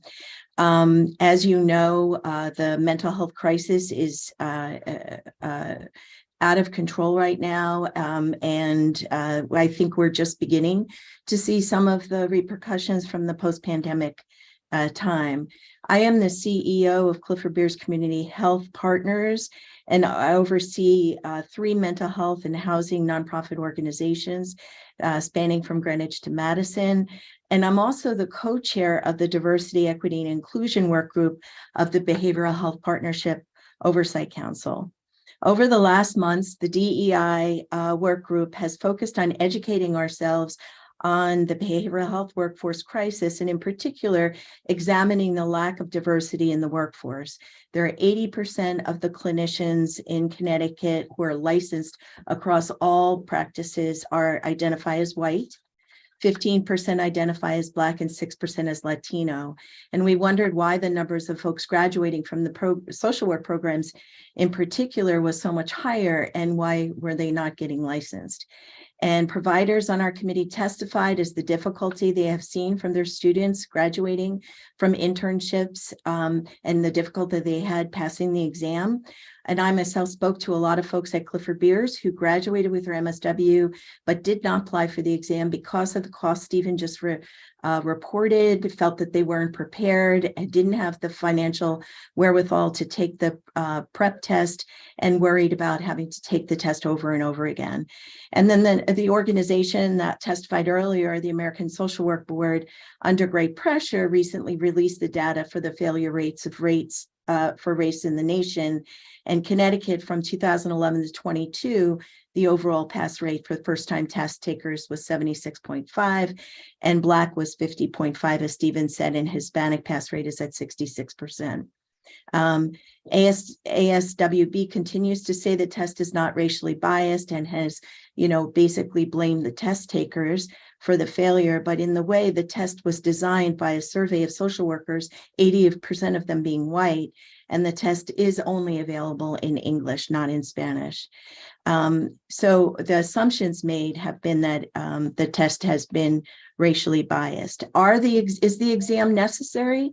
A recent petition from Illinois said, which they had eliminated the test in Illinois, said that the removal. So this is happening.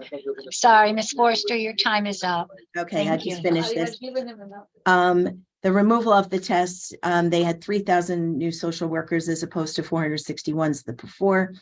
Anyway, the Behavioral Health Oversight Council, which represents individuals and agencies across the state looking at behavioral health, voted unanimously to eliminate the test for our social workers coming out of graduate school. Thank you so much, Ms. Forrester. Question from Representative Zupke. Thank you, Madam Chair. Thank you for coming today. I just had a quick question. I know we are in need of social workers for sure. I sit on different committees and I hear it in all the committees actually. But you made a statement about the questions are racially biased. Can you give me an example of that, please? I can, I actually can send you some backup information from the state of Illinois that wrote in definition. I'm not a social worker and I have not taken the test. But what the petition from Illinois was saying is that the test questions were based on predominantly white scenarios that the clinicians, they build it off of speaking to social workers and predominantly white social workers around examples and important issues related to social work. And that they felt like it was not diverse enough or written diverse enough for the population taking the test. Okay. And pardon my ignorance, are the tests that are taken for Connecticut license written out of Illinois? No, they're written nationally through the American Social Work Board, ASWB. And that's out of Illinois? Because you said the state of Illinois has eliminated the test from the mastery license.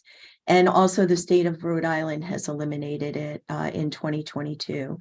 Rhode Island put like your language until 2025. But the ASW, I think, might be located in Washington. I could be wrong, though. Okay. If you would send those questions, I would be curious just to see them. I don't think I can see the questions, but I will definitely show you the documentation from Illinois that talked about the formation of the test. Thank you, because nothing should be biased to anybody. So I was just curious. Thank you. Sure. Thank you. Thank you, Representative. Representative Claridis Teacher had to be followed by Representative McCarty. Thank you, Madam Chair. And to follow up on Representative Zupkis, is there any discussions about redoing the exam? I think the American Social Work Board is discussing working on it. And as Steve Clark just said, that they have already done some changes. But I think that, it's a standardized test and it's a national test. And I think that that will take a long time to be able to be rewritten and also tested as culturally competent. So I am not of great confidence that that will happen in a timely manner. Okay, thank you, Madam Chair. Thank you. Thank you, Representative. Representative McCarty. Thank you very much, Madam Chair. And Representative Dutria asked a similar question that I was going to ask. So right now we're asking for the exemption for 3 years. Is that correct? Yes. Okay. Thank you. My request was that you eliminate the date, April 26th, and just eliminate the exam. Thank you. Representative Mara. And thank you, Madam Chair. Just to clarify, and maybe I missed this earlier, if we have someone coming into Connecticut from another state and they've already taken that test in another state, do they have to retake the test in Connecticut, or is this just for new social workers coming out of their college programs? That's a great question. So I think it was close to 6 or 7 years ago, and I could be wrong. The mastery test was just implemented for folks just graduating from their MSW program. And the way that the law was written, that they graduate, they finish their internship, they graduate, and they needed to take the test. And they, I think, had 3 times to be able to take the test. That actually was a gigantic issue for those of us providers in the community, because what would happen is if we were hiring an intern and then they graduated, they were not allowed to see someone until they took the test. This particular test that I'm mentioning is for the mastery, this just graduated group of folks. These people just finished graduating, just finished at least a 2-year internship. They had all the qualifying met all the qualifying criteria for licensing. The thing that was added on was this mastery test. And again, the expense and the burden of taking it. And so if you were coming in from another state, I'm not sure if you were allowed to take, if you had to take the test. It depends on if we had interstate agreements. But if you didn't have the test, you would have to take it, and you couldn't see clients. Now, the governor, because of COVID, put a time frame in there, so it was a year from your graduation. But having this burden for a newly graduating student to not be able to work and get a job was a gigantic issue related to all of us in the provider world. And just a follow-up question then. So if we do not require, for a longer term, people to take these tests, do you think that, or have you seen some sort of study on level of care between someone that has mastered some of the issues in this test versus someone that has not? Because I think that would be my main concern moving forward, is if we're saying you don't need to take this test, are we putting out social workers that are licensed but maybe subpar than where they should be? That's a great question. As Stephen said, we've had very, very few complaints on our field of social work, so that doesn't feel to be a big issue. We never had the test up until 6 or 7 years ago.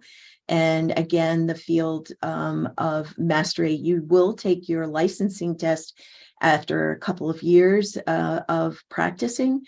And that clinical social work exam is actually almost the same exam that these kids who are graduating their MSW test have to take. The graduate schools, Dr. Reyes from Southern is on our Oversight Council work group, and she said they do not teach to the test. The test is not part of the curriculum to train as a social worker, and that the students have to go and take an extra courses or study to be able to take that. It does not appear to have any value in terms of the quality of the mastery of the field of social work. What it does appear to do is actually eliminate a large group of our BIPOC students from actually being able to practice. And that's a severe issue for those of us who are trying to serve our communities in particular in our urban settings. Okay, thank you so much. Thank you, Madam Chair. Thank you, Representative. Representative Claritas Deetria. Thank you, Madam Chair. Why did they start this test 6 years ago? What was the Representative, Claritas, thank you. I don't know. I asked the question a lot and I haven't gotten an answer. Part of part of the answer, I think Stephen would report, is that many states were adopting this test, and they thought it was an effort in terms of licensing the mastery, the new students coming out of school. You weren't licensed until you ultimately took the LCSW test, and having a license like a level 1 license was a better opportunity for folks working in hospitals and being able to bill and things like that. So I think that that's why they went ahead and did the license. Why they added the exam, I don't know, except that I think that that was practice across the country. And now it seems that a lot of the states are retracting that practice. We're still going to license the master, these folks graduating. They will still get their LMSW, but they will not, hopefully the work will be that you will not have them take the test. And the LPCAs and the marriage and family counseling fields, both of them do not have a test for their level 1 license. Okay. So Can you find out, if you don't know the answer, how many states currently still have that testing for the mastery, and if they've retracted it, how, recently or not? That would be helpful. I know that there's a movement across the country right now. Okay, thank you so much for your testimony. Thank you, Madam Chair. Thank you very much, Representative Claridis Tetria. Seeing and hearing no other questions. Thank you again, Alice or Ms. Forrester, for your work at Clipper Beers. I'm sure you heard the earlier testimony, and I heard you say that the mental health crisis is out of control. And it's something that we spent a lot of time talking about in the last session, and that we need to continue talking about. And every time I can, I will continue to say that you are not alone, and help is available here for you. So thank you for. Thank you. Absolutely. Thank you very much. Next on our list is Benjamin Cherry, to be followed by Jeffrey Shaw. Mr. Cherry, welcome. Please proceed. Thank you so much. My name is Ben Cherry. I'm an internal medicine doctor practicing at VA Connecticut, and I'm co-chair of the Health and Public Policy Committee of the American College of Physicians. I'm also an assistant professor at Yale School of Medicine. And I just need to state for the record that I'm taking vacation time to appear before you today.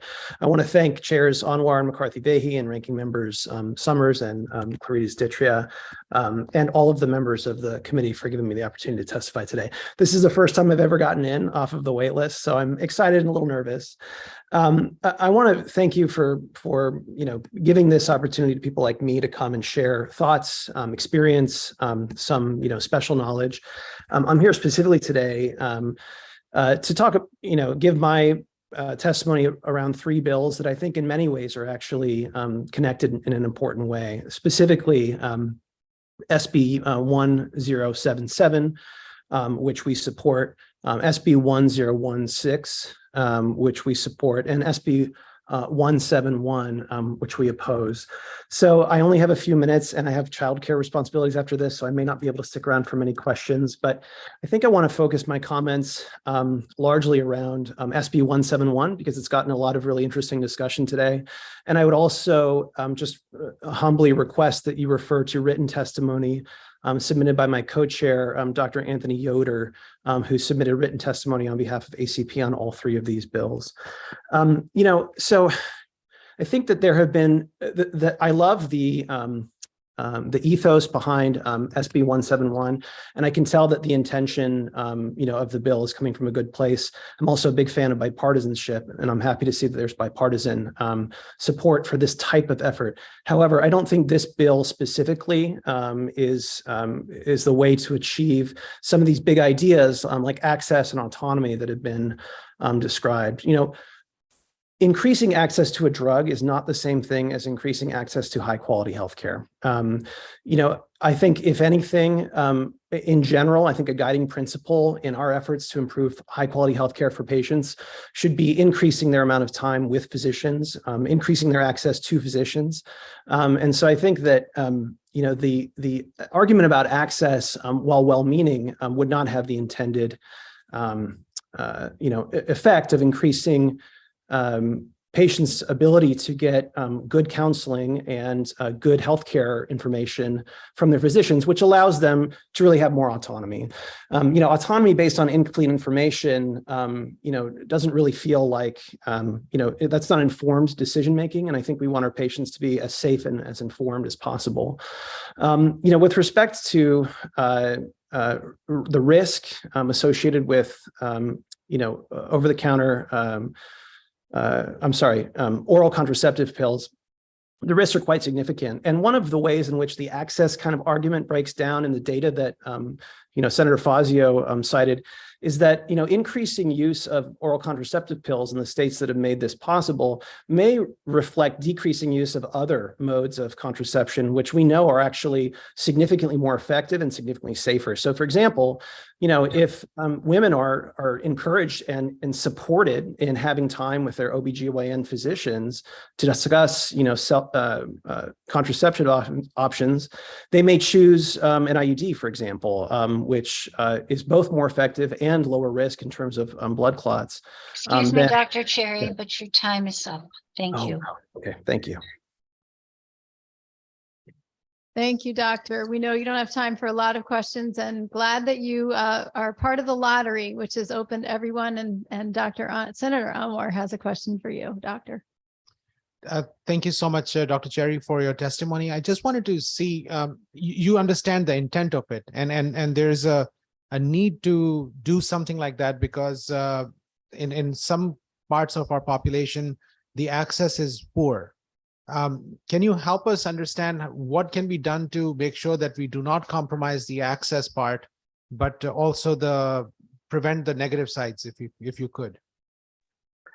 Well, I think, to increase the overall goal of increasing access is certainly admirable. I guess my position is that, this is not the remedy. I think we would agree that certain other modes of making medication available simply by, allowing pharmacists to prescribe and dispense it, putting it on store shelves, putting it in gas stations, putting it in the US mail, putting it in the water, are not reasonable. And in this case, the choice to use an oral contraceptive pill is one that should be made carefully after reviewing a patient's entire medical history. There are other medications. I would actually direct you to a well-published pharmacist whose last name also happens to be Fazio, who published on this in, I believe, 1991, that there's a long list of over-the-counter medications that interact with oral contraceptive pills. And, I think it's a little bit beyond the scope of a pharmacist's practice to ask patients about everything that they're taking, not just the things that may show up on their list of prescribed medications. And so that's why it's a conversation that needs to be done, in the context of a patient's overall health, of a woman's overall health, with her OBGYN doctor. Thank you. Thank you, Senator Anwar. Representative Mara. Thank you, Madam Chair. Appreciate your testimony. You mentioned some of the risks that come with oral contraceptives, and just curious if you have an idea of the risks of taking oral contraceptives versus the risks of getting pregnant. There are different universes of risk that overlap to some extent. It certainly is true that pregnancy poses a greater risk of blood disorders than oral contraceptive pills. But my position is that many women who are able to get good information in counseling with their gynecologist might choose not to use oral contraceptive pills altogether. They can have an IUD placed in the office, removed in the office, gives them control over their reproductive health. It gives them autonomy. And they're making a decision that's more effective and safer. But I hope that answers your question. Okay, yes. So would you be opposed if this went forward and then there was a component of counseling that was involved? And also, would you be opposed if this went forward and then there was a component of referral to the physician within X amount of, whether it's like you will need to see your OBGYN within 2 years or 3 years or 1 year? I worry about, that I would tell you that all of us who have been patients as well, and I am a patient as well as a doctor, would like to avoid seeing our doctors if possible. And it's nothing personal, but it's just simply a matter of, convenience, time, discomfort. And so you raised something that is actually really important, which is that unlike a vaccine, which we do entrust pharmacists to dispense, oral contraceptive pills are taken over a period of years. And so it's a type of risk that is ongoing. So, in general, I don't think I would support that approach, at least under those very, bare principles. And just one last question. Who do you expect knows about interactions with over-the-counter drugs and oral contraceptives, if not a pharmacist? Oh, I certainly think that pharmacists do. I actually am not sure if that Dr. Fazio that I referenced, I believe he was a pharmacist. So there's no question that pharmacists know.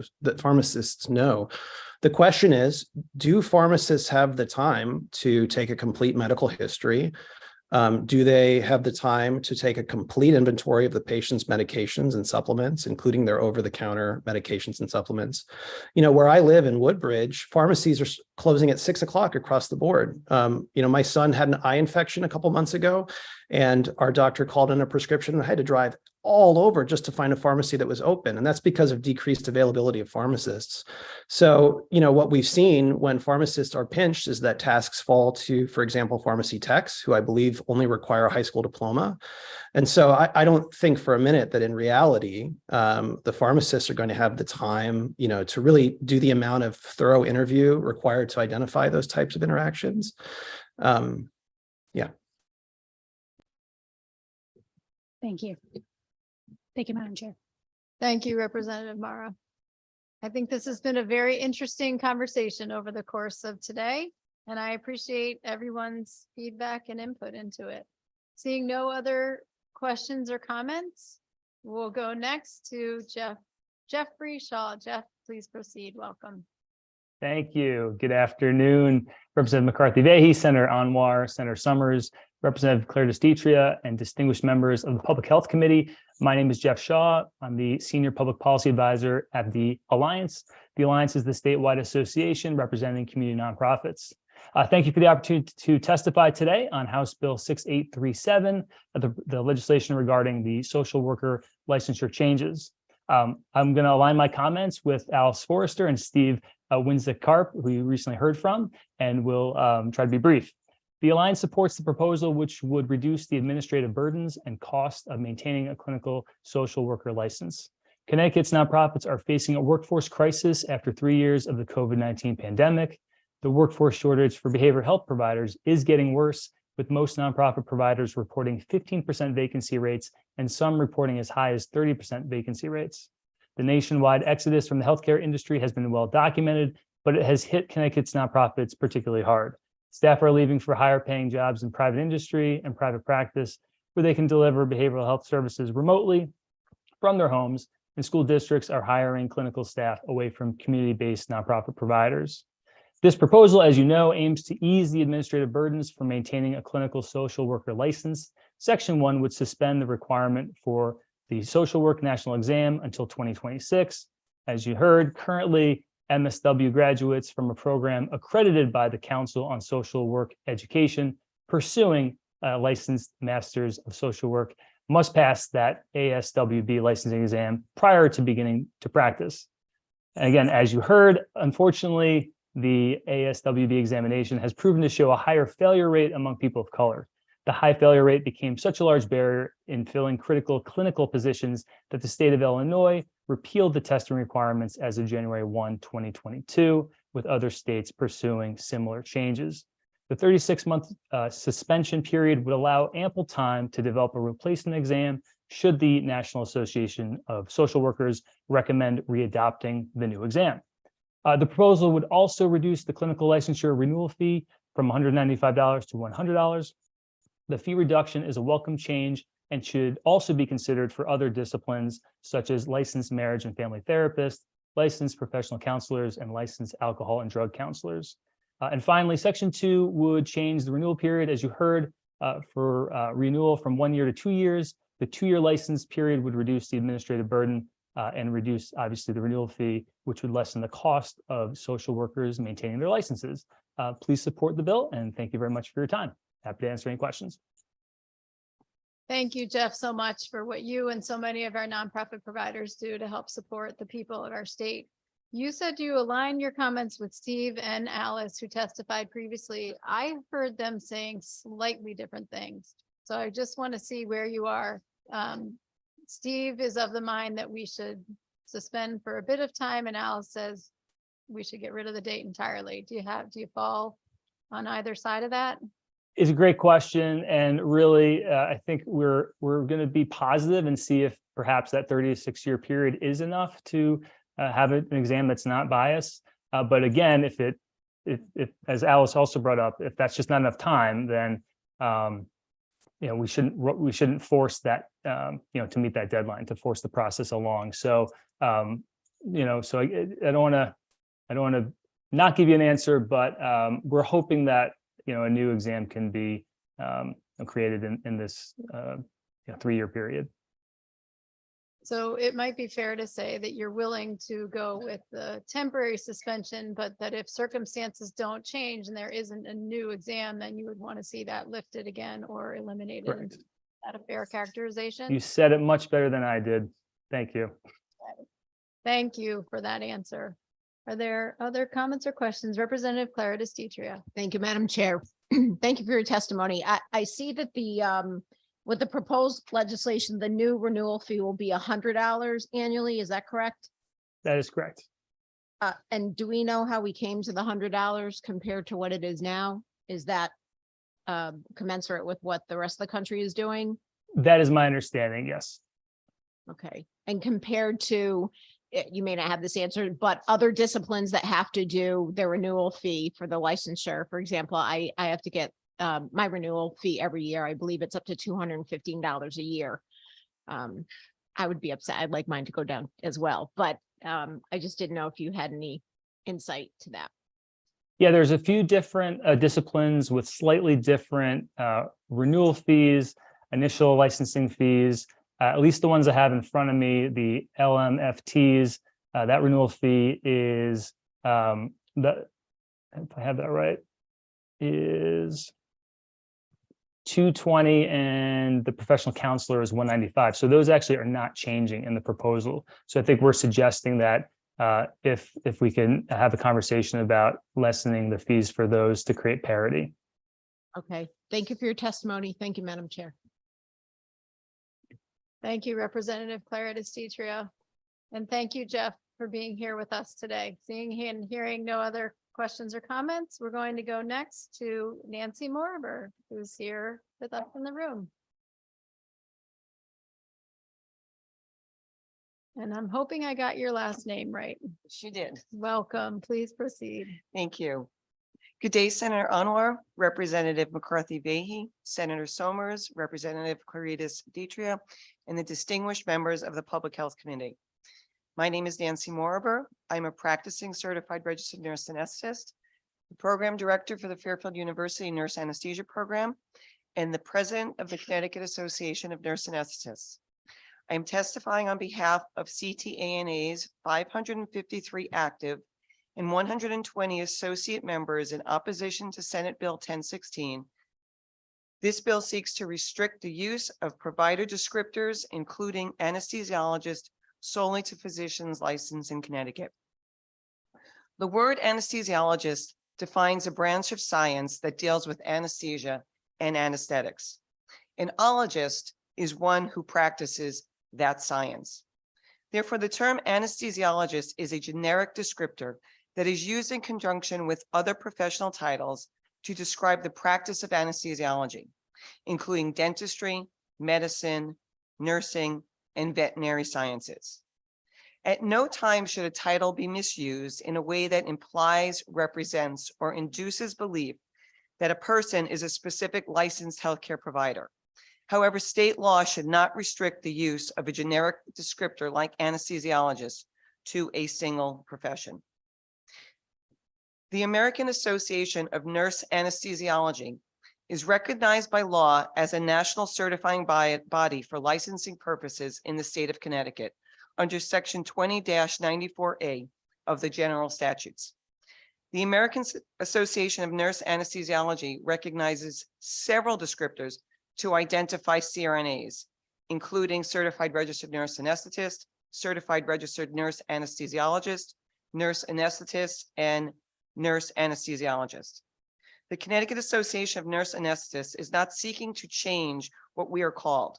CTNA opposes legislation that seeks to limit the use of recognized descriptors, which is what Senate Bill 1016 is created to do.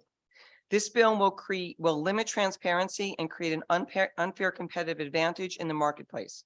Similar legislation to restrict the use of anesthesiologists has been introduced in several states and defeated in those states, including New York and Massachusetts. CTNA believes that the descriptor nurse anesthesiologist provides transparency in describing the role of the CRNA as an advanced practice nursing specialty.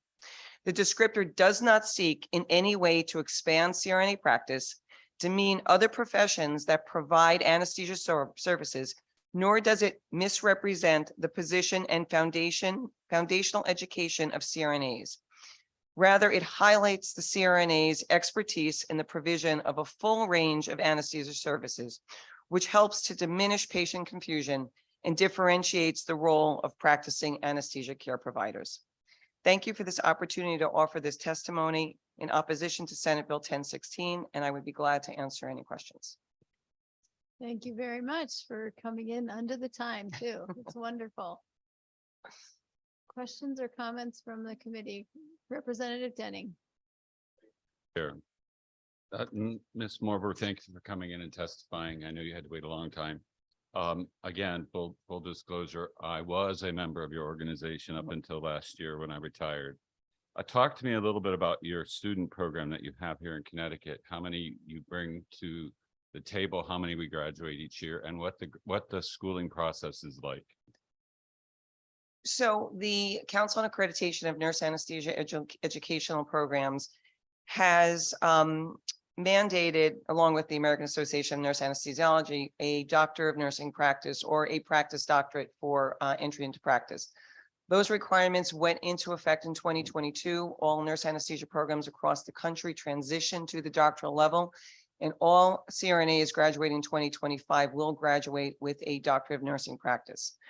Every program is slightly different in how they meet the requirements that the Council on Accreditation puts forth, but we are all set to the same standard with standards for accreditation. So all programs must be 36 months in length. During those 36 months, students must complete certain hours in various different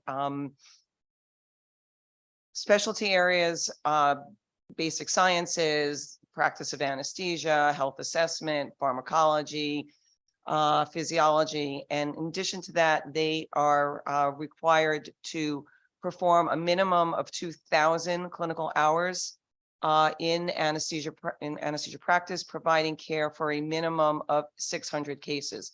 In my program, our students graduate with close to 3,000 anesthesia care hours and provide services to over 800 patients across the lifespan, from pediatrics up to our well into octogenarians and beyond that, providing all types of anesthesia services, including modern anesthesia care, regional anesthesia, neuraxial anesthesia, and general anesthesia. It would probably take me hours to talk to you about the specifics of what we actually teach in all of our courses. I'm happy to provide a copy of our curriculum to anyone that would like to see what we are providing for our students. But all of our curriculum requirements are available online at Fairfield University's website. How many do you graduate each year? Our program specifically graduates, well, we've increased our class sizes, so we are going to be graduating to 27 students from our program per year. In this state, we're graduating about 150 CRNAs from the programs that are in the state. Are those numbers enough to sustain the membership in the state? No, they're not. In fact, we recently this past weekend had our annual meeting, and our Region 1 director from the American Association of Nurse Anesthesiology was there giving the numbers. And in the state of Connecticut, unfortunately, our nurse anesthesia providers are an aging population, and we will be having a group that is going to retire before we're able to graduate enough students from our programs in order to fill those vacancies as they are going to, And just a rough estimate, do you know how many don't even think about staying in the state but go somewhere else to practice? So our program, we take students from across the nation. I would say about a third of our students are from Connecticut, and about 2/3 of our students are from the Connecticut, New York area. The majority of our students go on to practice in other states. They do leave Connecticut for surrounding communities and places in which they have a less restrictive scope of practice. During the pandemic, nurse anesthetists were instrumental in taking care of patients from day one. I know this from personal experience, and I compliment the profession for what they did. The governor gave emergency orders so that the nurse anesthetists could practice without physician oversight during that particular time so that we could improve our ranks and take care of the patients who needed it. Talk to me about what happened then. How many people had bad outcomes that were reported during that time when they had complete and total independent practice? To my knowledge, there were no negative outcomes that were attributed to CRNAs practicing independently in the state of Connecticut. Specifically during that period of time, we referred to ourselves as CRNAs. We worked as CRNAs within the state. We were on the front lines as CRNAs. CRNAs during the pandemic not only took care of patients in the perioperative setting, but we were also deployed into the intensive care units. Basically, the entire hospital became intensive care units, and we were working as intensivists, caring for those patients in that setting as well. Would you repeat that you were working as intensivists and explain that? So as a advanced practice registered nurse and as a nurse anesthetist, we are educated and trained to take care of patients, as I said, across the lifespan and in various different patient settings. We are experts in airway management. We are experts in advanced ventilatory strategies, and we were deployed into the intensive care units to assist in that capacity. And you managed basically ventilation services, intensive care, ventilation, cardiovascular, any drips that they needed to do. You were doing what they did not have enough doctors to do. Correct. Ms. Morber, if I may, I'm going to invite you, representative, to wrap up if you would. Okay, I will finish very quickly. I'm sorry. Is there anything else we need to know about the profession that you want to share? That would be confusing, making a CRNA an anesthetist or an anesthesiologist. When I've been a practicing CRNA for 33 years. When I introduce myself to my patients, I introduce myself to them as a CRNA, as a certified registered nurse anesthetist. I explain to them who I am and what I do. I will let them know that in most of the settings that I have worked in, I work in an anesthesia care team model, and I work in conjunction with other anesthesia care providers who will be taking care of them in that particular setting. No CRNA that I work with or I know intentionally goes into the practice setting and introduces themselves in a way that is meant to deceive any patient.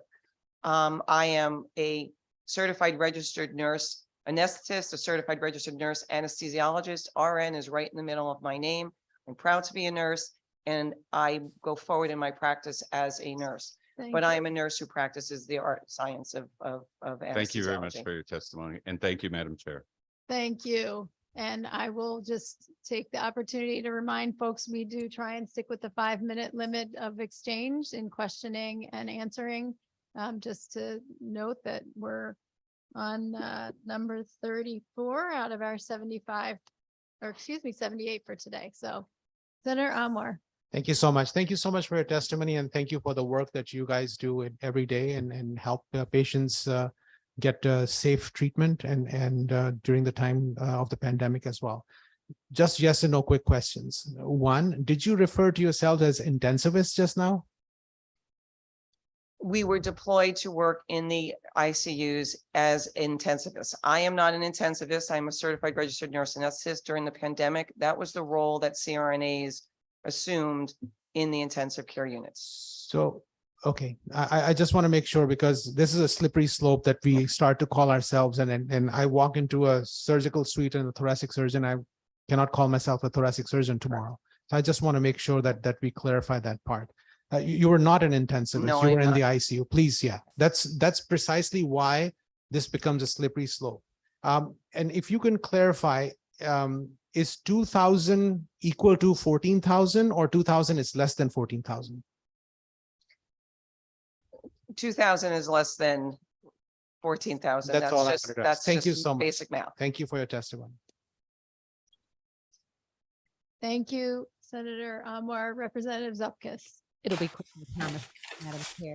So just to follow up on Senator Anwar, this intensivist, I don't know, I'm not medical, but was that under the E-cert where y'all do that? I mean, the emergency. It was under the emergency, yes. Under the governor. Yes. And so under the governor, you were able to go in and to do the work and be called the intensivist. Or Doing the work of intensivist. intensivists, but we were certified registered nurse anesthetists, practicing to the full extent of our. And so that was under the governor. Correct. Thank you. Hello? I'm going to turn my microphone on. Senator Gordon, I just want to make sure, there you go, you're muted. And thank you, Representative Zupkis. Seeing and hearing no other questions, I want to thank you for spending the time here with us today, for your testimony, for the questions that you've answered, and helping us to understand and explain the work that you do. And I also want to thank you for your service at Fairfield University. Thank you. Which I didn't realize when I met you. So I'm always happy to have a fellow Fairfield folks here. Thank you very much. On our list, we have Rebecca Ruito.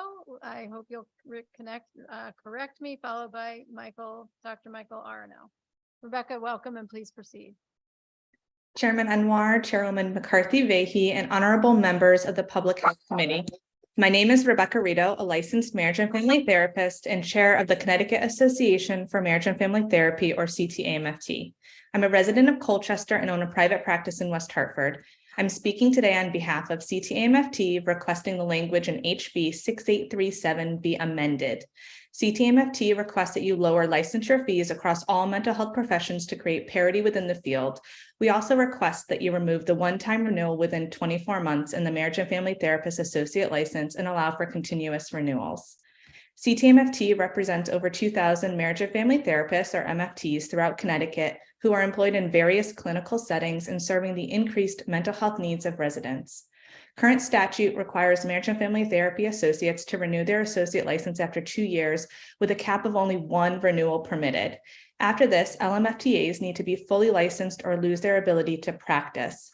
MFTs are the only mental health profession in Connecticut that has this cap on associate license renewals. This unnecessary cap on associate license renewals has pushed clinically sound therapists out of the already diminished mental health workforce and left these residents with a master's degree in a field they cannot pursue. A change to allow ongoing renewals would create parity for mental health associate licenses and sustain the mental health workforce. There's an unnerving disparity between MFT licensure fees and our comparative colleagues of social workers and professional counselors. This continues to remain a barrier for MFTs entering and remaining in the profession. MFTs, despite having the same level of education and qualifications as our social worker and professional counselor colleagues, and despite our comparative share in meeting the mental health needs of Connecticut residents, are currently the only mental health profession with a 64% higher renewal rate, $320 compared to $195 of our colleagues. This legislation would only further the disparities. Social workers would renew their license biannually for $195. MFTs in the same 2-year period would be required to pay $640, or 228% more. I ask that the changes to social worker licensure fees and renewal frequency be applied across the board, including LMFTs, LMFTAs, LPCs, and LPCAs. Please do not pick winners and losers in the mental health profession. This action could have a detrimental impact on the future of the MFT profession in Connecticut by incentivizing the social work profession over other mental health professions. The ability to remain licensed and in practice should be achievable by all mental health professionals and not reserved for a single license. I urge you to amend and pass HB 6837. Thank you for your time and consideration. Thank you so much for your work as an MFT, for your work in leading the other MFTs in the state, and for helping to address the mental health crisis that's facing our state. Also for highlighting those issues that are of concern to you and your organization. Seeing and hearing no questions, thank you for taking time to be with us today. Thank you. Have online Dr. Michael Arno. Welcome. Welcome. Thank you.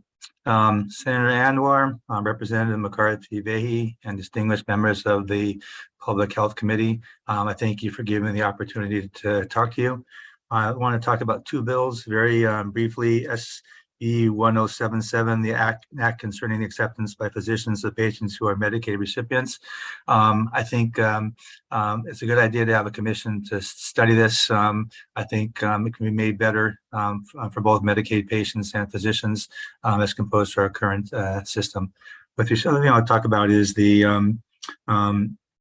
bill SB 1016. There already is Public Act 1132, which requires healthcare institutions to have their healthcare professionals have a photographic ID with their institution's title and their title. But there's two problems there with that bill. One is it doesn't apply to the private offices where most patients are seen. A lot of decisions about whether or not they're going to have surgery are made. And then there's a lot of kind of heterogeneity. Like, so for example, this is my kind of Hartford Hospital badge. It says MD in physician in small letters and doctors in big letters for other doctors. This is my badge for Trinity St. Francis. It mentions I'm orthopedic surgeon MD. It doesn't mention I'm a physician or a doctor. And then this is my Yukon health ID over here.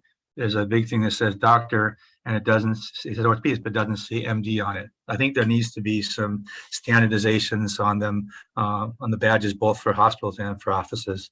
And the reason it's important is, patients need to know who is treating them. And again, this is not a scope bill. It's not degrading other healthcare professionals who are not MD or DO physicians. And I think that nurse practitioners, PAs, CRNAs who are, proud of their training and abilities, should be, willing to say, this is what I am, this is what I do, and you should, be happy with my care. And the reason that's important is there's been surveys done by the, commissioned by the American Medical Association about this type of thing. And, for example, there's one survey that said that 91% of the public, felt that foot amputation should be done by an MD or DO physician. But the same survey shows that 67% of the public thinks that a podiatrist is an MD or DO physician, and same for many other professions. So I think, it needs to be made, clear to patients who their provider is and who they're being treated with. I also think that the bill has multiple parts. I mean, I think the part with identification is the most important. I think the parts about the false advertising are important. And we have things currently online where podiatrists talked about getting their medical degree from a podiatric school, which is incorrect. Talk about fellowships that they've done, which are either courses or observational, not hands-on experiences. Excuse me, Dr. Arno, your time is up. Thank you. Okay, thank you. So. Thank you, Doctor. I appreciate you showing us your badges, and I was sharing with Senator Anwar that I was hoping I wouldn't have to show my badge with my picture on it to all of you. But thank you so much for your service and for your testimony today. Senator Anwar. Dr. Arno, can you just complete your last sentence? Gosh, I was just going to say that I think that that's the most important part of this bill is the part about the badges for outside of the office and for the truth in advertising. But I think there are other parts of the bills that, probably aren't as important. Like, for example, I think there's one section where they talk about posting the hours that the supervising physician is in the office. I don't think that's as necessary as long as the name of the supervising physician is in the office, as opposed to the hours they're there. So that's all. Thank you. So in the inpatient setting, just like you shared, there are various ways of describing who the clinician is, and there's no standardization. So one recommendation that you have is that it's there in the inpatient setting, while there's more transparency in the inpatient setting, but the transparency is not uniform, the title wise. But in the outpatient setting is where the confusion is, and the online marketing area is where the other confusion is being created. Is that a fair statement? Yeah, correct. And again, there are a few patients I see that I end up operating on who come in through the emergency room or the hospital. But the majority of people, come in through the office. And, and the first time they see me in the hospital is when they're, got an IV in them and the anesthesiologist has already given them some medicine. And I see, like Dr. Carter's done before, I see lots of patients who tell me, that, they were previously had surgery by an orthopedic surgeon, and I'd say the name, and it's not an orthopedic surgeon, it's a podiatrist, or, their physician, is an APRN or a PA. And again, that's not, saying that the other providers aren't doing a good job. It's just that the public should know who's taking care of them. And if they want to have they're operated on by a podiatrist, it should be because they want to be operated on by a podiatrist or a particular podiatrist. Okay, this helps me. Thank you so much for your testimony. Thank you for being here. Thank you. Thank you, doctor. Hope you have a wonderful evening. Thank you. You too. We have Corey Bernard to be followed by Robert Melvin. Corey, who's with us here in person. Hi. Welcome. Thank you. Senator Anwar, Representative McCarthy-Vahey, distinguished members of the committee, thank you for having me today. I'm here to testify in support of Bill 1160, an act concerning perinatal mood and anxiety disorders. I'm a licensed clinical social worker who specializes in working with birthing individuals and their families during the perinatal period. I'm also a founding member, past president of Postpartum Support International's Connecticut chapter. You heard from Amy Rodriguez earlier a little bit about that organization. I'm also a mom and a survivor of perinatal mood and anxiety disorders. 12 and a half years ago, after giving birth to my first son, I began to suffer symptoms of depression, anxiety, and OCD. During my pregnancy, I did not receive information or education on PMADs from my OBGYN office.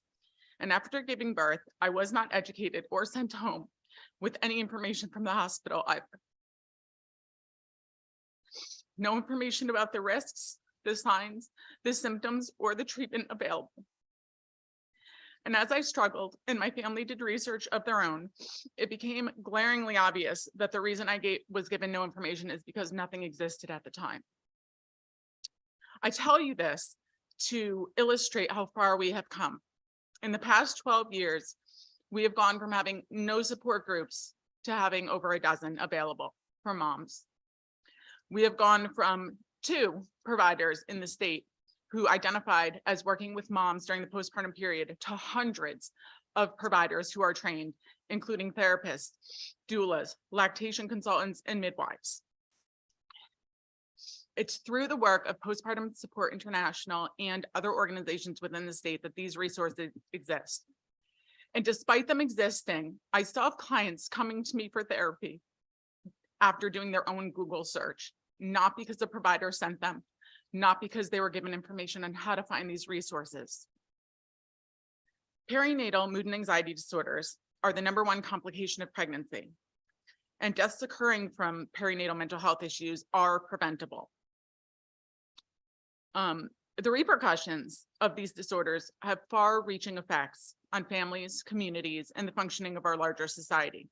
And there's no reason a new parent should have to take the time, energy, mental space to try to research when the resources exist and the gap is the communication of those resources to the people who need them. This bill addresses that gap. It's a first step, as Amy said, in addressing the need for these conversations to be happening with providers during pregnancy and in the hospital. I just urge you to support the bill, and I thank you for your time. Ms. Bernard, it's for us to thank you. One of the tremendous gifts about being a member of this committee is that we get to hear from people who have been like you through some really difficult journeys and pain, and are taking that pain and transforming it to help so many other people. And forgive the fellow social work pride today, but I thank you for being willing to share your story with us. And one of the things that's really changed is that we're trying to get rid of stigma and shame and help bring things out into the open. This bill is something that does that, but so does you. So it does, you telling your story today does the same, and it's very powerful. Thank you. Are there questions or comments from members? Representative Wieslander. Thank you, Madam Chair. And thank you for being here today. I just wanted to take a quick moment to comment on something that I think is so important that we all take away, which is that you said it was 12 years ago? Yeah. It stays with us. This isn't something that just sort of dissipates with time. These moments after birth have an incredible impact on the rest of our lives as mothers. And so I thank you for just making that crystal clear for all of us. Yeah, I've told that story many times in front of much larger groups, and it still gets me every time. So it's a transformative time. Yeah, So it really thank you is. very much for your bravery and sharing it with Thank us. you. Thank you. Thank you, Representative McCarty. Thank you very much, Madam Chair. Could you just say, do you know of any peer support groups working with this particular issue? Oh yeah, there are very many. We've spent years providing support group facilitator trainings through Postpartum Support International's Connecticut chapter. So within the state, there's 12 to 15 groups for moms during pregnancy and postpartum. Internationally and virtually. So Postpartum Support International, the mother organization, runs probably upwards of 50 now. They have very specialized groups for all different populations within this perinatal community. And those are all virtual. Many of the Connecticut ones are now virtual. I believe there are some that are still in person or that have gone back to in person after going virtual during COVID. And that's one thing we did do in 2020 was create the ability for them to all move virtually to keep providing this support. Thank you for that answer. And I too would like to say thank you for coming out today and for your courage. Thank you. Thank you, Representative McCarty. Representative Reddington Hughes. Thank you very much for your courage to be here today and to also help others that may be in the same position that you were. My question has to do with the ability for these groups that are really working on the forefront of this to come together. You had mentioned that it was very difficult for you to find any information on these support groups or anything that existed when you really needed it. Is there perhaps a way to gather them all together so that they could be disseminated to the offices, the OBGYNs, so that people had that information at their fingertips? Yeah. I couldn't find the information because it didn't exist back then. I just want to be clear on that. It wasn't that it was difficult to find it. It's that when you do the Google search, not much came up. At the time, there were two what are called state coordinators. PSI has state coordinators in every state, and they're basically former survivors who just answer phone calls. Now they answer also texts and emails because of our technology. But at the time, answering phone calls. Now, currently, there are several places the information can be found. Our state chapter website has a support group page, also has other resources on there. The Postpartum Support International main page has an entire section about support groups and then other resources and fact sheets, etc. We have, as a state chapter, we have created and provided informational sessions. I don't want to say trainings necessarily, but educational seminars to pediatric offices, OBGYN offices, and community organizations. So there is information out there. Postpartum Support International also provides things like a frontline provider training. There's a lot of resources, and as I believe Amy said earlier, but I would definitely encourage you to engage Postpartum Support International, in particularly the Connecticut chapter, in developing the toolkit, developing how this gets disseminated. We have a lot of, it's an all volunteer organization, and we have a lot of passion there to make sure that people are educated and advocated for. Thank you very much for your energy and your drive. Thank you, Representative. Senator Anwar. Thank you, Madam Co-Chair. Thank you so much for your testimony, and thank you for sharing your experience with us. We hear you loud and clear, and we hear a lot of other people. This is one of the areas that we feel as a state we can do a far better job than we have.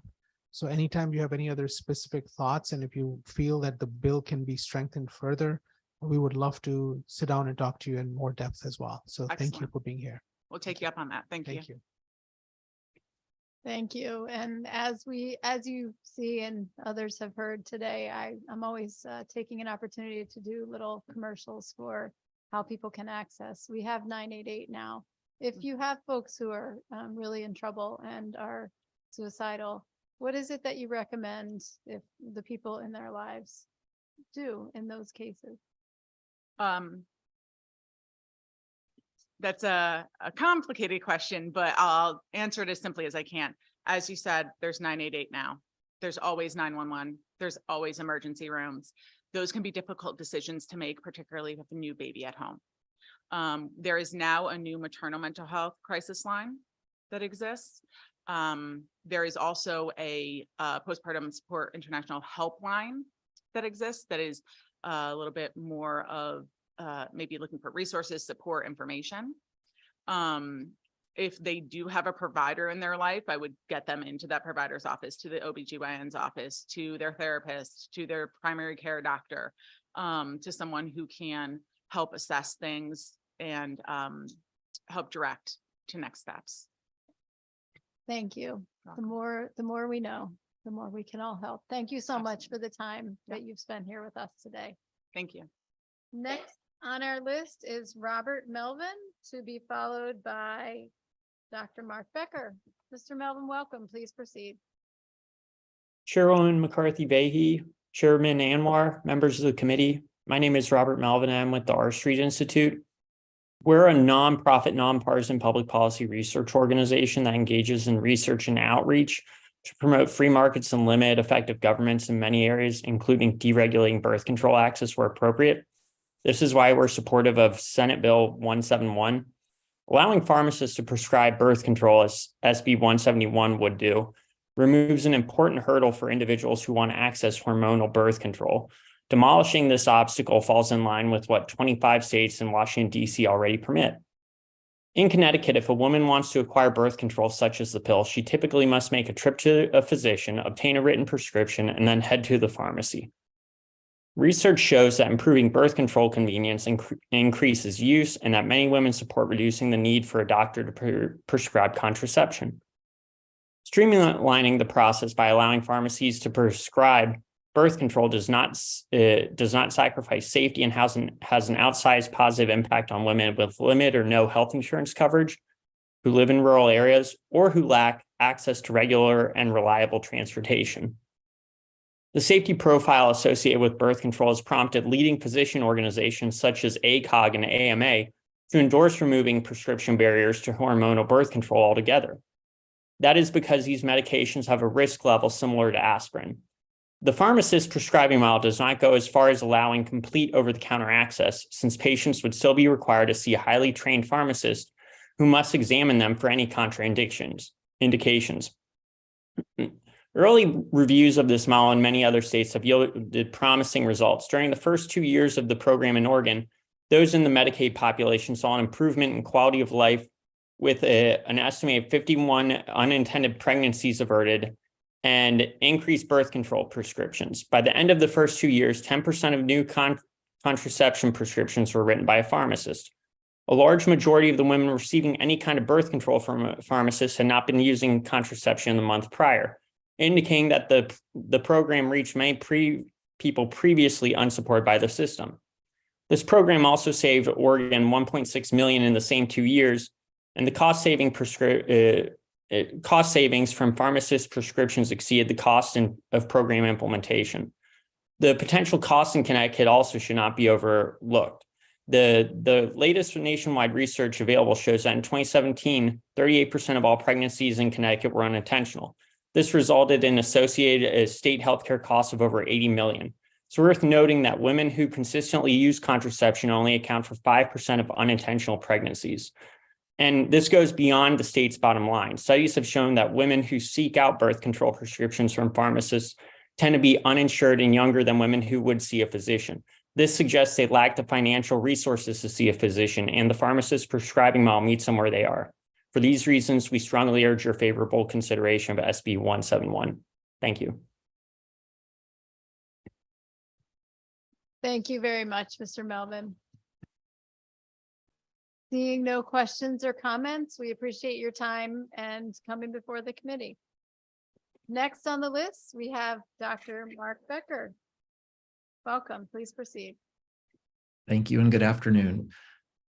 Honorable Chairman, ranking members, and distinguished members of the Public Health Committee, thank you for the opportunity to testify in support for House Bill 6836, an act concerning blood plasma collection. My name is Dr. Mark Becker, and I serve as the Senior Director of Global Medical Affairs for the Grifols Plasma Procurement Business Unit. Grifols is a global healthcare company that develops medicines derived from plasma. Grifols operates the largest network of plasma centers in the United States, with over 300 centers, including in Massachusetts, Maine, and Rhode Island. We proudly serve approximately 40,000 donors across our network of donor centers each day. These FDA licensed centers are highly regulated, and all aspects of plasma collection are controlled by strict standard operating procedures approved and regularly reviewed by the Food and Drug Administration. To meet the eligibility criteria for plasma donation, prospective donors must be in good health and free from any medical conditions that may impact their safety or the safety of the plasma that we collect. Plasma donation is a low-risk, automated procedure, and most donors experience minimal or no adverse effects. Grifols does not currently operate any plasma donor centers in Connecticut due to the current regulations that are not aligned with federal regulations and require center staff qualifications that are challenging to comply with given the current and likely future shortage of physicians in the United States. We thank the Connecticut Department of Public Health for their work on addressing this issue and support the establishment of regulations that will govern source plasma donor centers. We encourage the department to implement regulations, policies, and procedures that mirror federal law found in 21 CFR Part 600 through Part 640 and 42 CFR Part 493 governing the collection of source plasma, including but not limited to laws governing staff qualifications, supervision, training, and duties. We also thank the department for working with us over the last 3 years to understand the need for updated regulations, including last year's House Bill 5500, that would allow the department to waive any provisions of the regulations of a clinical laboratory. Based on the passage of HB 5500, Grifols has been preparing to open and operate a donor center in Stamford, which is estimated to contribute over $5 million to the Connecticut economy and employ up to 50 Connecticut residents. However, the department has not granted any waivers, and therefore we're asking for either an expedited effective date for the adoption of policies and procedures or the granting of waivers prior to the current effective date so that we can open and operate as soon as possible. We support the language in Section K of House Bill 6836 that directs the department to grant waivers, which will allow companies such as Grifols to operate in the near future. We want to be part of the communities in Connecticut. We're committed to the health and safety of donors and ultimately the health of patients who rely on our medicines. Thank you for your consideration of this legislation pertaining to the collection of source plasma in Connecticut, and I'd be happy to take any questions.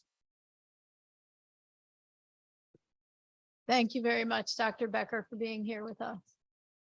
Are there questions or comments? Seeing or hearing none, thank you for sounding a theme a bit during this hearing today. We appreciate you being with us. Thank you. Laura Capon, in person. I think I may have mispronounced that from your look, but hopefully you'll, oh, I got it right. Wonderful. Welcome. Thank you. You did pronounce it correctly. Senator Anwar, Representative McCarthy-Vahey, and distinguished members of this committee. Good afternoon, and thank you for the opportunity to speak at this public hearing in support of House Bill 6821, an act concerning education regarding cytomegalovirus, also known as CMV. As a mother who transmitted CMV to her unborn child, but whose child is thriving, I speak from a place of gratitude, but also with a heavy heart for those who have not or will not be as fortunate as my family was in the face of this disease. When our daughter was born 3 weeks early, she had small petechiae on her body, and my incredibly observant and diligent doctors at Hartford Hospital had her immediately screened for CMV. The test came back positive. In the days that followed in the NICU, she also failed her hearing test, and through an MRI was found to have cysts on her brain and macular scarring on one eye. The next 6 months were trying, to say the least, as we administered a course of medication called valganciclovir, Valsite, and waited to see what other, if any, physical manifestations of the disease might present. Millie did have some developmental delays, but I am lucky to report that she is a happy, healthy 5-year-old who attends mainstream middle school. She is perfect to us. That said, while she was tested as having a mild, moderate hearing loss at birth, over the course of the first few years of her life, her hearing loss progressed to profound in one ear, severe in the other. So the hearing aids that she had worn from when she was 4 months old were no longer effective. She has since been implanted with 2 cochlear implants, and thanks to these procedures, the art of audiology, because it is an art, and a great deal of therapy, she is part of the hearing and verbal community. Previously, before her implants, she could say no more than a few words at the age of 3. Her speech has progressed beautifully. She loves music and singing and songs. This love of song has most recently lent itself to the frequent chanting of the theme song for Scooby-Doo, which she started watching with my husband a few weeks ago. She is often heard in her room singing to her toys. She is an only child. Scooby, Scooby-Doo, where are you? We've got some work to do now. So while Millie does not understand why I am here today, I think this classic cartoon theme song that she's been singing is coincidentally very applicable to the issue at hand. We've got some work to do now. So House Bill 6821 is the status quo essentially in Connecticut. And while every step towards education is a good one, it is only a baseline, one that we need to work on. I know later in testimony, Allison Malerba from Birth to 3 will speak to greater measures that can be taken for education for healthcare providers and also workers who are with children in daycares. But one thing that I will jump ahead to before I run out of time is the idea of universal testing. Because I know firsthand that hearing loss can progress, what you are born with is not necessarily what you continue with. I know. Excuse me, your time is up. I understand. Thank you. Thank you. And I'd love to hear what you know. So thank you very much, Representative. Because of the hearing loss progression in children born with CMV, universal testing would be the only way to really know when a child is born, if they have CMV, and if there is something that can be done as far as medication and treatment, such as what our daughter was able to take part in, so that it can prevent further hearing loss. We already in Connecticut have baseline tests that are done at birth. And it is my opinion as a mother of a child whose hearing loss did progress significantly, that babies who are born with CMV but don't necessarily fail their hearing test could just have immeasurable benefit from that kind of universal testing for that screening panel to be added to the somewhat 60 panels that are already done at birth. And I thank you for your indulgence and for allowing me to provide that information. Thank you. And I think for the rest of the night, we're all going to be singing the Scooby-Doo song. I in our apologize for heads. that as well. But that's okay. It's a great opportunity to hear from you and to understand more. We have Senator Almore to be followed by Rep. Parker. Thank you so much for your testimony, and thank you for making that connection with Scooby-Doo, because it would hopefully raise that awareness that we have work to do.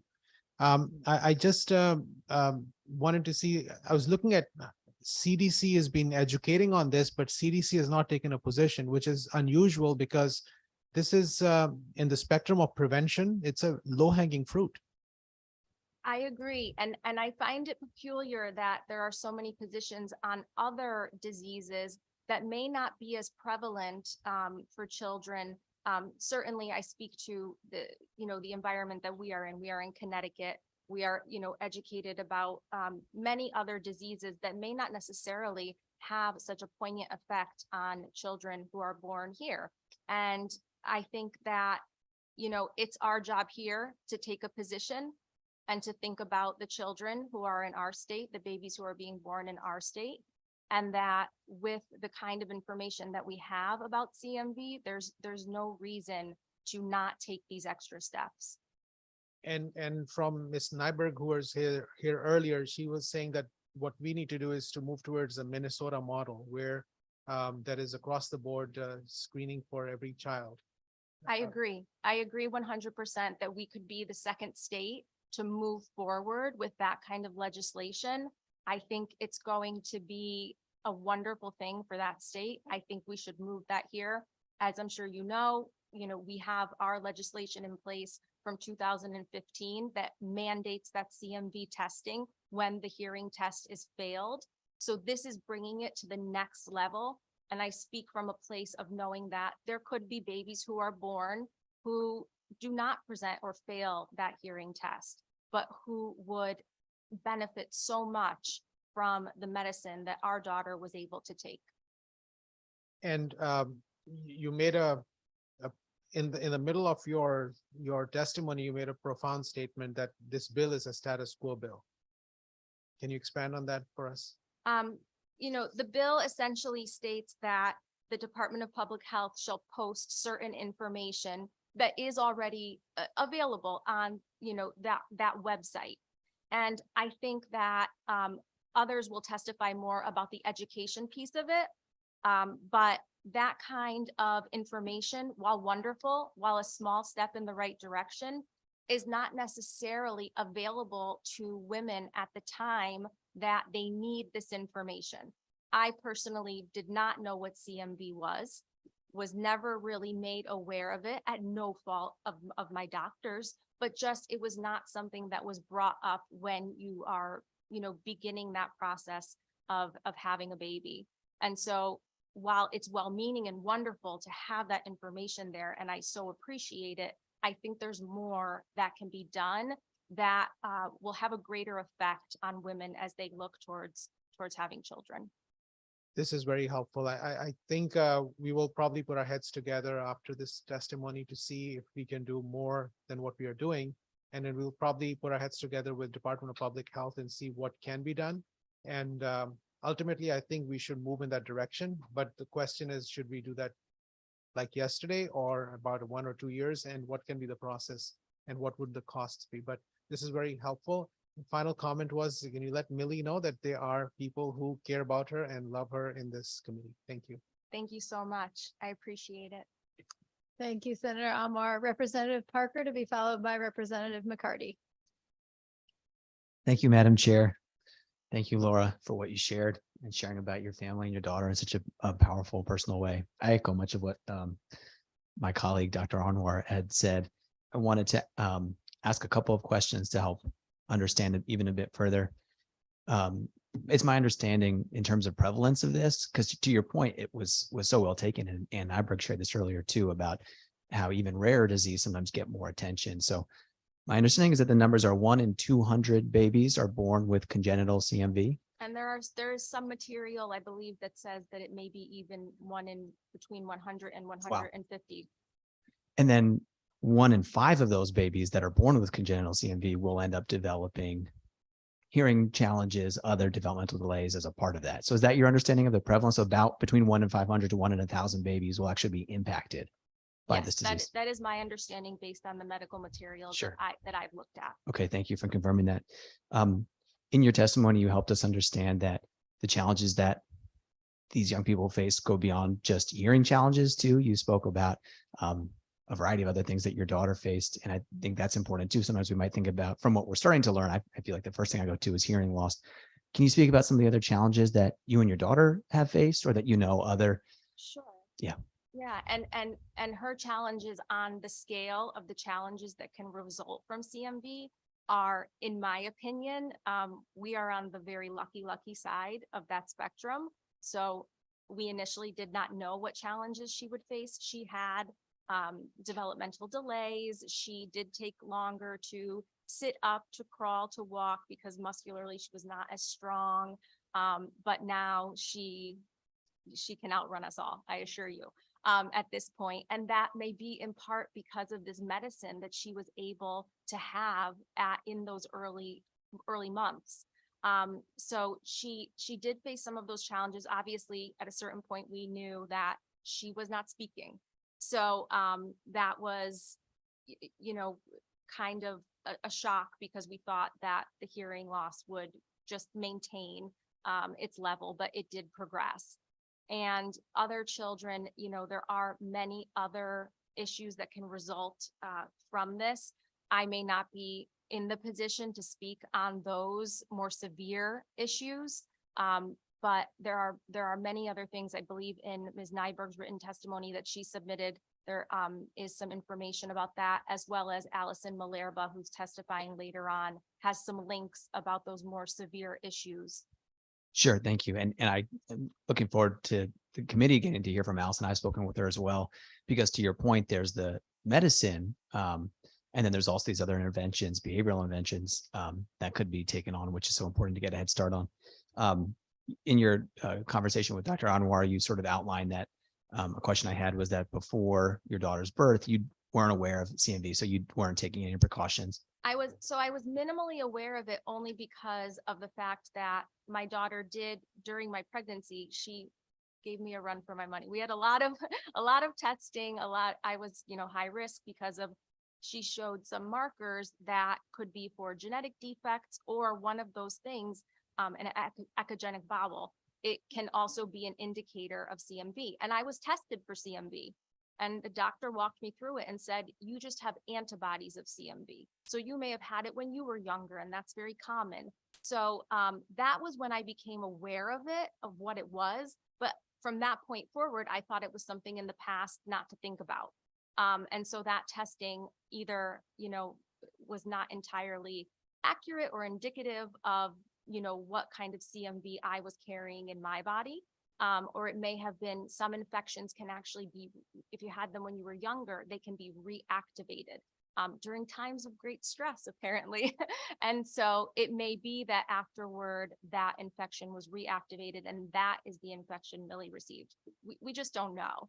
So with all of that uncertainty, I think that is kind of universal testing, where every baby, while being tested for these other 60 possible issues when they're born, could also be tested for this. So there's not as much uncertainty, and we don't have to guess.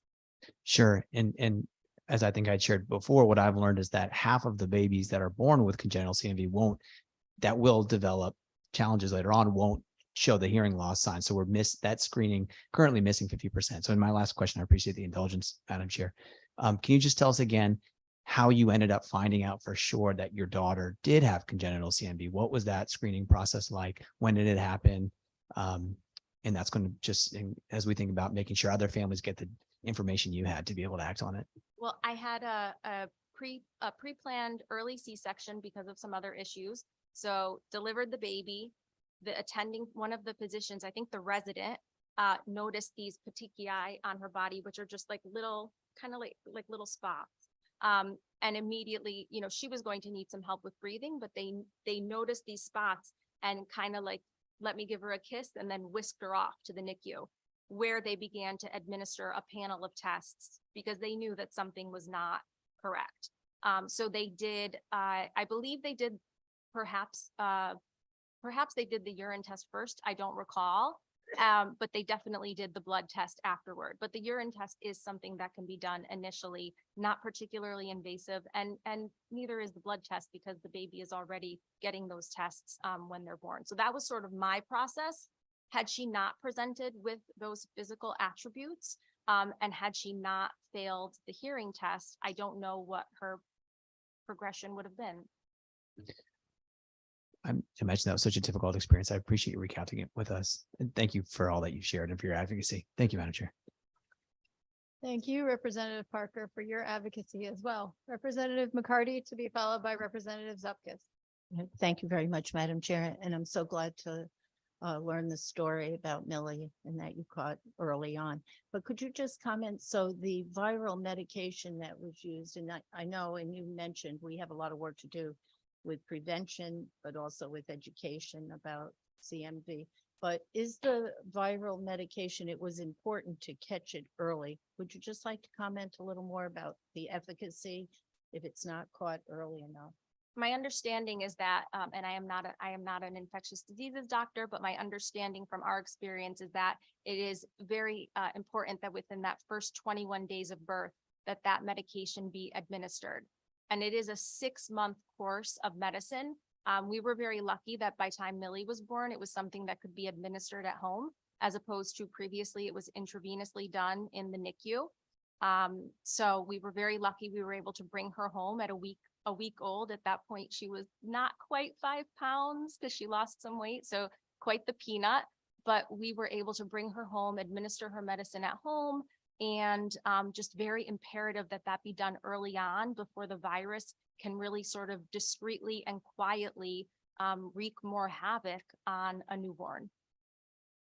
Right, and that makes that emphasizes the point of how the universal screening piece could be so vital to really doing some good work to prevent the disease from progressing. So thank you. Thank you. Thank you, Representative McCarty. Representative Zupkis. Thank you, Madam Chair. Hi, thank you for coming. And I would love to hear Millie sing that song. I bet that's awesome. Just one quick question. Was this covered by insurance? It was covered by insurance. I will say at the time, I had a very large out-of-pocket maximum. So, you know, it was definitely an expensive endeavor as far as the first few years of her life. But it was covered by insurance. And once, you know, obviously you're paying out of pocket until you meet your deductible, et cetera. But it was covered by insurance. And I think that's probably a story for another day as to how expensive that medication is. It is quite expensive in our experience, and at least with the insurance that I had at that time. Okay, thank you. So when you come in and tell me that story, bring her to hear her sing. I will. Thank you. That's a promise. Thank you, Representative Zupkis. Seeing and hearing no other questions or comments, thank you again for your time with us today. Thank you very much for listening. Next on our list is Sally Grossman, who's also here with us in person.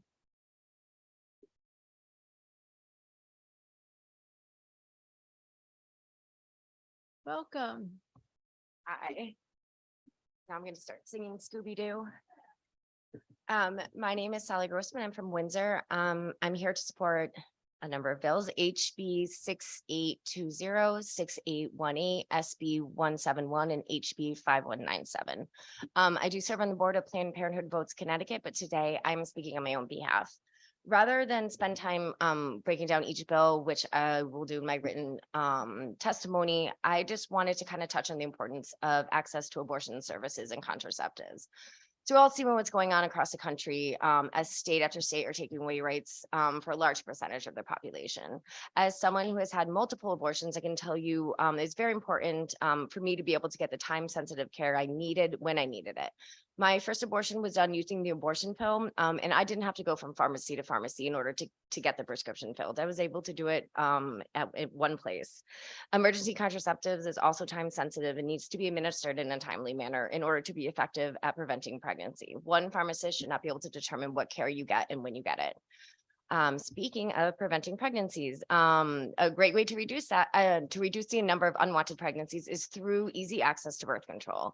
I did want to touch on something that another commenter said, who seemed to imply that it's better for a person to have to go to see an OBGYN in their office and have an IUD inserted. And I think some important details were glossed over. And these are details I know because I have had 2 IUDs. First, it can be difficult to get to a doctor's office, whether due to a lack of transportation or work schedule that makes it hard to get time off or for a host of other reasons. Second, IUDs are not always inserted in the office. Both of mine had to be placed in a hospital setting where I had to be put under. So not only did I have to have one appointment with my OB, I then had to spend hours at the hospital for an outpatient procedure. And then I needed to have another person with me in order to drive me home afterwards because of the anesthesia they put me under. And I also got pregnant on my first IUD, which required an abortion because the fetus wasn't viable. And then the second one had to be removed because it made my migraines worse. So I do know my story is anecdotal, but I just don't see how this could really be an alternative to pharmacists being allowed to prescribe certain birth controls. Connecticut has become a leader in the country in regards to reproductive rights, and we should be enhancing protections and access for residents of Connecticut and for anyone who is forced to leave their state and come here to exercise their right to bodily autonomy. Any unnecessary barriers to access for both abortion and for birth control should be eliminated. Thank you.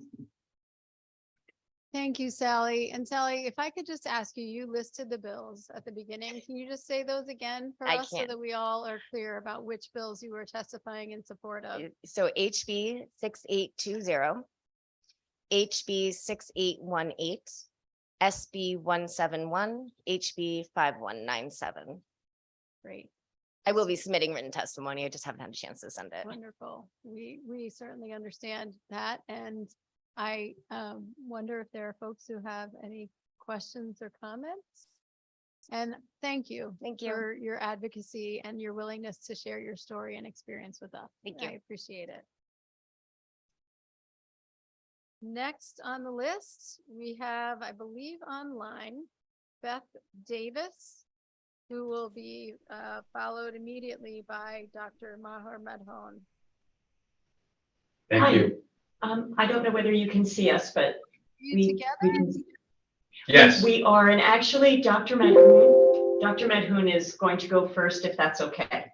That's absolutely fine. It's wonderful that you are both together. That makes it very convenient. So Good. Thank you.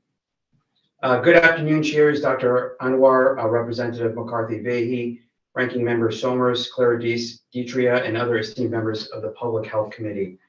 My name is Dr. Maher Madhoun. I'm an infectious disease doctor and an internal medicine doctor working here at Stanford Health for the last 20 years. I'm currently the Director of Clinical Operations and President of Medical Staff. I'm here with Beth Davis, who is Senior Vice President and General Counsel at Stanford Health. We both signed up separately, but with your permission, I'd like to speak for 3 minutes, and Beth would like to speak for the other 3 minutes as well.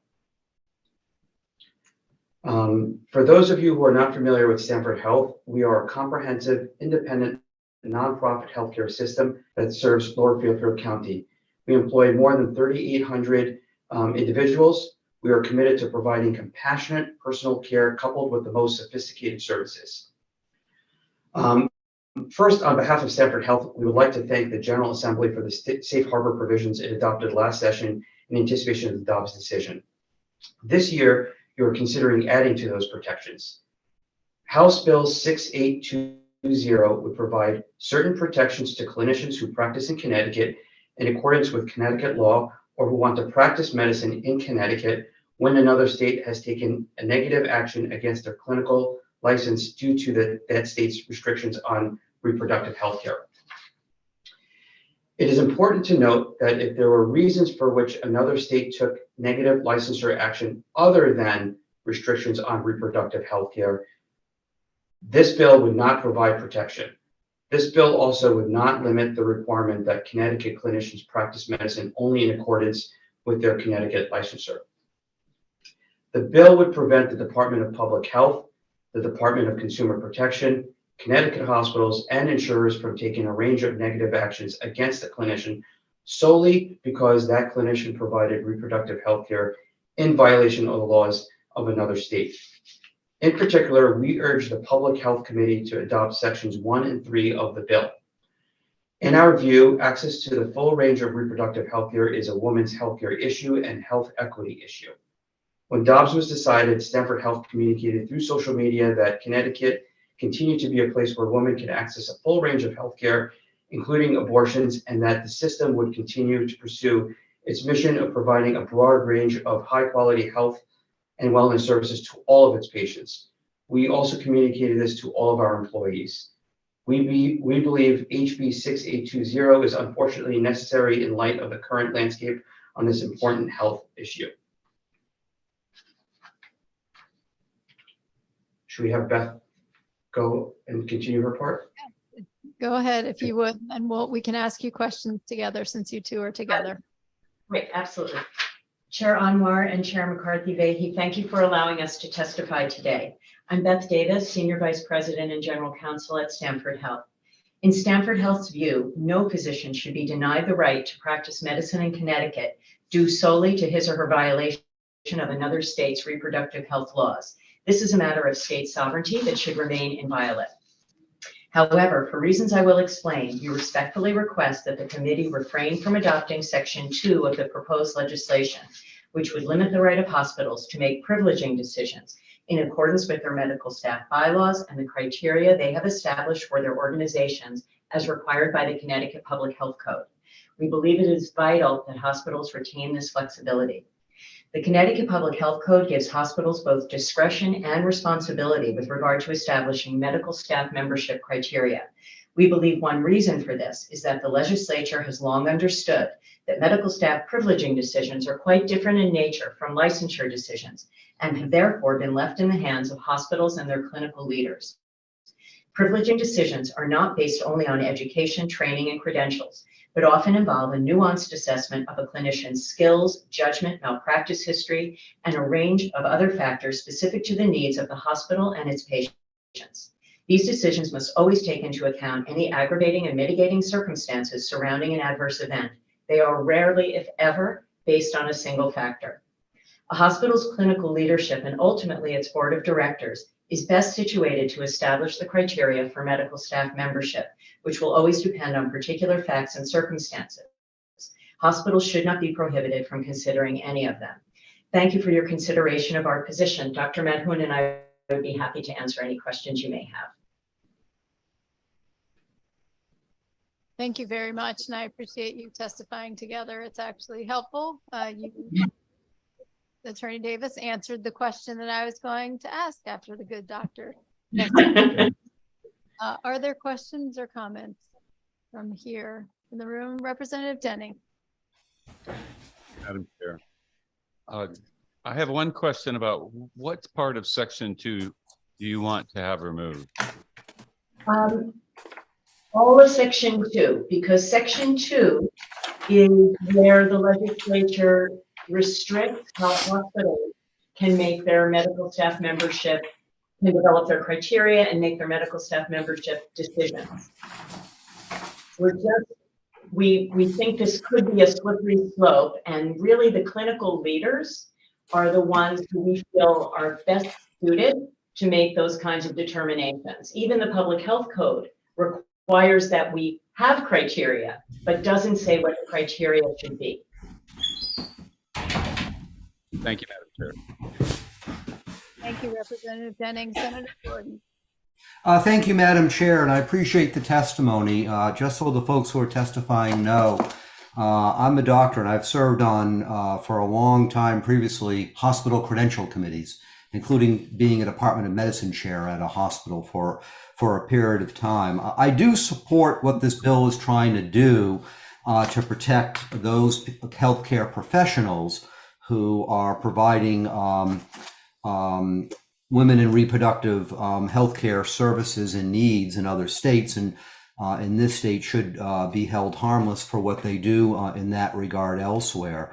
I do also understand that there is a role for hospitals to do credentialing, but I'm not fully bought into the argument that the state doesn't have a role. If the state does want to protect people, then my question for you, Madam Chair, is why couldn't the state, or why shouldn't the state make certain that hospitals also abide by what this DPH licensing might change with regards to holding these healthcare professionals harmless? I've been in many situations in hospitals where decisions are made based upon one circumstance, not even egregious, and that has to go through a process that can be harmful to a healthcare professional, to a physician. So my question is, would this really create a slippery slope? I don't fully see that at this point in time, but I'm happy to learn more. Thank you, Madam Chair. That was directed at me, I think. I believe that we are completely in support of protecting providers.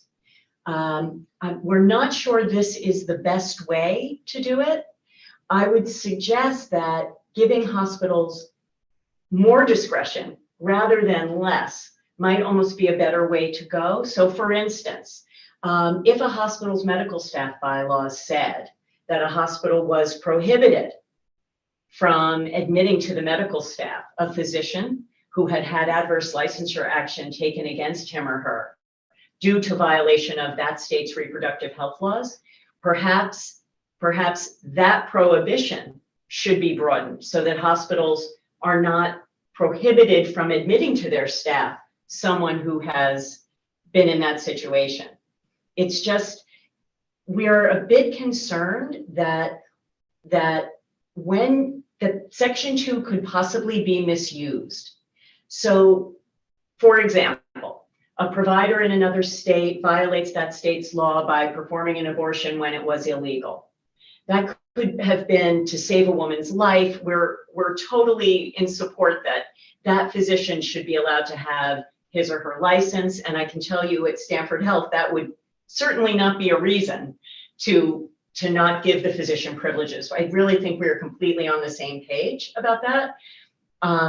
But to the extent our medical leadership feels that based on a whole range of factors, perhaps med mal history, perhaps many other things, repeated technical skill problems, and the person had performed the abortion that was illegal. And perhaps they're denied medical staff membership because of all those other factors, but the abortion thing also happened.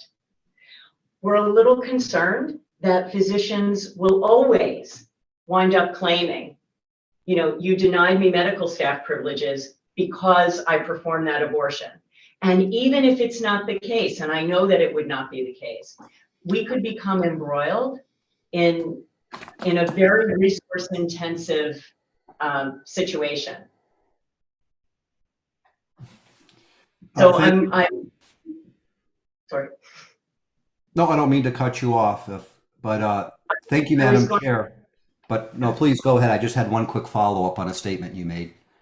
Okay, I was going to say perhaps a good way to ensure that hospitals don't hold it against physicians who violate other states' reproductive health laws when they're in the other state is to say hospital medical staff bylaws may not prohibit the hospital from admitting to their staff a physician who has done that. Thank you, Madam Chair. Just one quick follow-up. The example you mentioned, to me, and I've been in these circumstances that as a physician leader in hospitals, if you cited all those different reasons that a physician would be reprimanded, be suspended, or be terminated, and you're not going to take into account an action taken in another state if this law were to pass, you have all those other clear reasons then in your example to take an action. And you can state that very, very clearly on the record, and I feel be protected if it's made very clear through a due process provisions that all hospital bylaws have. Again, I'm sure Stanford Healthcare is going to be a leader in this regard, as you mentioned, but I don't know if all other hospitals will. So I'm fine if this committee wants to think about wording changes, but I would be cautious to throw out that section, at least right now, without much further discussion and thought, given what this bill is trying to do and its intention. Thank you, Madam Chair. Thank you, Senator Gordon. Seeing and hearing no other questions, I want to thank you for testifying together. I think that was helpful for us, and also want to say that it's likely that we'll be in touch with you and that other advocates from the Reproductive Rights Caucus will as well, so that we can work on coming up with the best possible language to assure access for the people of our state. That'd be wonderful. Thank you. Thank you very much for your time. Thank you. Next on our list is, on one sec. Oh, Meg Morelli. I believe, is she here? Oh, she's right here. She's in the room. How wonderful. That's right. Welcome. Thank you very much. Wonderful to see you. Same here. Thank you for this opportunity to testify. My name is Mag Morelli, and I'm the president of Leading Age Connecticut, a statewide membership association representing not-for-profit provider organizations serving older adults across the continuum of aging services, including skilled nursing facilities, residential care homes, assisted living communities, and life plan communities. On behalf of Leading Age Connecticut, I'm pleased to testify today on Senate Bill 1074, an act requiring long-term care facility residents to undergo a criminal history and sexual offender registry search. Leading Age Connecticut recognizes that this proposal is attempting to address a concern regarding the safety of staff, residents, and visitors of nursing homes, residential care homes, and assisted living communities. We begin our testimony by stating that we are willing to work with all interested parties on the issues of health and safety in these settings. We do, however, believe that more attention needs to be given to this specific proposal before it is moved forward. In the nursing home setting, there are many federal and state laws, rules, and regulations that need to be considered when considering this law. For instance, both federal and state laws governing involuntary transfers of nursing home residents could be implicated. Once a resident has been admitted to a nursing home, the ability to involuntarily discharge a resident may only be done if there is a safe discharge available. In addition, federal and state non-discrimination laws, including the state's waiting list law that prohibits discrimination and requires that the applicants be admitted according to their position on the facility wait list, would also need to be considered. In other words, there are several legal restrictions placed on nursing homes' ability to admit or discharge, even in relation to this serious issue. We must determine how we could resolve, or even if we can resolve these conflicts before the proposal is enacted. Residential care homes are also subject to limitations on transfer and discharge of residents that should be considered. In assisted living managed residential communities, these admissions are regulated by landlord tenant and fair housing laws. Any additional requirements placed on admissions or evictions from managed residential care communities must take this into consideration. From an implementation perspective, the proposal raises numerous concerns involving the administration of a new background check system. It appears the facility will be barred from admitting an applicant until it receives notification of the background check from DPH. It is unclear how long an available bed might need to be held open while that background check is being done. Moreover, many applicants are on waiting lists and they will need to be rechecked every time a bed becomes available, given that a prior background check only remains effective for 1 month. And while there are exceptions for short-term rehab admissions or for conditional admissions of 60 days or less, these situations will be affected by the discharge and eviction limitations discussed above. And there is the question as to whether the short-term rehab admissions would be subject to the constant supervision requirements of a conditional admission.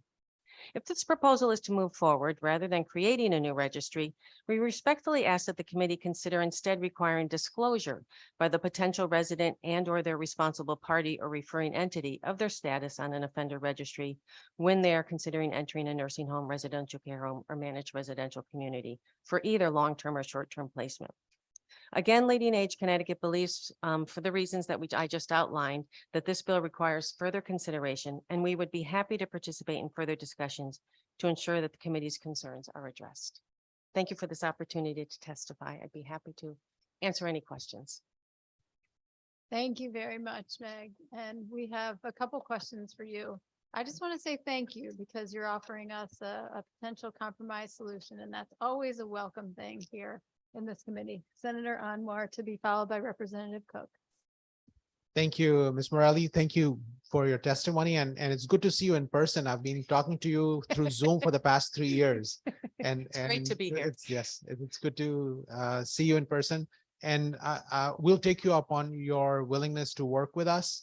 You understand where we are coming from, and we respect the fact where you're coming from as well. And we can probably achieve both goals by sitting in a room together with looking at back and forth opportunity to make sure that the workforce is protected, the patients who are in the facility are protected, but the ones who need help are also protected. So thank you for your testimony. We look forward to working with you. Thank you, Senator. And Senator Armour, thank you very much for those comments, and I concur completely. I agree. Excuse me, Representative Cook, we're keeping you in the House. Rep Cook. Madam Chairman, I will not go to the Senate. You will forever have me in the House. Meg, it's great to see you. Thank you. And I wanted to say thanks for our conversation outside. And I thought it would be important that we had a little bit of that dialogue in here. So members could actually hear part of the conversation that we were having, and we were discussing the background checks and about nursing home residents that might have violated rights, if you will.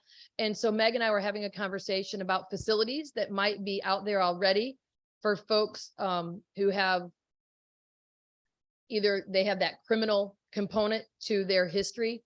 But she also was making some very good points about the dementia population and intertwining them into the general public. And so as we're talking about background checks and we're talking about the nursing homes and the transition, and then maybe trying to solve what might be one problem or two, maybe more, thought maybe you might want to give a little bit of context to that as well from your point of view. Well, we were having a discussion about residents and the safety of other residents and challenging behaviors in the nursing home.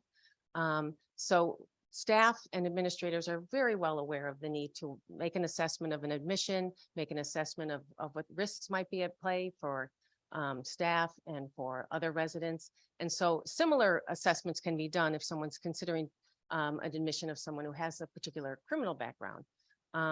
There also, as we talked about, there is one nursing home in the state, 60 West, that does handle the corrections, placement of people in corrections who need long-term care, and it has the ability to take in others.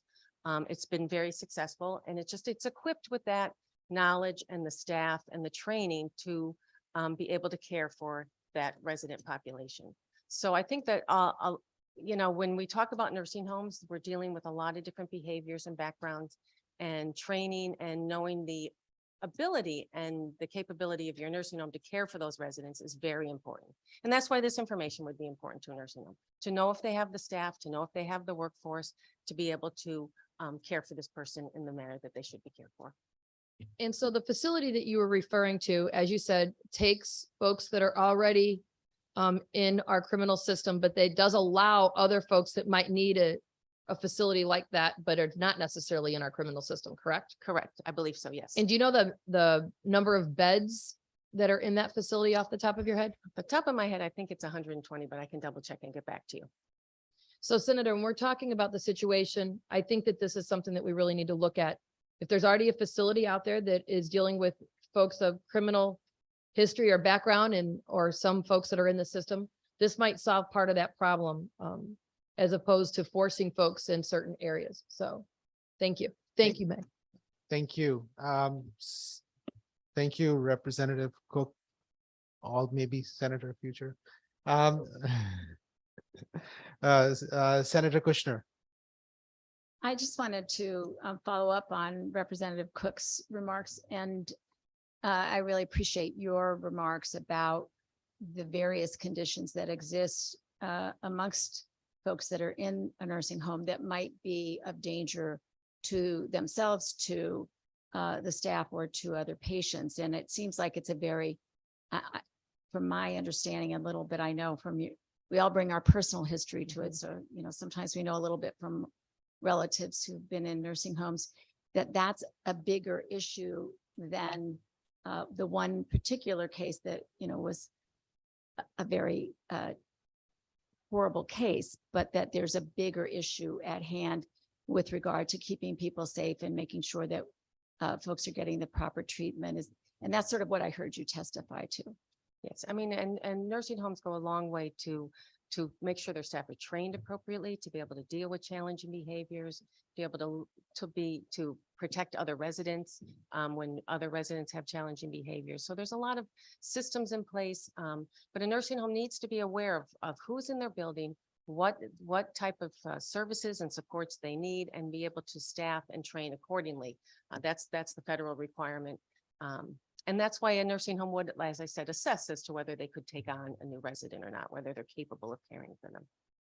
Do you think that from the kind of background check that you're talking about, or registry information, that would necessarily provide the information about who might be, which individual might be a threat to others within the nursing home? The registry that's put in place in this proposal is very expansive, and it would check every single person coming in as an admission for a variety of past criminal activity. And it would be up to the nursing home to make the assessment once they got that report, because if they had there's going to be disqualifying events in this, and we'd have to see what those disqualifying events are. There's a background check system currently in place for employees, a centralized background check where they do a federal and state check, but there's only 4 disqualifying events. So all other events that you find on your own background check, you have to make the assessment and it's not disqualifying that person from the position. Only those 4 different offenses would disqualify them from the position. So I think it's up to the nursing home to make those assessments. This background check might possibly provide information you wouldn't know on your own and wouldn't be able to come forward. But also if there's some serious offenses or people that have registered with serious offenses, possibly it would be much more efficient and effective if they were required to self-disclose and provide the background information that is needed for the nursing home to make that risk assessment as to whether or not they could care for them. I mean, this issue really does overlap with other issues that we faced in our communities, and the questions that I know have been raised with me and other committees about sex offender registries and whether or not they are actually helpful and productive, and often would lead to someone who might have been on the registry, for 10 or 20 years with no offense, lead to their discrimination in either admission to a nursing home or in many other ways in our communities. And so it's a very difficult issue, but one that I think I have some concerns to make sure that we're not addressing this in a way that we don't go down a road where people are actually discriminated against. And I think my concern in nursing homes in particular is that I know that there are other aggressive behaviors, probably more frequently from individuals who are suffering other conditions, that I would be more, I think, inclined to look at this if it was taking in the breadth of different conditions and really addressing it in a broader way to make sure that people are safe without focusing on any group that would end up maybe being discriminated against. So that's my concern. Right. And we're not commenting on the actual concept of the sexual offender registry, just on the concept of doing the background check, making the risk assessment. And then of course we always, we have to understand that everyone deserves to have good, high quality, long-term care and make sure we have the resources available to provide it to them. And we're all growing older, and we're all, at some point we're going to need some kind of long-term services and supports. And how do we do that? And make sure that everybody has access to quality care. Thank you. Thank you for your comments. And thank you, Mr. Chairman. Thank you.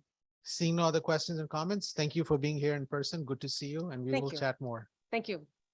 Next on our list is Ms. Tina Yates.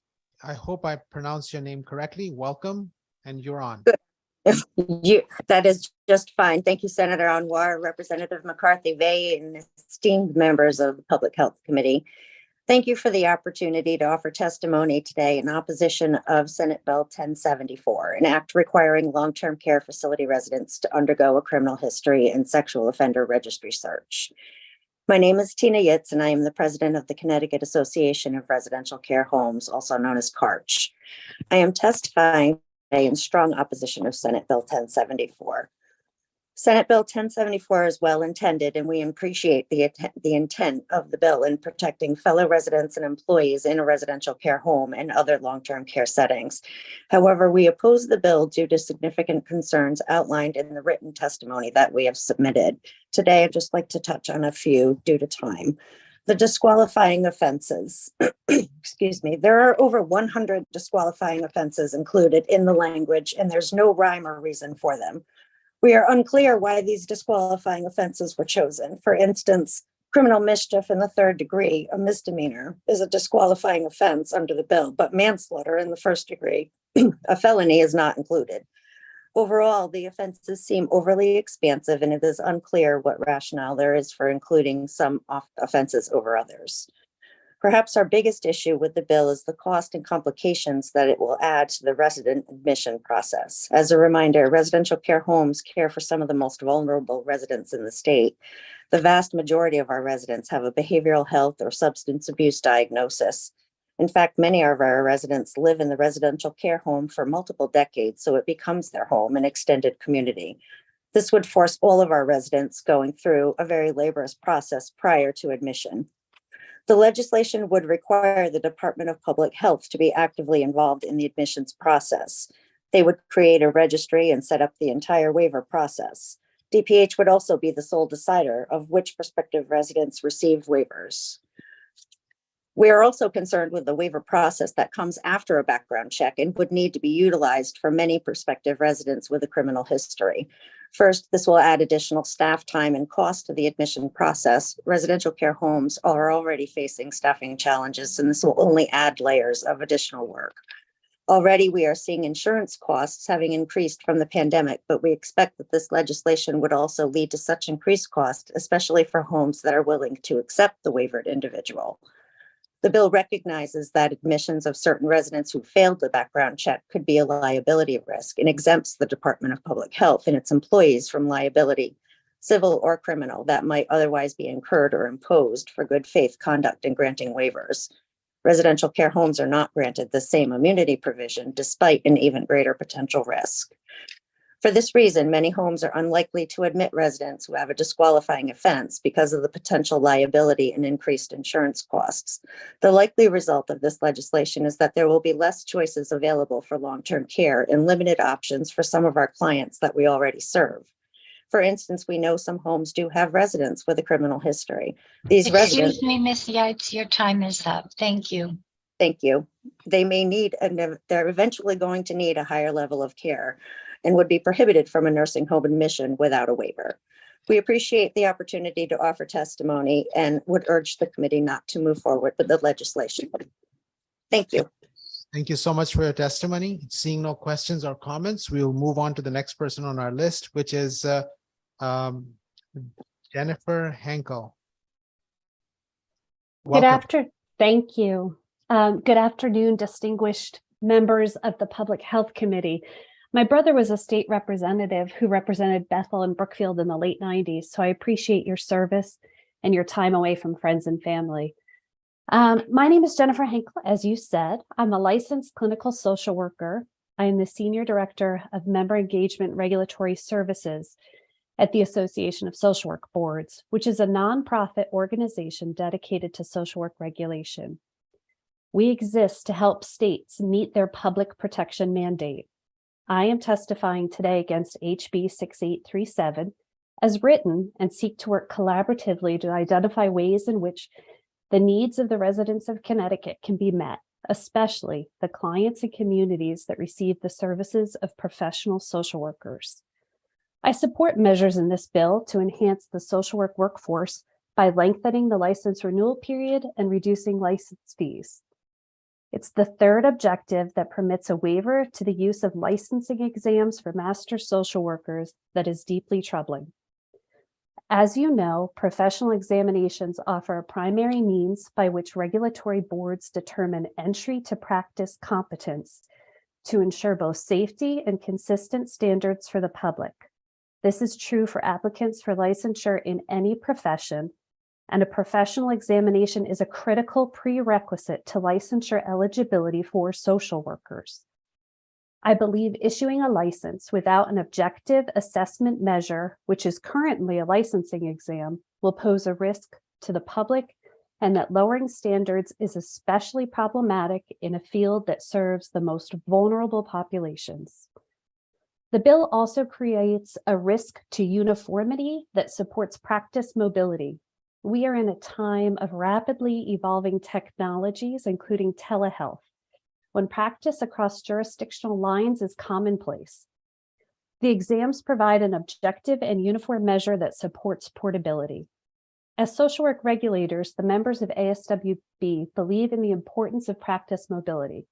With the Council of State Governments' release of the final language for social work licensing compact legislation, we are now one step closer to increase public access to social work services. Connecticut law already permits master social workers to practice under a temporary permit for up to 1 year. It may best meet the needs of Connecticut social workers to extend the temporary permit without decreasing the existing entry to practice standards for the licensed master social worker. ASWB would welcome the opportunity to work with all interested parties to address and resolve concerns for the best possible outcome. Thank you for your time and the opportunity to testify. Thank you so much for your testimony, and seeing no questions or comments, we will move on to the next person. Thank you again for your time with us today. We will take you up on meeting and having a conversation.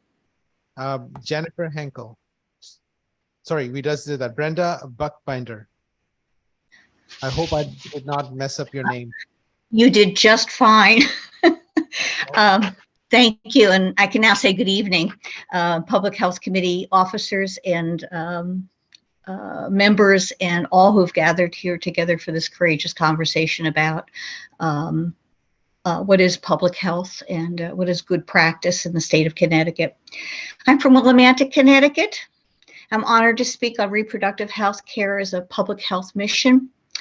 I am an LCSW. I'm the mother of 3 born safely at Windham Hospital. I'm the daughter of a mother who suffered postpartum depression after my birth. And I've just finished work with the Certificate of Need Task Force Group C.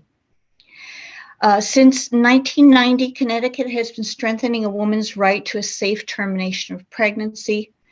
And this HB 6818 continues that strengthening, talking about healthcare entities and healthcare provider roles to medically deliver accurate procedures, act in good faith, and provide public information and alternatives, particularly if a pharmacist has religious, ethical, or moral barriers to providing access to abortions.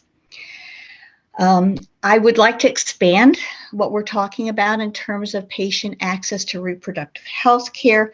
I believe that the uninsured and those who are unable to pay for an abortion face hardships and risks, and this should be equitably addressed.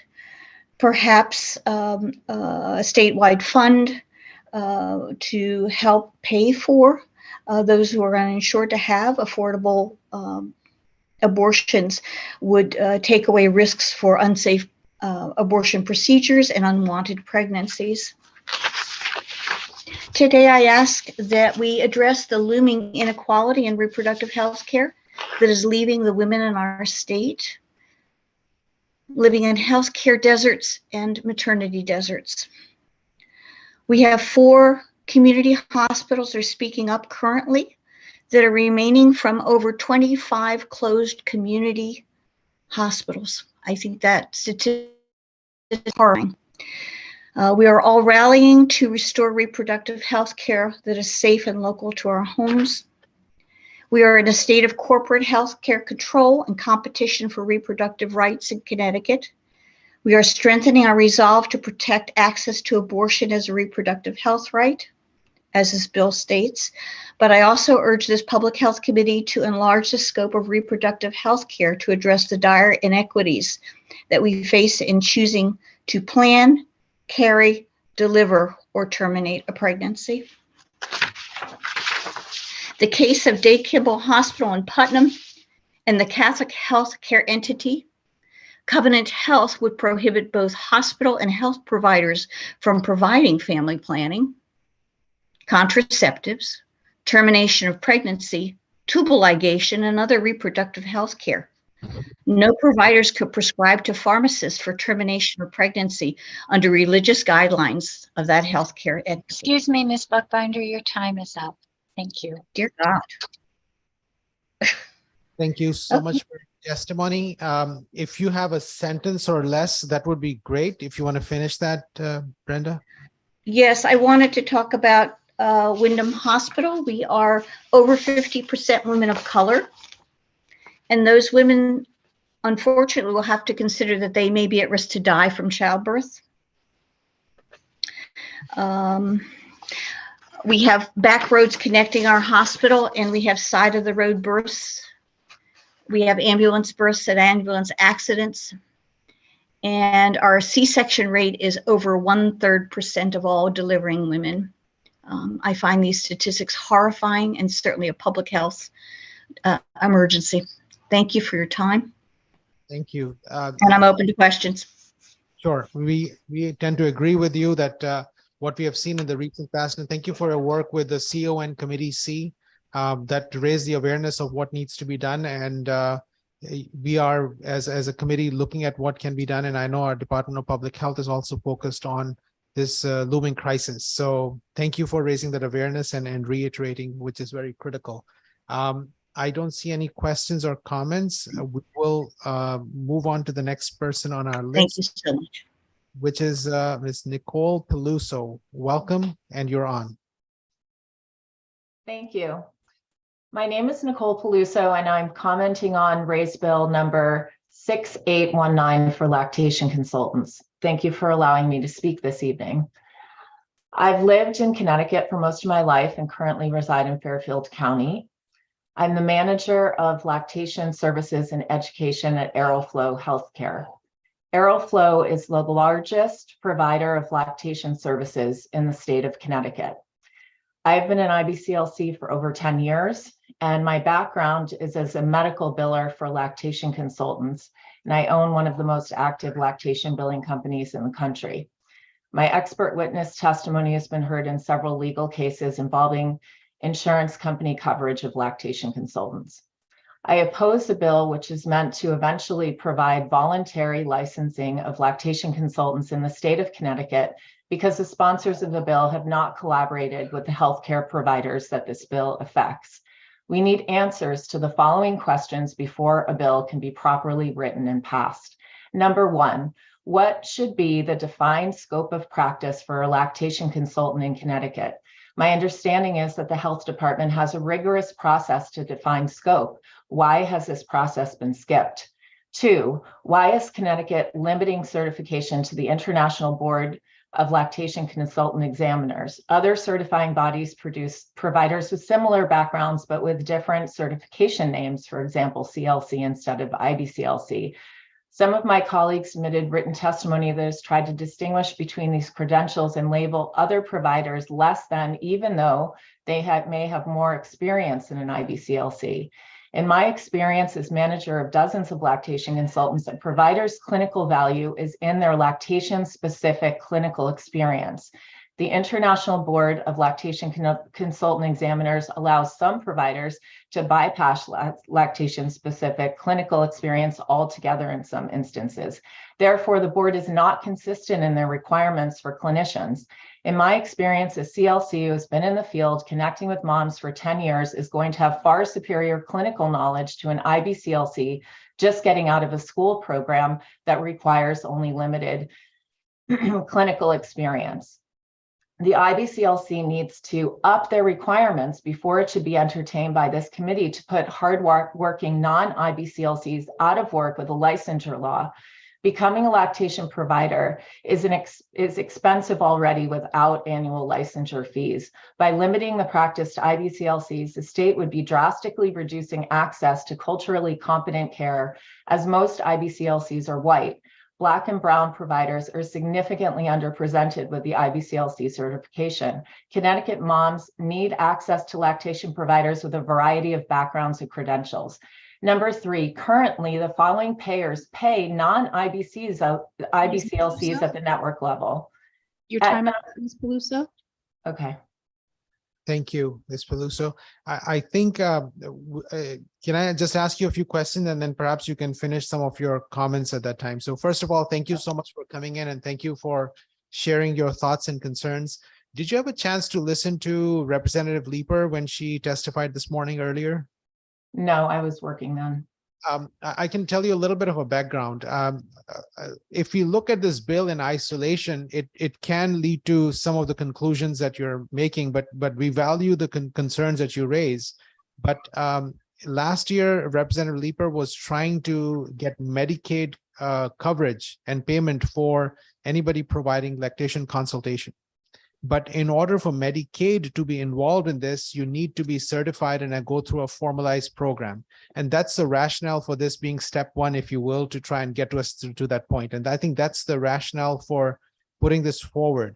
But we do value your insight into this. Now, with that context in mind, would you be willing to work with us to make sure that we make a bill which is in sync with the clinical understanding of what your profession does, and that would give us the opportunity to make sure we do the right bill that would help us get enough individuals licensed and certified, and then subsequently get Medicaid on board with this. So with that mindset, if you want to just share some of your thoughts and reflect on what I just said.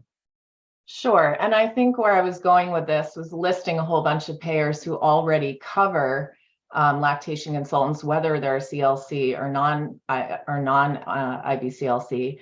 And is the question really that we're looking to get Medicaid covered? And is there a way to get Medicaid covered without going through all of this? But I think more conversations need to be had. And I think the final piece that I really wanted to touch on is that the fastest growing sector of healthcare right now is telehealth. And while we thought COVID might be changing that trajectory, it really hasn't. So whatever bill gets moved forward to make sure that the moms are cared for, because many of them are currently using telehealth, that get added.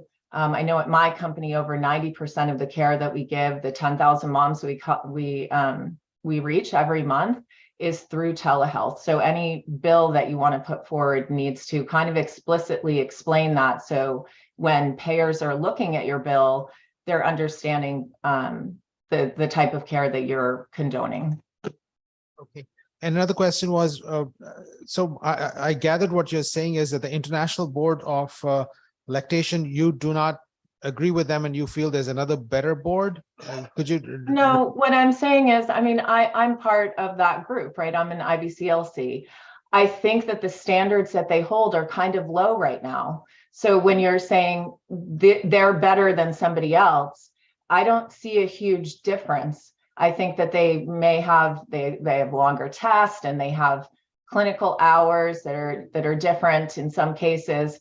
But what I'm saying is that I think if they change their requirements, it might make sense to say this is the gold standard and we have to have everybody up here. But if you look at what these women are actually doing in the field, and by and large, it is women who are lactation consultants, the work that they're doing is very similar. Whether somebody wants to condone that or not, that is what's happening, and the payers are paying them to do that work. So to just push them out and have people lose their livelihood seems, right now, I feel like we need to kind of work together and come up with a bill that's going to bring everybody who's been in this field at the same place, and start with a place where people can get along, and that you're not, there are other states where the groups have sued each other. We don't want that to happen in Connecticut. I'll just make a quick little comment, and I know Representative Parker has some questions and comments. The agenda is not to create barriers for the existing clinicians. The agenda is to increase the number of, at least identify the existing clinicians and get them certified so that we can actually have Medicaid be participant for lactation education support for women who are in the Medicaid population, and that population needs a lot more help right now. And I think that's the agenda. in the broader sense. And we want to be able to achieve that, but if we create the criteria very stringent, then we create more barriers, and that actually becomes counterproductive. So I'll stop at that. That was more of a comment, and Representative Parker has a comment or a question. Thank you, Mr. Chair. And thank you, Ms. Peluso, for being here. We appreciate it. Sort of continuing some of what Dr. Anwar had asked about, I wonder, from your perspective, do you feel like the lack of ability for Medicaid to pay for these services is a barrier for your community or the patients you serve? Well, absolutely. It's, 50%, or I don't know what level it is in Connecticut, but I know in some places it's even over 50% of women don't get any lactation care because Medicaid doesn't cover it. So we want to help those women, but we also want to look at what exists right now and not have different factions arguing with each other over who's the best type of lactation consultant. The state can really, it can be a pioneer in setting up a platform where all lactation consultants are acknowledged and we can try and work together. If I can tell you that over 25% of my staff who works in Connecticut would not be able to practice if this bill gets passed, that's concerning to me. That doesn't seem like it's creating more access. It seems like it's creating a barrier. I became an IBCLC because somebody gave me a scholarship. I didn't ask for it. They said, we want to give this to you. And I was super lucky to get that because I was not in a place in my life where I could afford to do it myself. There are a lot of women out there who would be excellent providers who can't afford to go down this path. So if we take all of these things into consideration, the economics, the communities that we're trying to reach and not create barriers to get them assistance, that would be ideal. But we need to have more conversations about it because I'm getting the sense that, not everybody realizes what's going to happen to some of the providers out there under the bill the way it's written. I really appreciate you sharing that. So then confirming that the problem to solve, as I think Dr. Adwar pointed out as well, is a real one. Can I ask about your, again, and I appreciate very real concern about folks maybe losing ability to serve as providers in this way. Do you have a take on if the idea of what I think Reproductive shared before was a voluntary license, presumably for folks that wanted to be able to accept Medicare payment? Do you think that voluntary license would be potentially the way, or do the problems you share still exist in that case?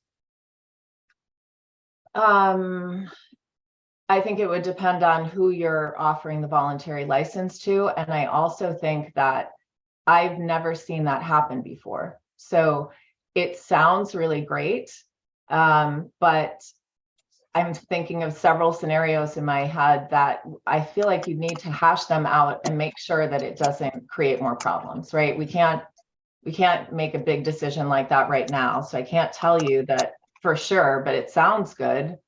So people could still work without a license. But I have a feeling once the license is there, it's not going to be voluntary anymore. That's just my feeling about it. It sounds good though. Thank you for sharing that. And maybe you said this before, and I'm sorry. Can you just remind us, and I think you've referenced this then in our conversation. So are you not in Connecticut now? No, I am in Connecticut. The company that I work for is based out of Asheville, North Carolina. Got it. Okay, so Connecticut obviously doesn't do this now. Do some of our neighboring states have a license for lactation consultants? Do you know? Rhode Island does, yes. And they limit it to IBCLC. Got it. And you've seen some of the challenges you're talking about then happening in Rhode Island. Is that one of the places you've been referencing? Well, no, the place where there's really a problem is in Georgia. Okay. So there are challenges billing wise with requirements that like the Blue Cross type of payers had the Rhode Island people, the kind of hoops that they had to go through. It wasn't like very easy for them to start billing, but they did figure it out and it was okay. In Georgia, there's actually a lawsuit where providers are suing each other, and I think there is an injunction and everything's on hold right now. So that didn't help anybody. That has been very costly for people. So we want to go down a road where, people are going to feel like they're part of a group, not like they're on the outside and have to resort to lawsuits. Absolutely. Yeah, we better pay close attention to that as an example. Thank you so much for your time, ma'am. Thank you, Mr. Chair. Thank you. Seeing no other questions or comments, we thank you for your testimony. That's very helpful to us. Next person on our list is Pia Baldwin-Edwards. Welcome.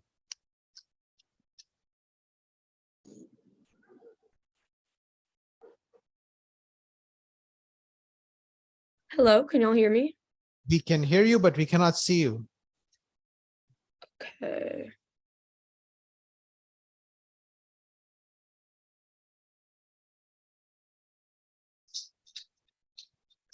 Um, Not. Go ahead. If you cannot turn your camera on, you can go ahead and start speaking. Oh, there you are. Hi, everyone. My name is Pia Baldwin-Edwards, and I'm a resident of New Haven. I'm here to communicate my strong support for SB 171, an act allowing pharmacists to prescribe birth control medication. This bill would expand access to birth control for residents of Connecticut, which would empower women to be able to use contraceptives without unnecessary steps and wait time. Birth control is a human right, and it's imperative that all women have equal access to it. An estimated 180,000 women in Connecticut live in contraceptive deserts. This means that they don't have access to a health center that provides contraceptive services.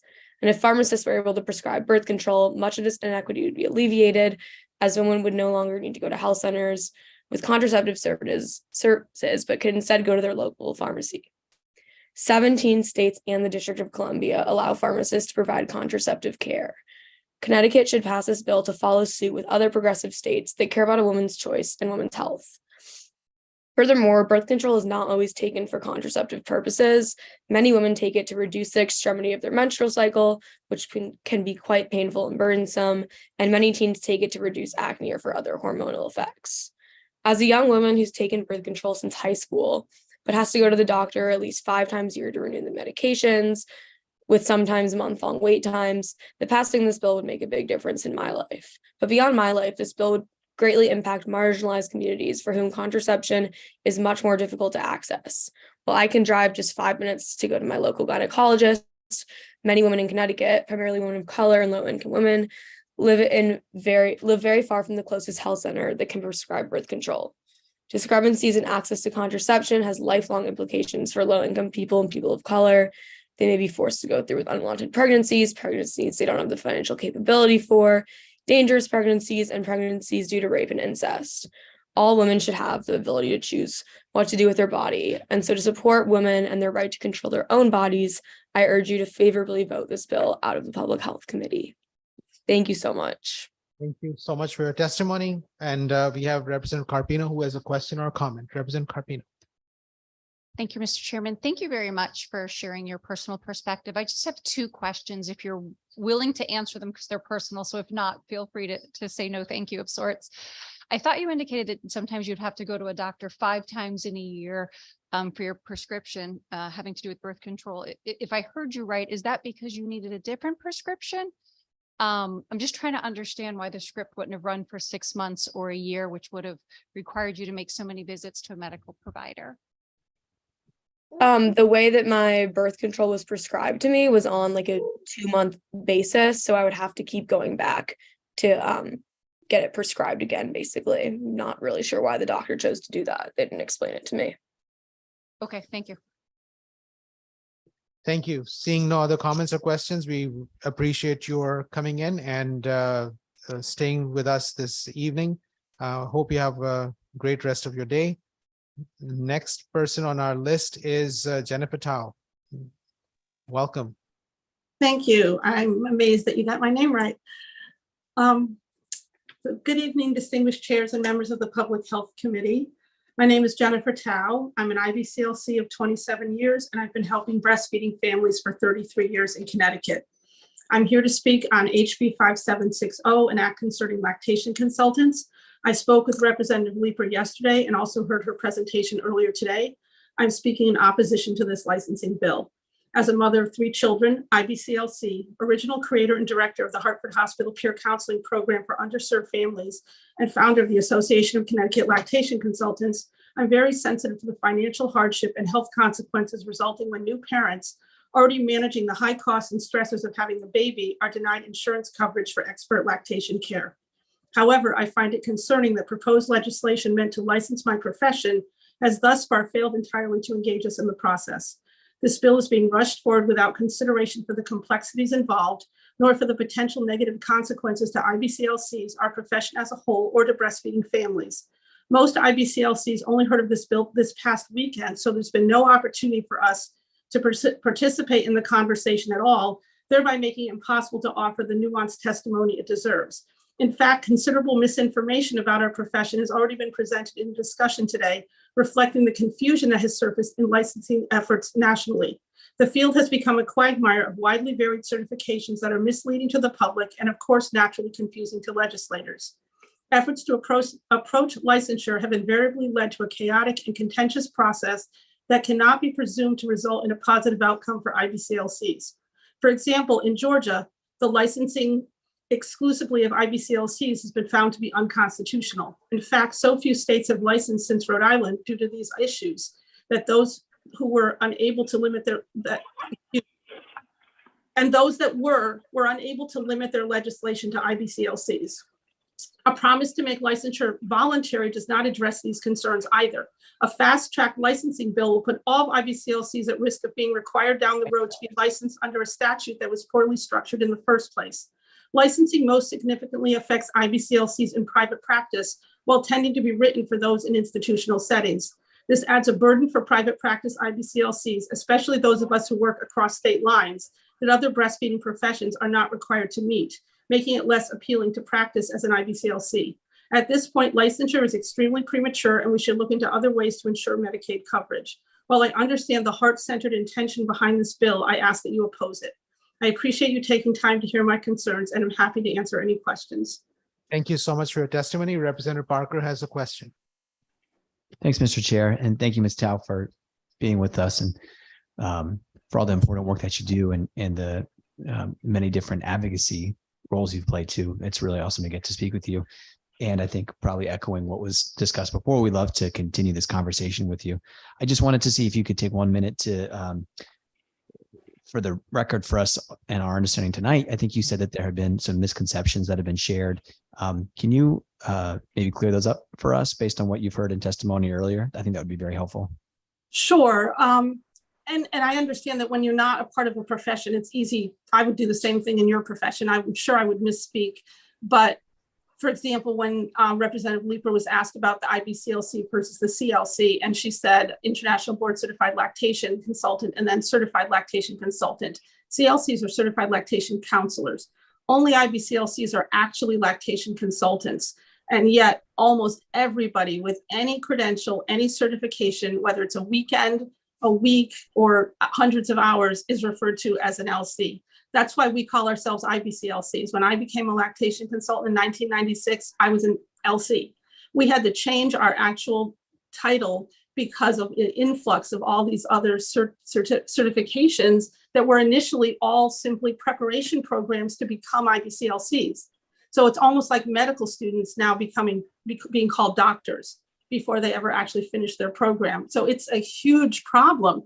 And as Nicole said just before me, though, the IBLCE, which credentials us, has become very slack in their preparation because they've made it very easy for healthcare providers of any background to become an IBCLC without the same preparation as someone like me or Nicole, who had to go through 2,500 hours of preparation, and now the minimum is only 500 hours, and many don't even do those 500. So there's so much. Again, like as Nicole said, we're not interested in fighting. I don't want that to happen. And I'm very concerned that if we move forward as the current situation is, that's what would happen.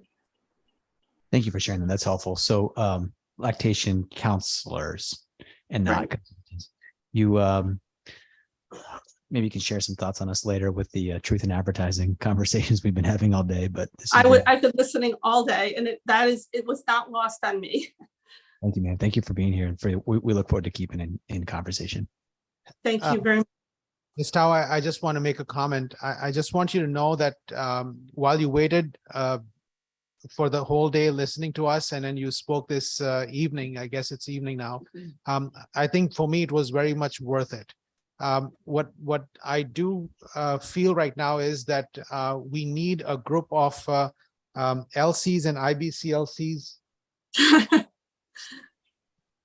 Okay, IBCLCs and LCs in the in a room together, and we can hash out the details and make sure that there's appropriate protection in place so that this bill can move forward and not necessarily be harmful to the profession, and then get us to the next step. Would you be willing to join in this conversation? I'm always willing to participate in a conversation about this. Absolutely.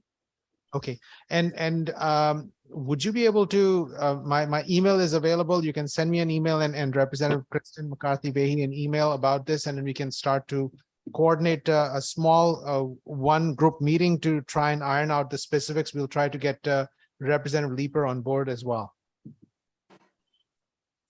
Okay, sure. Okay, we thank you so much for your testimony, and we appreciate you and your patience with us today. Wait, we have one more question from Representative McCarthy-Vahey.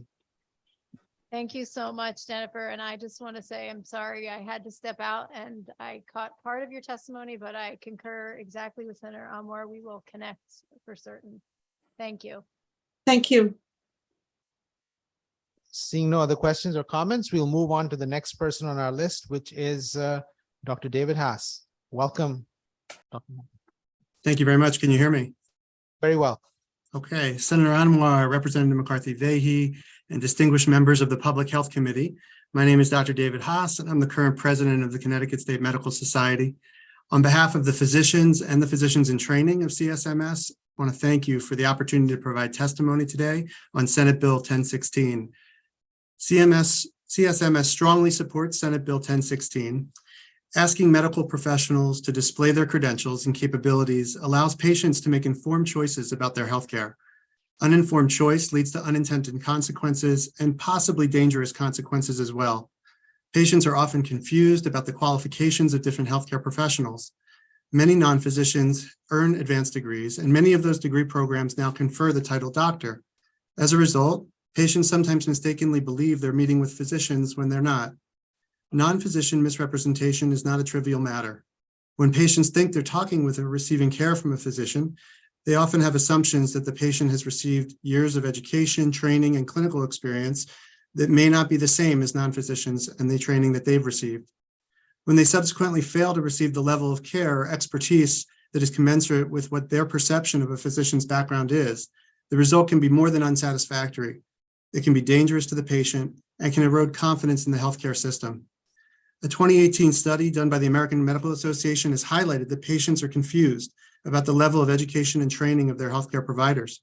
This study showed that while patients strongly support a physician-led healthcare team, and I want to emphasize that concept of team, I view medicine as a team approach and a team sport.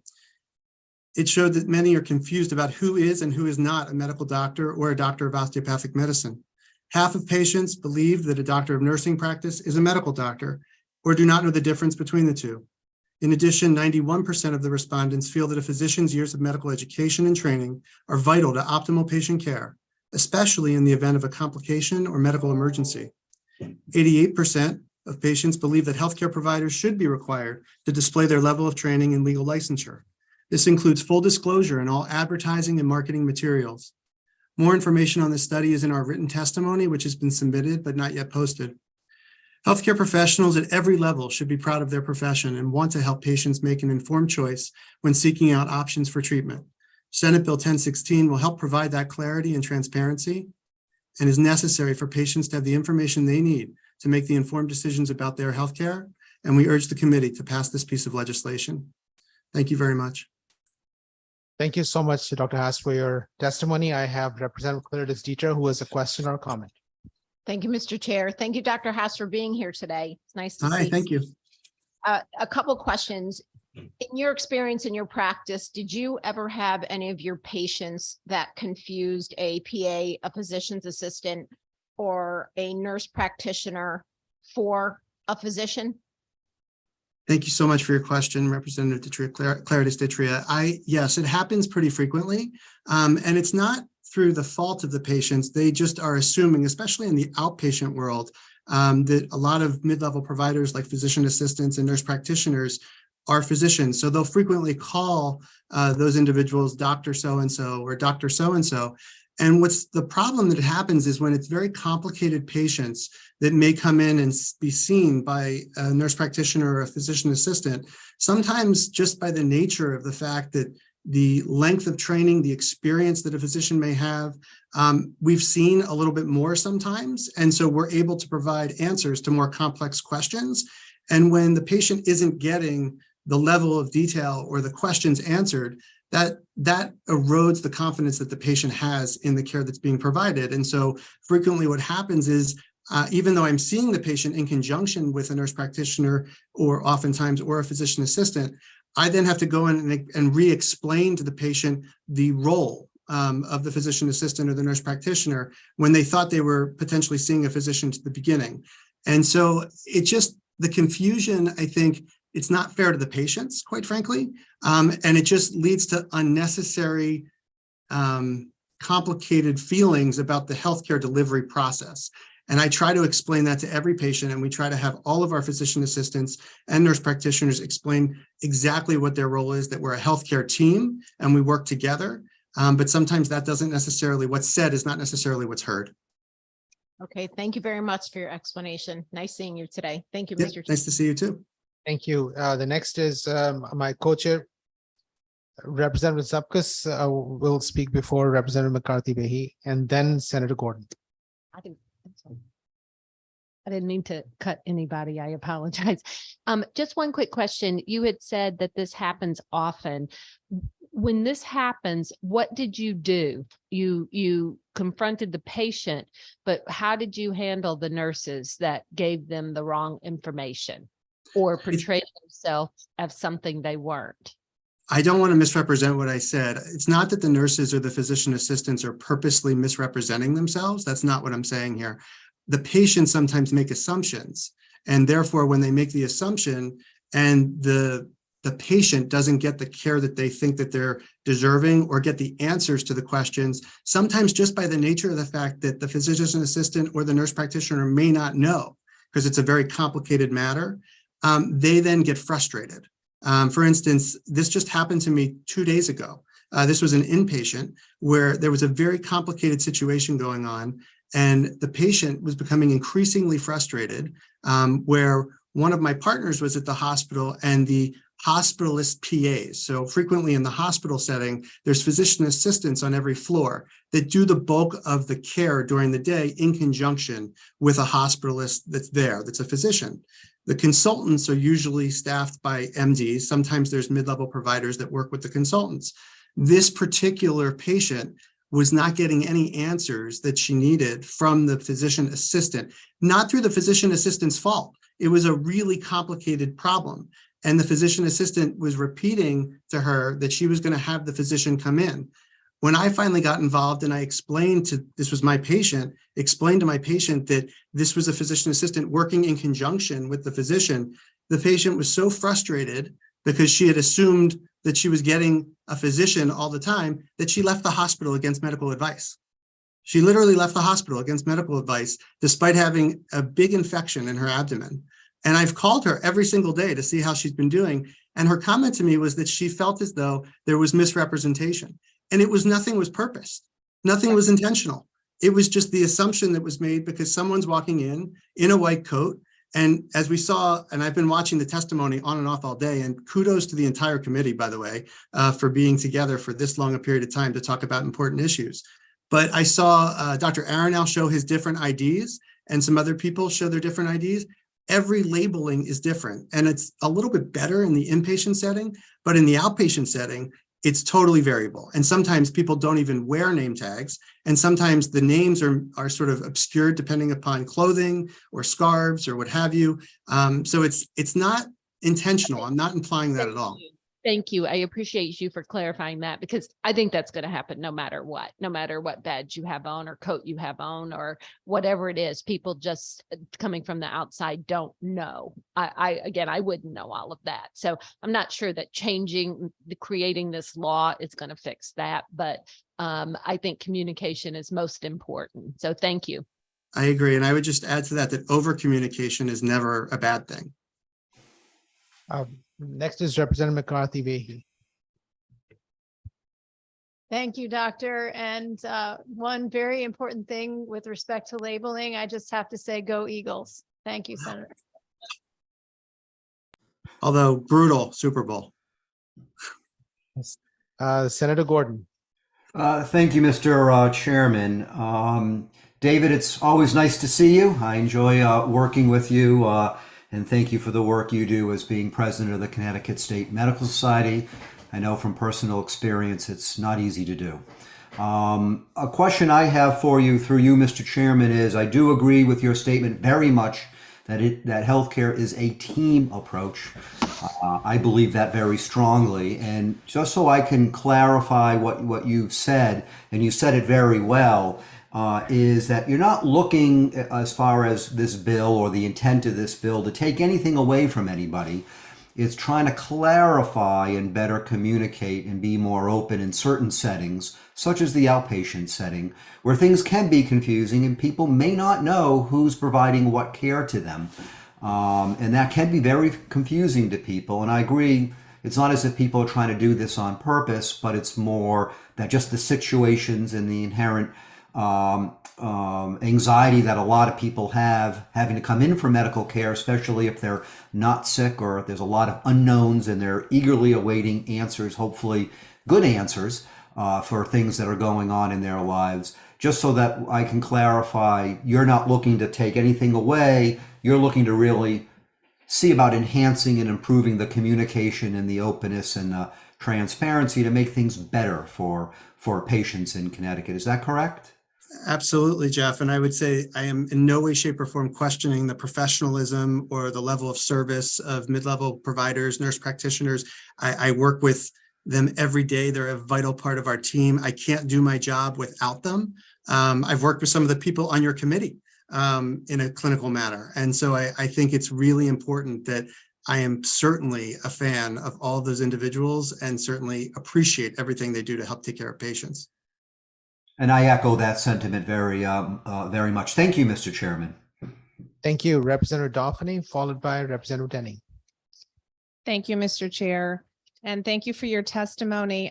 This might be more of a comment than a question, but I've been a nurse for well over 30 years. And in my experience, I've worked in the hospital, I've worked in clinics, I've worked all over the place in schools. In my experience, people in general get very mixed up between family practitioners, medical doctors, surgeons, endocrinologists, all the different titles. And when they see a medical doctor and or a family practitioner and they're being referred to another doctor, they often don't understand why they don't have the answers. So I'm not sure that this is a lot different. I don't know that the titles really mean a lot to most of the people that are just seeking from some medical treatment or some answers. So I would just say that, but thank you for your testimony. Thank you. Thank you, Representative Denning. Thank you, Mr. Chair. Dr. Haas, it is a pleasure to see you testifying today. I have spent hours with you in dark rooms while you did procedures with horrible music playing. And I object. Good to see you here. So what I'm hearing from you is that it's very confusing. It's disorienting. Hospitals and surgery centers are confusing places. I worked at your surgery center, correct? Correct. You know, I never had a name badge. Correct. Should have been wearing one. I know, and I asked for one, and I never got one. So people forget. It gets confusing, but you didn't want me to cancel the case because I wasn't wearing a name badge. So the question I have for you is, especially the advanced practice nurses, your PAs, should they be charged with a crime because they didn't represent themselves clearly? And this patient were to go to the public health department and say, I was misled and they be charged because they're going to have a patient say they weren't told exactly who they were and what they did? No, I don't think anyone should, if it's been the mistake of the patient assuming and the provider has been doing and complying with everything that's been asked of them, I certainly don't think they should be charged with any crime. Of course not. But, I was thinking about this, Keith, from the standpoint of frequently, even in my role, when I see people and I take out so I'm a gastroenterologist for those on the committee that don't know, and I do a lot of procedures, including advanced procedures. And I do complex procedures taking out advanced polyps. And a lot of times, sometimes the polyps are unresectable. We can't remove them, even if we try. And I frequently have to refer to a surgeon. And the surgeons, are the ones that remove the segments of the colon. And frequently patients will say, well, can't you do it? Like, aren't you a surgeon? And I explained to them very clearly, no, I'm an endoscopist. I'm not a gastrointestinal surgeon. I'm not an endoscopic surgeon per se, even if I do what's called endoscopic mucosal resections, which are large procedures, that's still not surgery. And so I hear you, I'm not misrepresenting anything, but patients, even after I do the procedure, when they know exactly who I am, they think I still am going to be able to take care of something that I'm not qualified to do. And so similarly, no, I certainly wouldn't want to be faulted for the fact that I've gotten informed consent, explained everything, worn my name tag, gone over all the risks and the benefits. If it's, in my opinion, if the provider has done something knowingly, falsely sort of representing themselves, I think that's a different story. But if they're doing everything we're asking them to do to be over communicative and helpful to the patients, absolutely not. They should not be in any way, shape, or form, in my opinion, charged with a crime. Thank you. Great answer. One last question. If I called myself a certified registered nurse anesthesiologist, should I go to jail? Oh, no. I mean, your choice of music might put you in jail, but generally speaking, no, I don't think you should go to jail, but I think we should just be respectful and represent the differences in the titles based on the training that people have received. And I've worked with you and I have nothing but the highest respect for you. You've taken care of excellent care of my patients with me as a team member. So I am really appreciative of that. I think we shouldn't get so lost in just the titles. We should just focus on the patients. It has been a joy to talk to you again, and I kind of miss working with you. Thank you, Mr. Chair, and thank you, Dr. House. Thank you for your service. Thank you. I have a few questions I wanted to just clarify. So, Dr. Haas, you are currently representing the Connecticut State Medical Society. Could you tell me a little bit about the organization, and is this a priority for the organization? Absolutely. So thank you, Dr. Anwar. Yes, I represent the Connecticut State Medical Society, and we are the largest organization in the state of Connecticut, advocating for both physicians and physicians in training. We represent about 4,500 physicians and physicians in training in the state of Connecticut. And this is an important issue for us, specifically because the constituency of physicians feels that it's important that patients and the information that patients are given is accurate, and that patients are informed of everything they need to know to help them make the most informed decisions possible. And that's where we're taking the approach from. We want patients to feel well cared for, not confused, because frequently patients do feel confused. And we want the physicians in this state to feel as though we're advocating for them as well. And so that's really what it's all about for us for today. So and I'm going to make some arguments just so that if you can give me quick answers. If somebody says to me, it's not an issue, I'm just getting the care, and the people who are getting the care, they're getting the care. It doesn't matter what's in the titles. How would you respond to that? I would respond that I think it is an issue because sometimes there are people that might misrepresent exactly what their level of training is, and it's important to have safeguards to hold people accountable to that. I wouldn't want patients to fall prey, and I'm not saying that this happens regularly, but it happens.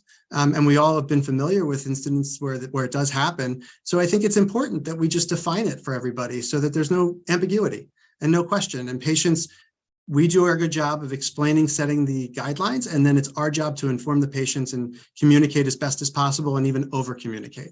Is this problem getting smaller or bigger, the confusion and the changes and the patterns that we're seeing? Much bigger. I think it's happening more and more. And we heard, I think it was Mike Aronell was speaking about the fact that there's confusion about the podiatrists being confused for orthopedic surgeons.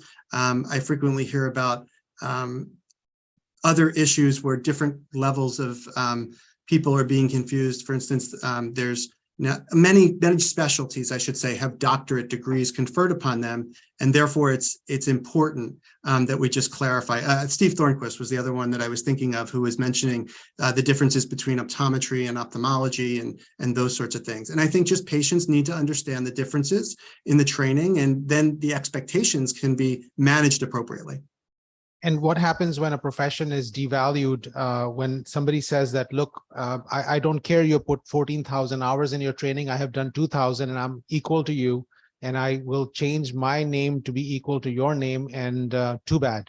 What would happen to the one who put in 14,000 hours or more in their profession? And what would happen to that entire institution? And what happens to the American healthcare vision historically of excellence in healthcare?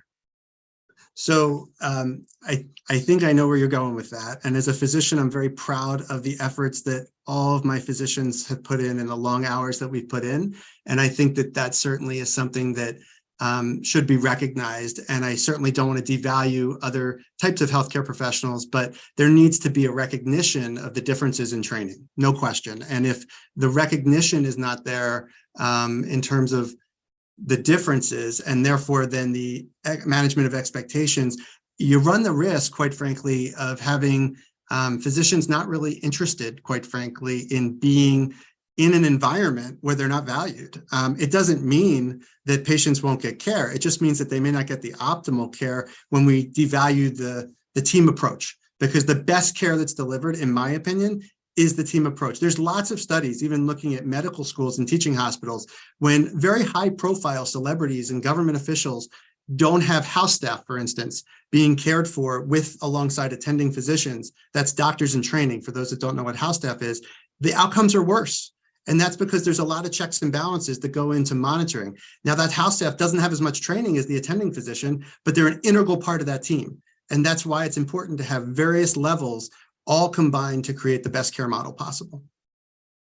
Thank you so much for your testimony. I appreciate you being here this evening and staying with us during the day, and hope you can watch and listen to a lot of other good stuff you're doing. Thank you very much to the committee. And again, thank you all for your continued work. You guys are going on 7 hours, and it's very appreciated. We're just getting warmed up here. Next on our list is Jamie Rodriguez. Welcome, and thank you for your patience with us this evening and day. You're on, Ms. Rodriguez. You can unmute yourself. Hello, can you hear me? Nope. Yeah, we can hear you, and we can see you too. Good. Okay. Hello from my car. Hello, Chairmans Anwar and McCarthy Vahey and distinguished members of the Public Health Committee. My name is Jamie Rodriguez, licensed marriage and family therapist and advocacy chair of CTMFT. I'm speaking on behalf of CTMFT in opposition of HB 6837 as it is currently written. CTMFT currently represents over 2,000 marriage and family therapists employed in various clinical settings throughout Connecticut. I have submitted written testimony that fully outlines my opinions on this bill. CTMFT requests that you lower all mental health professional licensure fees across the board and create parity within the mental health field. There is an unnerving disparity between MFT licensure fees and our comparative colleagues, social workers and professional counselors. Despite having the same level of education and qualifications as our social worker and professional counselor colleagues, MFTs are currently the only mental health profession with a significantly higher licensure renewal rate. The financial difficulties in remaining in the mental health field are felt across all license types, not just social workers. Currently, both social workers and professional counselors pay a renewal rate of $195 for all license renewals. The renewal rate for LMFTs each year is $320, 64% higher than our comparative colleagues. If this legislation moves forward, social workers would renew their license once every 2 years for a total of $100. MFTs in the same 2-year time frame would be required to pay $640 to keep their license. Mental health professionals of all licenses have answered the call to serve in Connecticut's ongoing mental health crisis. MFTs and counselors alike have earned the same concessions that this bill proposes for social workers. CTMFT also requests that you remove the one-time renewal within 24 months in the Marriage and Family Therapist Associate License and allow for continuous renewals.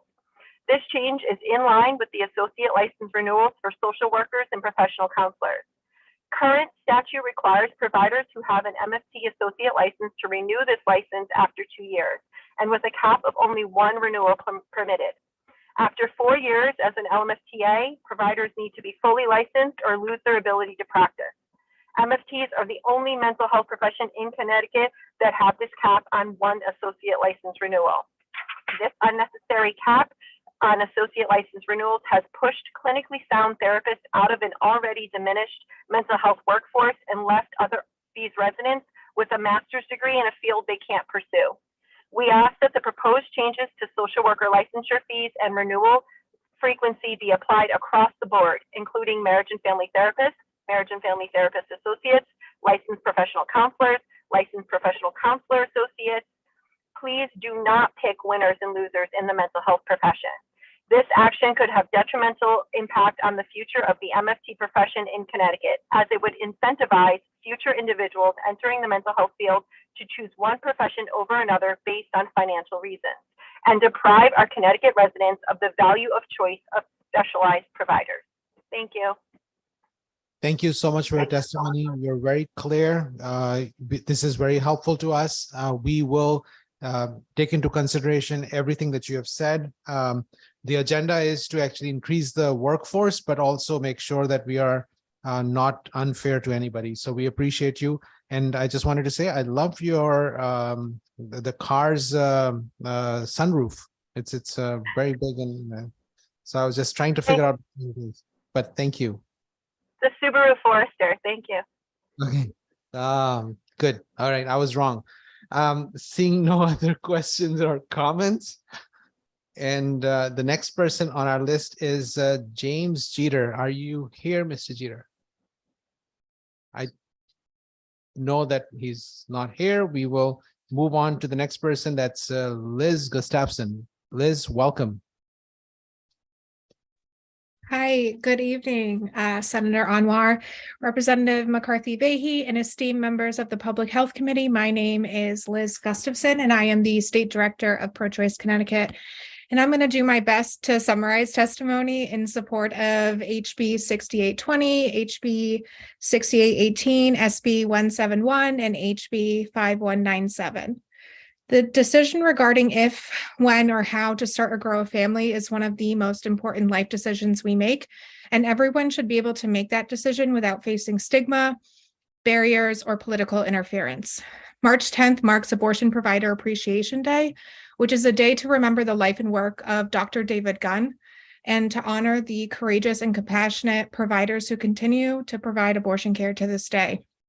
As we navigate a reality without Roe and witness relentless attacks on abortion access, Connecticut providers continue to show up for patients regardless of who they are or where they are from, and it is our responsibility to show up for them.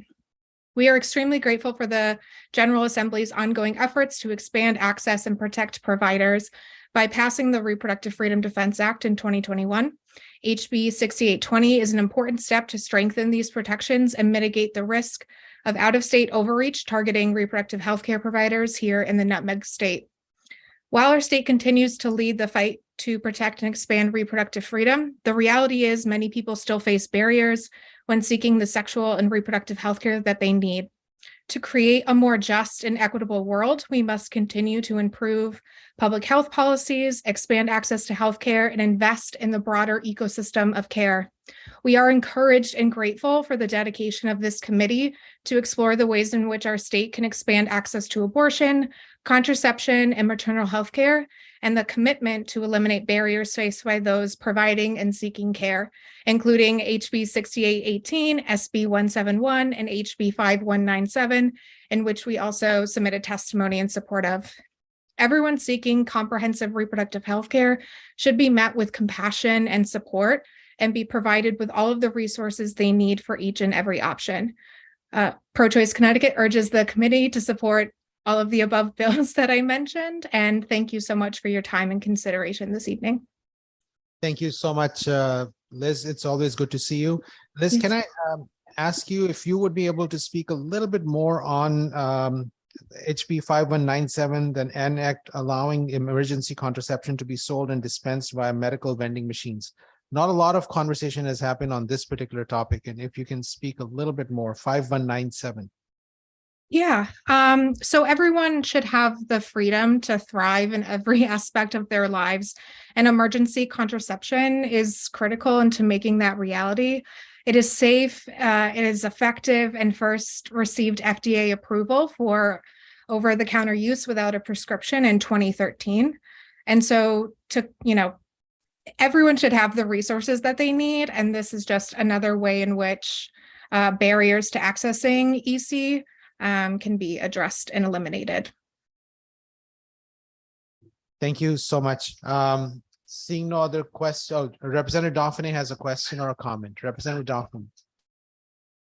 Thank you, Mr. Chair, and thank you for your testimony.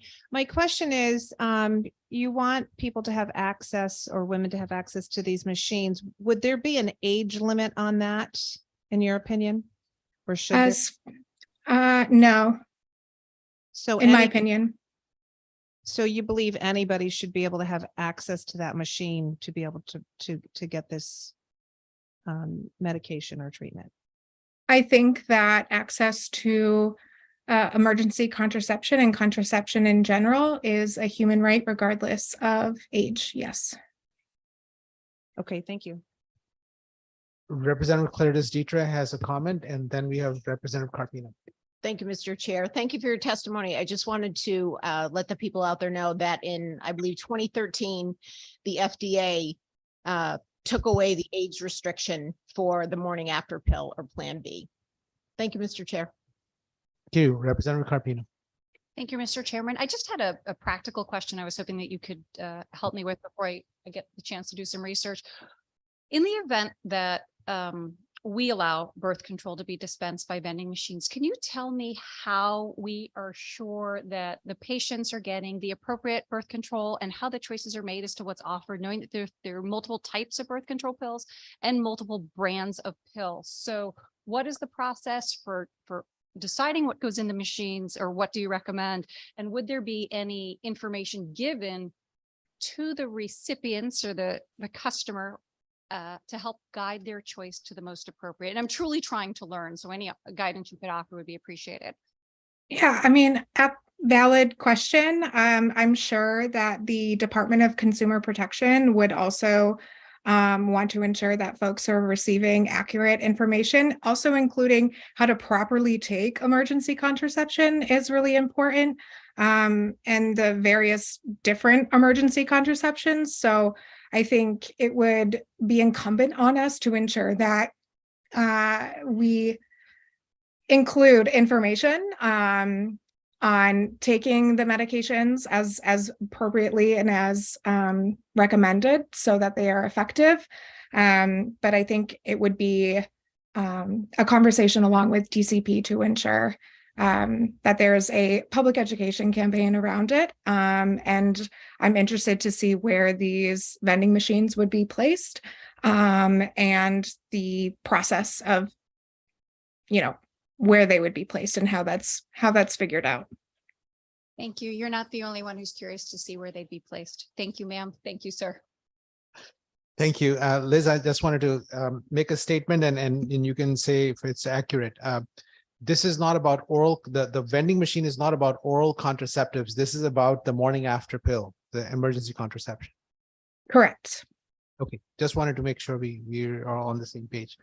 Because the bill does not specify it the way it needs to be specified, and I think that's perhaps something we can improve on. Seeing no other questions or comments, we will move on to the next person on our list.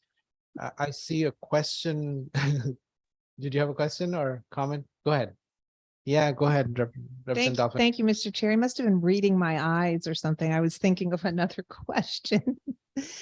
So you said that you don't believe that there should be an age limit, and then Representative Claridis said that there was no age limit. Do you think that there should be some kind of safeguard where parents are aware and notified, or aware of this in any shape or form for any age individual seeking out this this machine and the morning after pill? I think that we shouldn't legislate parent and youth relationships. Research has shown that that is really not an effective way to facilitate those conversations. But I do believe that young people know what is best for them and should be provided with the resources and healthcare that they need, including access to emergency contraception. Thank you, Mr. Chair. And a follow-up with that. Please go. So we know that sex trafficking is on the rise in the country and in the state. And does it concern you that there could be this could be an opportunity to facilitate that in a better way if young girls that may be trafficked could have access to this without any parental notification or anybody understanding what's going on? I mean, I am, that is a broad question. I think, again, the matter at hand is ensuring that people can get access to the emergency contraception and full range of sexual and reproductive health care that they need. And if that is EC, then we should ensure that folks aren't facing barriers when seeking that care. Of course, any prevalence of sex trafficking is a concern of mine. I am just, again, want to pivot back to the language of this bill and that this is addressing a barrier to a safe and effective option for all people. Thank you. Thank you. Seeing no other questions and comments, we want to thank you for being here and thank you for staying with us this day and evening. Next is Brian Lynch. You're on. Thank you so much for your patience with us. Welcome. You're muted. Mr. Lynch, you're muted. There you go. Thank you, Senator Anwar, Representative McCarthy-Bay, members of the Public Health Committee. I salute your ability or stick-to-itiveness today, as I'm sure this has been a long day. And that being said, you have my written testimony in front of you regarding Raise Bill 1016. What I'd like to do is just highlight my concerns in that bill and how it impacts independent optometry. I am Dr. Brian Lynch. I'm a practicing optometrist in Brantford, Connecticut, and I've been in practice for 40 years. For my first concern with 1016 is the wearing of a name tag. Having been in practice for 40 years in Brantford, I and my patients are on a first name basis. As a matter of fact, they also know my children's names. So having a name tag just is not a necessity in my office. I don't think there's any disillusionment as to what I do for a living or what service I'm going to be providing them. They're fully aware from the sign out in the parking lot to the sign on the door to the business cards that they're handed. I'm Brian Lynch and I'm an optometrist. With regard to Section 3, lines 70 through 78, again in 1016, this is concerning in how you define healthcare. I have assistants in my office who are not licensed. Some of them dispense eyewear under my licensure. Some of them also will administer eye drops for my patients when I'm going to dilate their pupils or anesthetize their corneas for diagnostic purposes. The way I read the bill in Section 370 through 78, I would not be allowed to delegate those services because opticianry is a licensed profession in the state of Connecticut, and these ladies are working under my licensure. So I don't know if it was the intention and how it was drafted to do that, but it would create a great burden in my office to not be able to count on the ladies, gentlemen who work alongside me to provide the level of care that we do and within the current statutes of the state of Connecticut. And then my last concern is that this bill continues the discussion, as did Senate Bill 899 as to who can and who cannot use the term physician and titles. I've had the opportunity to look at Substitute Bill 899, and it continues to, again, not address our concern as optometrists in the state. For the last 75 years, it's been in statute, 2137. It allows me to refer to myself as a doctor of optometry, Dr. Brian Lynch, optometrist, or optometric physician, Brian Lynch. The statute's clear. It says that I can use the term doctor or its synonym. I'm only aware of one synonym, and having researched it in Rosage and every other synonym source, physician is the only term that comes up as a substitute for doctor. So again, in SB 899, this was my concern. It still concerns me, this bantering back and forth with regard to who can and who cannot use physician. I did notice in substitute SB 899, you have addressed Excuse me, the Mr. chiropractic Lynch. and naturopath's concern. That's all I had to say. Thank you very much for your time. Thank you, Dr. Lynch, for your testimony. We appreciate you staying the day with us and your testimony. It is helpful. We will take note of your comments and we value them. And I see no question or comment. I just want to just make a comment that I saw the chart in the back of you. I was trying to read it and I'll reach out to you later. Okay, with that, next. Thank you very much for your time, and I hope you all have a good evening. You too. Stay well. Next person on our list is Lisa Saunders. Saunders, you're on. Welcome. Thank you. Members of the Public Health Committee, I am Lisa Saunders, formerly of Mystic, now living in New York. Although I support HB 6821, requiring the Department of Public Health to post information about cytomegalovirus on its website, the DPH is already doing that, but this information is not reaching women just prior to or during pregnancy to reduce their chances of contracting the #1 birth defects virus. According to the CDC, about 1 out of 200 babies is born with congenital cytomegalovirus or CMV. Of those, 1 out of 5 will have permanent disabilities. Using those stats, it can be estimated that 36 babies in Connecticut each year are born with lifelong disabilities from congenital CMV. The American Academy of Pediatrics states that 8 to 20% of childcare providers contract CMV every year, as compared to 1 to 4% of women in the general population, probably because up to 70% of children ages 1 to 3 years in group care settings excrete the virus. Mothers of children in group care are also at increased risk for CMV.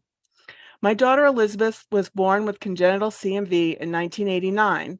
During my pregnancy, I was a licensed in-home childcare provider unaware of CMV and my increased risk. When I learned about the virus after Elizabeth's diagnosis, my head spun. I thought the United States told its workers about occupational hazards. Elizabeth's brain was small and damaged. She had deafness, blindness, mental challenges, cerebral palsy, and epilepsy. She died during a seizure in 2006. In 2015, Connecticut passed HB 5525, requiring CMV testing for newborns who fail their hearing test. But our request to establish a public education program did not pass because it was estimated to cost the state $40,000 annually. Although the DPH posted a letter on its website titled about CMV for obstetric healthcare providers, stating pregnant women should avoid sharing food, drinks, or utensils with children, most patients are not receiving this information. 5 CMV prevention education studies showed that the efficacy of hygienic precautions was greater than 75%. Another study concluded that just providing printed materials alone can make a difference. When I was still living in Connecticut, a grandmother contacted me about her grandson born with congenital CMV. The baby's mother, a high school student, interned at a child care center while she was pregnant. She was unaware of CMV.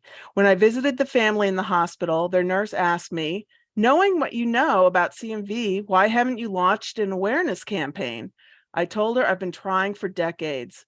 Legislating CMV education can improve newborn outcomes, and several states have policies in place. In 2022, New York passed a law requiring its DPH to provide CMV materials to childcare providers and to doctors to dispense at their patient's first prenatal visit.